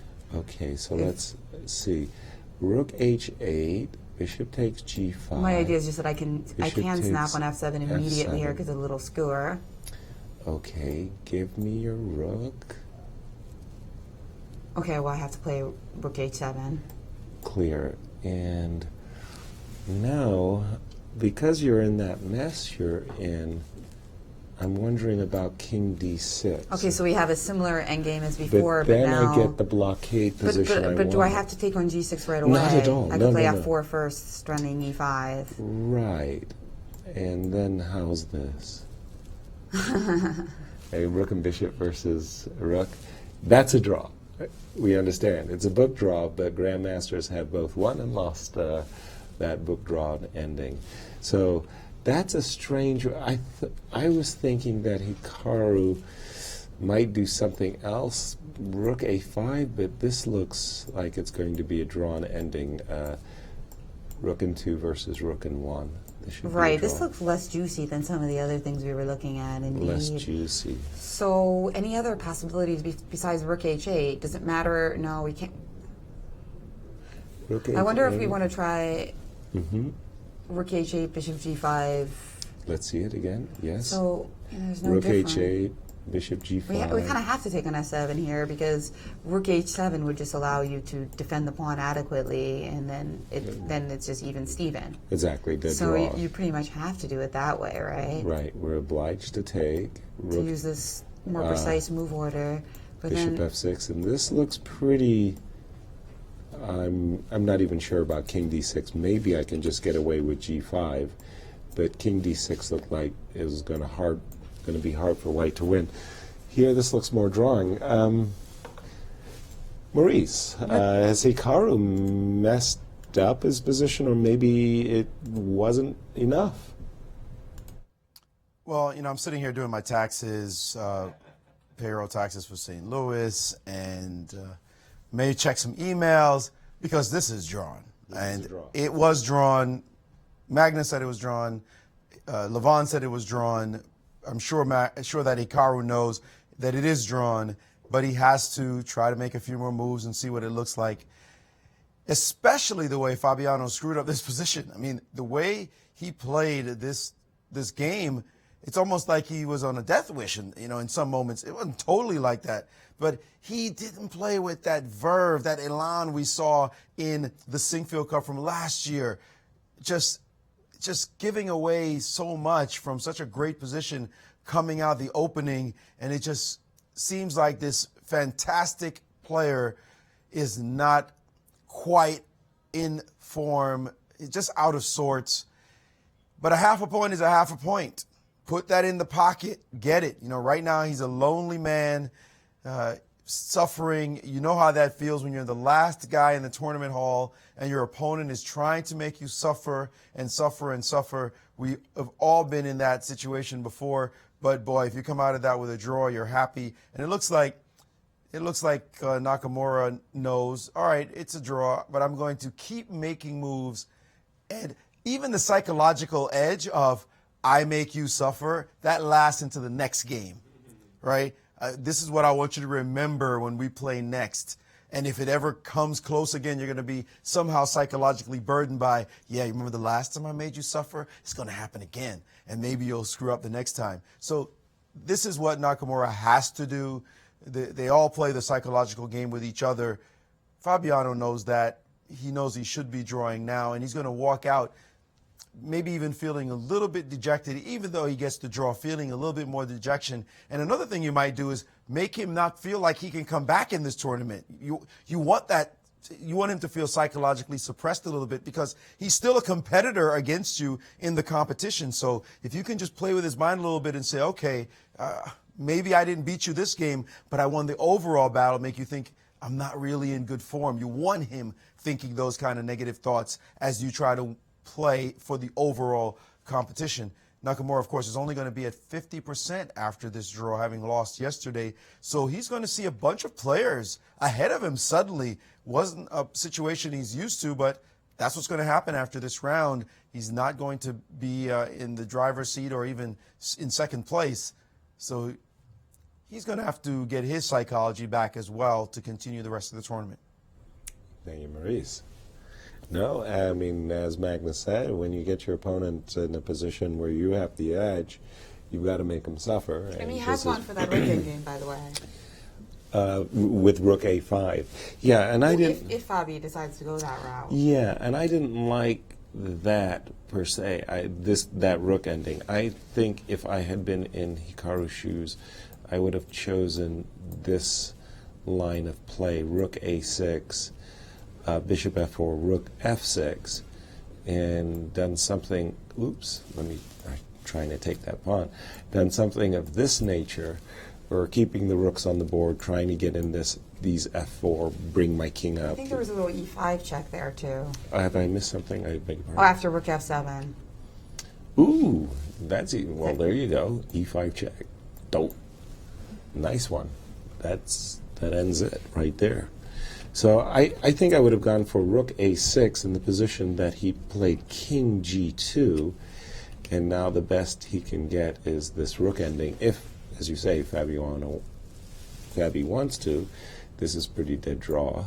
Rook and 2. Yeah, right? Rook and 2, yes, Rook and 2 versus Rook and 1. This one doesn't even seem like one that you can torture the guy, especially when the guy is 2,800. Well, that's the nice part. If you have such a position against 2,800, you want to milk it, right? You just play and play and play and just say, I had my opponent in against the wall, so you have But I feel like your 60% is going down to 6%. It went down a lot, no question about that. You lost the decimal. Yeah, that's rough. That's rough. So we see Caruana defending well today, despite a very disappointing start to this tournament. Well, yeah, disappointing on this game as well, because he started with a very novel and intriguing. And he didn't do it, by the way. He didn't go for the Rook end game. Instead, he just plays King F8. Interesting. Very novel approach in the opening. He gambited a pawn and expected more than what he got. So this is the position, King F8. So why is that so good? King F8. Well, that opens up the possibility of Rook takes F7 in response after Bishop takes E5. Okay. While we're waiting for this endgame to clarify, let's take a look at what tomorrow brings. Yes, whatever. Besides a beautiful sunshiny day in the Central West End, we've got Veselin Sokolov, our tournament leader, playing against Alexander Grisha with the black pieces. Fabiano Caruana versus Rishi Anand. Both players not doing so great so far. Would maybe have expected this to be a critical matchup. Maxime Bashir-Lagrave against Hikaru Nakamura. Yuri versus Carlsen. Both of these players with exactly 2 points. And Wesley So against Levon Aronian. So that Yuri Carlsen game is going to be quite significant, as one of those players can leap into the lead with a victory if Veslin does not also win. Absolutely. And keep in mind, in Norway, Anish went through undefeated. That was a real murderer's row, and to get through that tournament undefeated.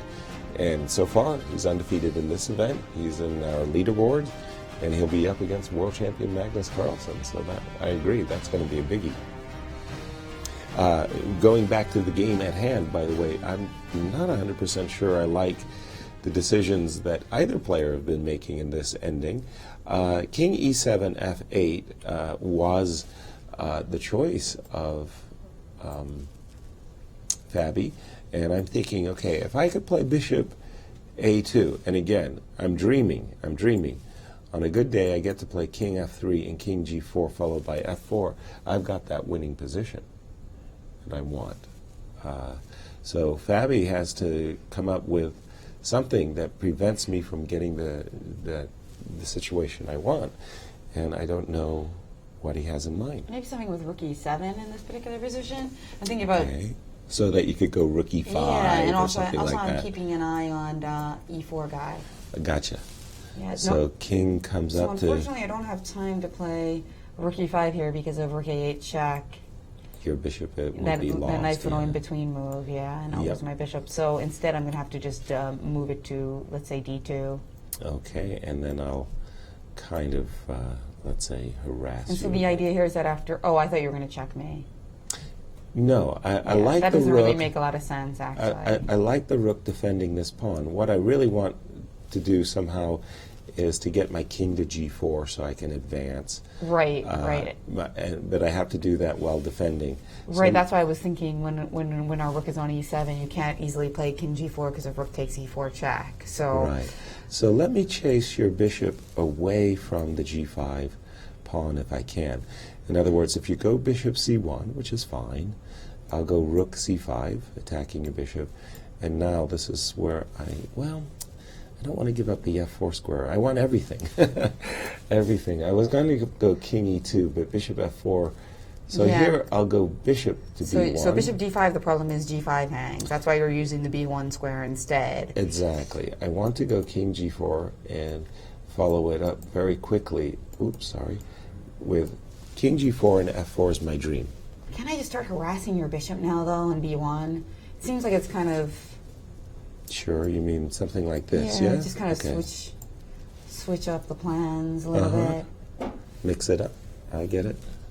Yeah, I mean, your bishop just looks so much more passive than it used to be. And it is, but all I need to do is I got to get those pawns going. And I was going to try to play rook b2 with the idea that bishop g5 is a threat, but now you do get in your magical king g4 move, which actually defends against that idea, doesn't it? True. So it's not really the ideal. I mean, I could play... Yeah, this is not exactly what I want. But you can also feel that White's chances suddenly start to look really good. Once you get that king to g4, once you get that pawn to f4, there's even mating ideas. I just want to point out one. For example, I'm going to play poorly, purposefully, everybody, so please excuse me. But you start to feel that it's starting to get really, really bad. Some kind of ensnare. E6 is happening, and I'm going to get my bishop one day over on the Italian diagonal a2 g8, and that's all she wrote. So we do have a move from Hikaru, actually. Okay, good. So we've got a... Let me just refresh the board for a second. Okay, and here it is. So bishop to b3 was played. Right. I went bishop a2, but okay, I was just, moving my bishop back in order to defend the pawn on g5. Right, and let's see. So now where is the bishop's landing square if we just start harassing it like with rook c3? Well, be careful. Don't leave f7 behind. No. Okay. So I'm eyeballing the move rook check and maybe rook a7 or rook a7 right away. Right, okay. So similar stuff to what we had before. Uh-huh. Yes. Exactly, similar. Yeah, and just liking the rook on c3 because it obviously prevents your king from advancing. Right. And so when you do play rook a7, we have rook c7. That's a good way to meet that. Yes, agreed. So suppose we play just king e7 in this position. King e7, very decent of you. Okay, I can't advance, so I gotta play f3. Well, here we have a little tactic. We could perhaps just take on g5 with the idea that the bishop on c2 is hanging at the end of the variation. I mean, bishop on a2, sorry, but yeah, you take the other guy. I'm going after this f7. I have to be willing to give up. You get to take with the bishop, which saves you. Yeah, I have to be willing to give up my g5 pawn in exchange for this f7 pawn. Well, let's look. There's a couple more moves being played. Okay, let me refresh. In fact, Fabi did play this idea, rook c3, to stop the king from marching forward, at least temporarily. And Nakamura played a quick rook b5 with the idea of rook to b7. So Fabi here played king g7. King to g7. And by the way, he's still set up for that bishop takes g5 ending, so that after bishop g5, bishop f7, he could get that rook ending. So no harm, no foul. I mean, he's still giving himself that option, that out. Indeed, right. So Maurice, you have some thoughts to share on this tricky little ending.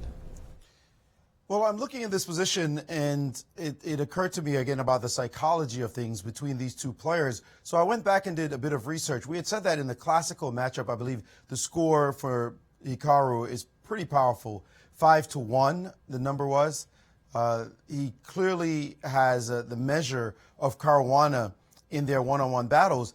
But I wanted to see even deeper into the numbers and go to their overall score, which would include blitz and rapid. See, how dominant is Nakamura?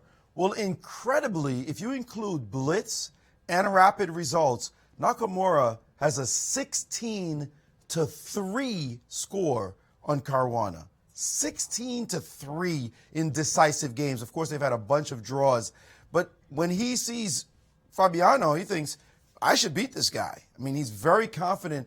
Although we saw Caruana defeat him at the Sinquefield Cup last year, Nakamura has been a truly problem opponent for Caruana, and it's every single game. It looks like he knows his style matches up well, and he's beaten him so many times. No wonder he's not taking the draw right now. Thinking somehow maybe I win normally, or I trick the guy, or something. But 16-3 is a serious number, and you could see why he's sitting there at the board feeling like, oh, I'm used to this. I want that winning feeling again. I didn't realize. Thank you. Aviv Friedman is providing us with a lot of our statistics, but what we've asked of Aviv is just to count the classical games. But that 16th, and which he did and show 5-1 result in favor of Nakamura in their classical games. I didn't realize that in the blitz as well as the rapid that Hikaru had such a remarkably high score. Normally, when 22800 sit down to slug it out, you expect a really close matchup, especially obviously on paper. A couple years ago, when Nakamura was having that horrible run of losses to Magnus Carlsen, including the 10-0, you mean? Including the Zurich disaster. A lot of journalists +7. were asking him, like, why do you do so bad against Carlsen? And he was like, hey, why do you never ask me why I do so well against Caruana? Good answer. Good answer. Yeah, Maurice? We should point out also, of course, that he is, 5 years older or 6 years older than Caruana. So a number of those victories, he beat him up when the kid was just a kid, right? That little difference in age matters quite a bit. He, of course, has been strong for quite some time. Caruana has risen to the scene only recently, although I remember a story, a friend of mine, Ernest Colding, he would say, I remember this vividly as a young player, my friend, one of our older friends, a mutual friend, would say to him, why are you beating up on the kid so badly? You know, give him a break. And he'd say, oh no, when he becomes a grandmaster one day, I want him to remember this beating, so even when he's a grandmaster, he's going to be afraid of me and lose to me. Well, of course, I don't think so. It didn't happen between us. But the idea that Nakamura had such a psychological edge in the early days when he was definitely better than Caruana, it looks like it's carried over into Caruana's grandmaster years now, that even as a 2800, he's still losing to this guy. So it's important that you beat them while you're young. Beat them while they're young. That's the important principle we're going to take there. There's no child abuse, guys. Don't send people after me. But certainly, it's competitively, we like to get a psychological edge quickly against those young phenoms because they get strong quick. Yes, they do. That was Victor Korchnoy's suggested remedy. Beat them when they're young. I mean, and Victor, of course... And beat them when you're old. Yeah, just beat them. Victor, of course, hated to lose. I mean, he just... But especially against a junior, because he felt that if he lost against a junior player, that junior player was probably very, very talented and likely to play in a lot of tournaments that he was going to play in the future, and that psychologically he didn't get that upper hand that he needed to have in the first game. So we've got a few more moves in the Caruana battle. Okay, so we have seen, we saw bishop to d1, bishop to e2, and you can see that no way is Fabi wanting to allow White's king to activate himself, so he's drawn a barrier across the third rank. So let's see, and more moves? Yes, we've got the rook. The rook has the rook and bishop have more or less traded places. So rook comes to d5? Yeah, that's right. Rook d5, king f8, bishop b5. That's an interesting mix of moves. So king comes to e7. Is that? Yeah, that's right. So that's where we're at. Yeah. Well, at some point, I mean, you've got to be able to bring this king up, or you've got to get that king into the game. And I think you're going to have to do it based on something like this, f2, f3, and king up. But I don't like this particular setup of the pieces. No, it seemed a little bit more harmonious before, right? When the bishop was attacking the only weakness in the position. Right. So you wonder what Naka has in his mind with this setup. Right. Something wrong with White's setup here. It just doesn't feel right. I mean, just moving pieces around and maybe reshuffling them to confuse his opponent because, he's getting more time and it looks like it's nothing. Maybe Fabi will relax and then he'll put the bishop back on d5. There's the little psychological plays here. Yeah, sure. Just trying to give your opponent as many problems as you can. And if sometimes, a false sense of security. Yeah, and sometimes you may notice that your opponent is moving at a rhythm of one move a minute, just taking a minute. He's only getting a 30-second bonus, right? So if you can play 20 moves before forcing a decision, maybe time will be a factor once more. I don't know, though. Fabi seems like he's playing pretty quickly. I think more than time, just wearing him out emotionally more than anything. Maurice? This is certainly just grinding him down, keep playing, make Mickey Mouse moves, put a piece here, put a piece there. Does this look like a threat? Oh, sorry, it was a ghost move. I just wanted you to think for a little bit.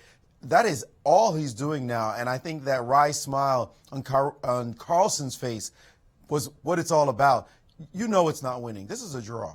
We could try to put it around, try all kinds of ideas. This is definitely a draw, but it's up to the guy to prove it. And if you don't see a win, then the best you can do is just play the psychological game for as long as necessary. A win here for Nakamura would be amazing. So he's just doing different ideas, trying things, trying to make some small edge, get a little bit of progress as he goes along. But there's no doubt that the position is still equal. So clearly he's playing with all his trumps, and that includes the psychological one of torturing the opponent for as long as possible.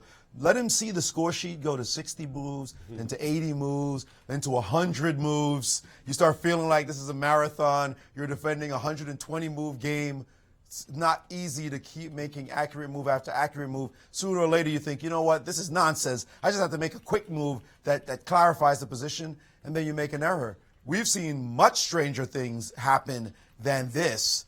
And Nakamura is doing what he can to milk and milk and milk. And us commentators having to stand here and talk about this game for the next 2 hours doesn't bother him at all. He doesn't think about others. Well, we Yeah. we are capturing lots of tweets and questions Yes, at our please. hashtag Sinquefield Cup. So keep your questions coming. A lot of times we can't actually answer them during the broadcast.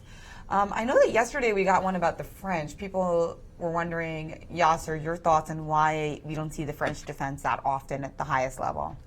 Well, I think that it's just a question of fashion. Sometimes king pawn opening defenses, e4, e5. e5 becomes a great fashionable defense. And maybe the Russian variation or the Petrov variation, knight f6, is very fashionable at a time. Somebody like Karpov, for example, playing the Russian, Boris Gelfand playing the Russian defense, you get a lot of followers. Suddenly, you get something like the Archangel or the Zaitsev. Everybody gets very excited, or a Caro-Kann or a French, or open Sicilians, very, very different types. And it's just a fashion. And the French, for many, many great players, has been a part of their repertoire. But today, I think that a lot of people like the fashionable Sicilians as well as the Berlin endings. And it's a question of fashion. Maybe 5-10 years from now, the French defense will become the more popular defense than e5 is today. Well, we've also got Grandmaster Simon Williams, who've hashtagged us at Sinquefield Cup and said that he can't believe Nakamura has moved his queen more than 50% of the time for the first 30 moves. Don't show this game to kids. So No, Simon. You got to go on the St. Louis Chess Club website. I did a GM blog.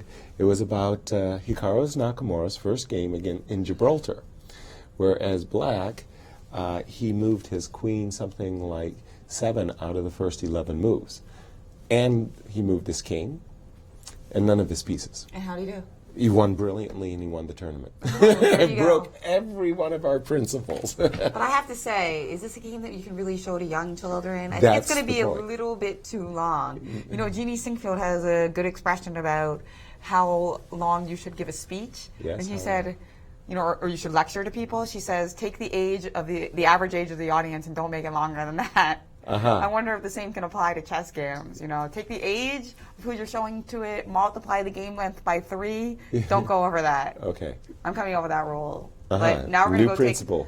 we are going to take a little break, and we're going to see what happens in this game, how Nakamura finds a way to he leave can. some chances.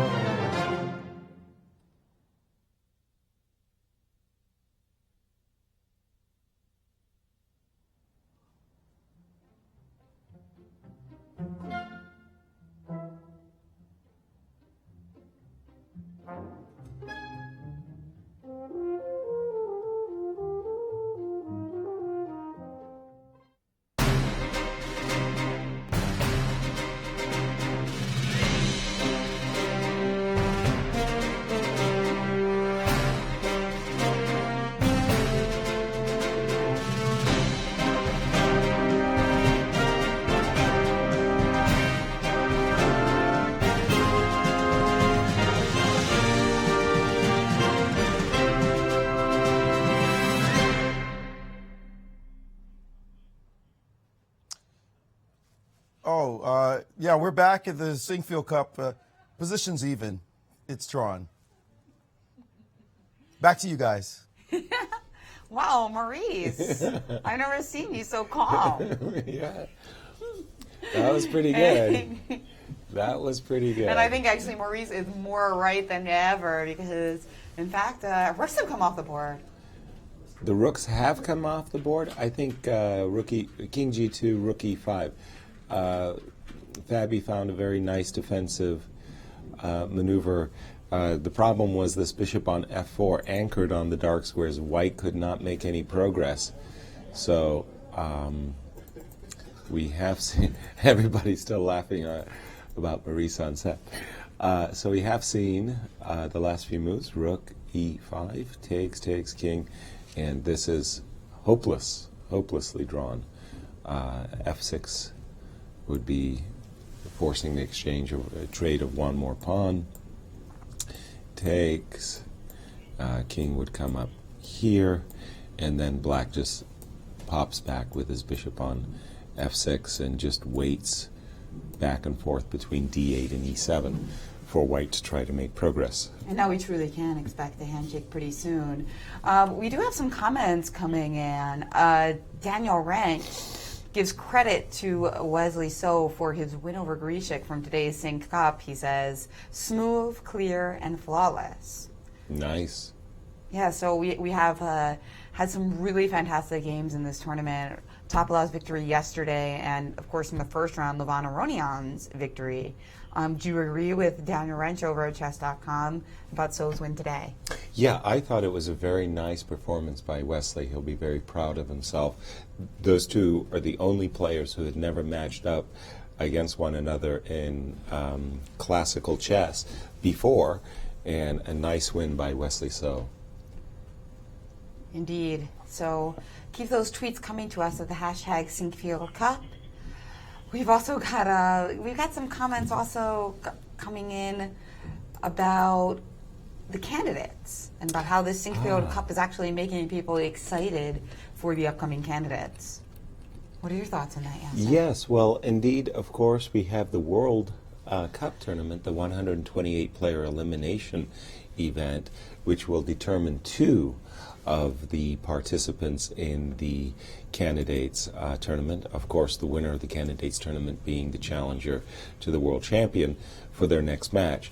So that World Cup tournament, I'm actually looking forward to that, to see who the 2 qualifiers will be, as well as the candidates. The candidates are going to be a great event. And we should expect a handshake very soon in this game. Maurice, what are your thoughts? How much longer is this going to go? Are you seriously still talking to me about this position? This one is just about maybe bet like two minutes, maybe tops. I think Nakamura is probably going to play G6. I'm not even sure what he's thinking about. Can he make this an eloquent kind of draw, aesthetically pleasing draw? Clearly, there's nothing to do here. What move number are we up to? Maybe he has something about the move number he's on he wants to get to. No, it's only 74 moves, not a great number. He's just repeating moves, it looks like. So he's maybe going to make the draw by repetition. And yes, and that there is we have exactly it. what's going on. So a draw by repetition in Caruana Nakamura. Yes. I'm hearing all the producers cheering the result. It means the end of our broadcast today as round 3 comes to a close. Yeah, that was a pretty exciting round, but not an exciting finale. Not an exciting finale. But it was great. It's great to see Magnus Carlsen Snooze. back in the swing of things.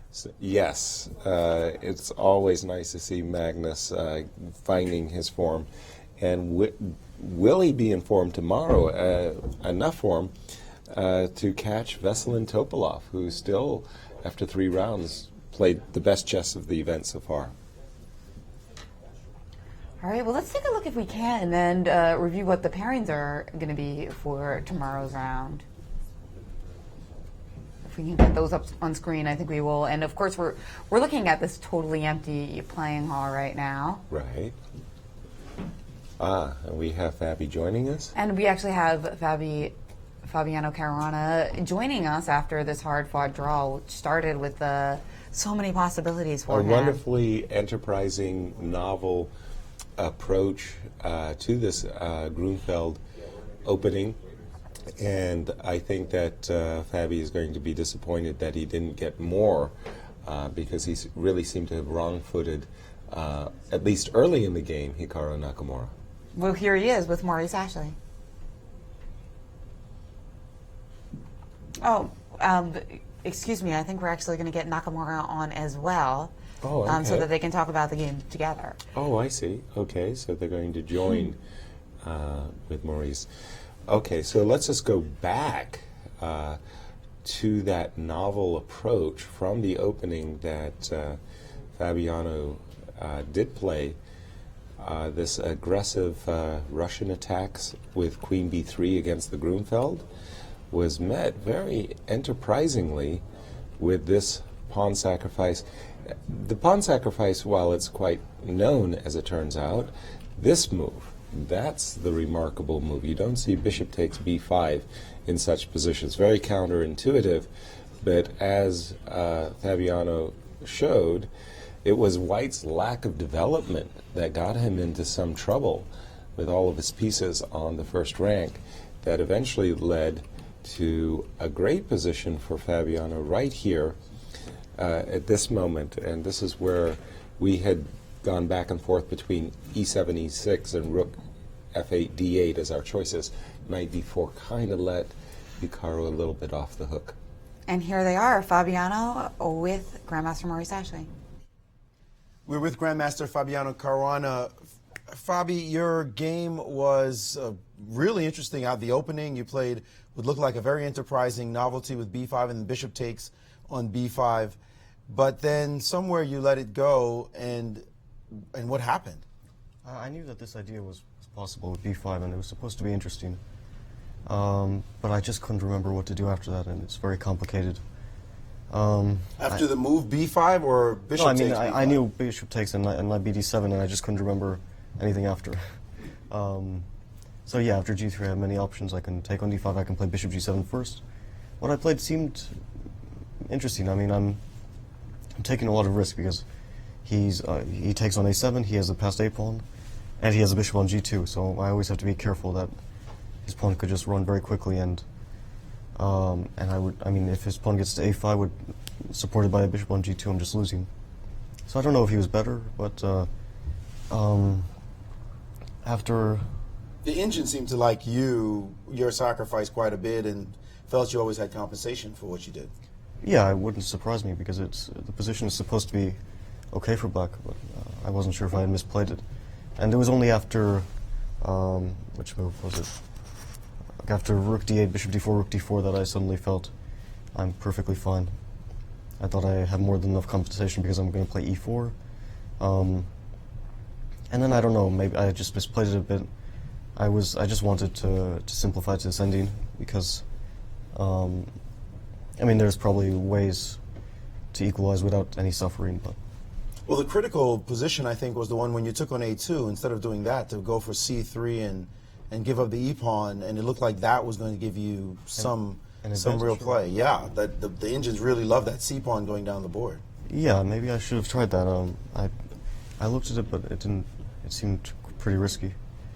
Yeah, maybe I should have been more ambitious. It's hard to be ambitious after losing the first two games. Are you satisfied then just getting a draw, getting a half a point? It hasn't been going your way this tournament. Yeah, what can you do? But at least I managed to stop the bleeding. So there's still a long way to go in the tournament. And I think I played a pretty much normal game. Maybe I made some mistakes, but I didn't do anything outrageous, and I think it was more or less within my control. Well, we hope with the half a point does stop the bleeding, and best of luck in the rest of your games. Thank you. Grandmaster Fabiano Caruana after a long draw. Guys? Thank you, Fabi. Yeah, I think just if the tournament situation had been different in those two results of the first round and affected his overall confidence level, I think that Fabiano would have put much more pressure on Hikaru in this game. And we do have finally the U.S. champion, Hikaru Nakamura, getting mic'd up for his interview as he's graciously joined with us to share his thoughts. And people asked us if we ended up eating the checkmate cupcakes. I did. I had half. Oh. Oh, yeah. Saving the other half for Yvette? Yeah, exactly. And she gets the pawn. Aw, that's so sweet. And we have him, our U.S. champion, trying to get his torture run today. He's with Maurice Ashtley. I guess you brought up cupcakes. Maybe it's not the time to talk about it, Hikaru, but I know you got a cupcake or two delivered to your room. Did you give it to Maria? No, I actually ate it because it was before the tournament started, so it didn't matter. I never eat desserts during a tournament, just to be clear. So it was before the tournament, so I ate the cupcake. But during tournaments, I mean, I never eat desserts. So. Good advice. Yeah. Today's game was fascinating. He played this idea with bishop takes b5, which, according to the online database, had not been played before. Were you surprised by this variation, and were you worried at any point during the opening? I had kind of looked at this for someone else a while back, but I hadn't looked at it today, unfortunately. I probably should have, but I didn't look at it today, so I wasn't quite sure what was going on. But I felt like I was just better. For most of the game. I guess the computer seemed to disagree since I had a chance to take a brief look before I came in. But from a human standpoint, I thought I was just better for most of the game, and I thought Fabiano actually played very well around move move like 34 roughly when he exchanged all the rooks. I thought rook a1 was a good move, and I thought rook c8 was a great move. Without rook c8, I think he can pretty much resign, because I think it's going to be some technical endgame where I'm going to get four pawns against 3, and I'm probably going to end up with a bishop against a knight or a knight against a bishop, and I think I would have had very good practical chances there. But once Fabiano played rook c8, it's just 4 against 3 opposite colored bishops, and I mean there's nothing I can really do. So that's life. You were pressing quite a bit during the game. Obviously, you have the advantage. You're up a pawn. Were you disappointed, though, in the result? Did you feel like maybe with just one little wind blowing your way, you could have won this game? I mean, since I had a chance to look briefly after the game, I mean, I'm not too unhappy. But yeah, it's kind of annoying. It's very annoying when you get these positions where you have like an extra pawn, or you have a little bit of pressure, and there's some stupid way to just force it into a theoretically drawn endgame. But you know, that's chess. I mean, chess is always going to be a draw if your opponent finds the right defense. So, what can you do? Right. So you're at 50%. You're a little bit behind the leaders. What are your thoughts going into the next couple of rounds? Oh, well, I wasn't even thinking about the leaders. I mean, at this point, I don't really care about that. You know, maybe if I can win a couple of games, then I'll start to think about it. But in general, I mean, there's no reason to think about winning a tournament after 3 rounds. I mean, maybe if you're on 3 out of 3 or something, I mean, it's going to creep into your mind. But otherwise, you just try to play chess. I mean, everyone's really strong here, so you just have to take care of business and not do stupid things. Good advice. Don't do any stupid things, guys, and we won't send you any cupcakes during the tournament. U.S. champion Hikaru Nakamura, after a little bit of a disappointing draw, but keeping a level head about it. We'll see how he does in later rounds. Thank you, Maurice, and thank you, Hikaru. No desserts till you win the tournament. Man, that's rough. You look like you're about to cry, yeah, huh, that's sir? rough. That's Aw. rough. Well, let's take a look at the pairings for tomorrow in round 4. Oh, results. We're looking at our results and our standings after 3 rounds. Top with 2.5. Magnus Carlsen, our world champion. Anish Giri and Levon Aronian with 2 points each. MVL Wesley So and Hikaru Nakamura on even scores. Alexander Grishuk, Vishy Anand, and Fabiano Caruana. Well, rather Caruana and Anand with half a point and Grishuk with 1. So still a lot of differentiation to be had before we go into the rest day in a couple days. Right. So those are going to be 2 very critical rounds. Maurice? Well, today only saw 2 victories, but we'll take them after having 5 in the first round and 3 in yesterday's round. So that's 10 wins out of 15 games. That's still pretty special at 66%, a winning percentile. So still an exciting tournament. Games, as they proceed in each round, you know they're going to get more and more difficult. The players are going to start to get fatigued, but nevertheless, it's a long way to go. Players want to win, and guess who is knocking at the leader's door? Who could have expected after losing his first round? Magnus Carlsen making his presence felt. Everyone gets excited when the world champion is giving chase, so expect tomorrow to be a very exciting round as he tries to take over the lead or maybe tie for first here at the Sinquefield Cup. Grace. That's right, so don't miss it. I'm Jennifer Shahadi. I'm signing off with Grandmasters Yasser Sarwan and Maurice Ashley. And we are going to be back for round 4 action at the same time right here in St. Louis. That's 12:50 local time, 1:50 Eastern. See you then.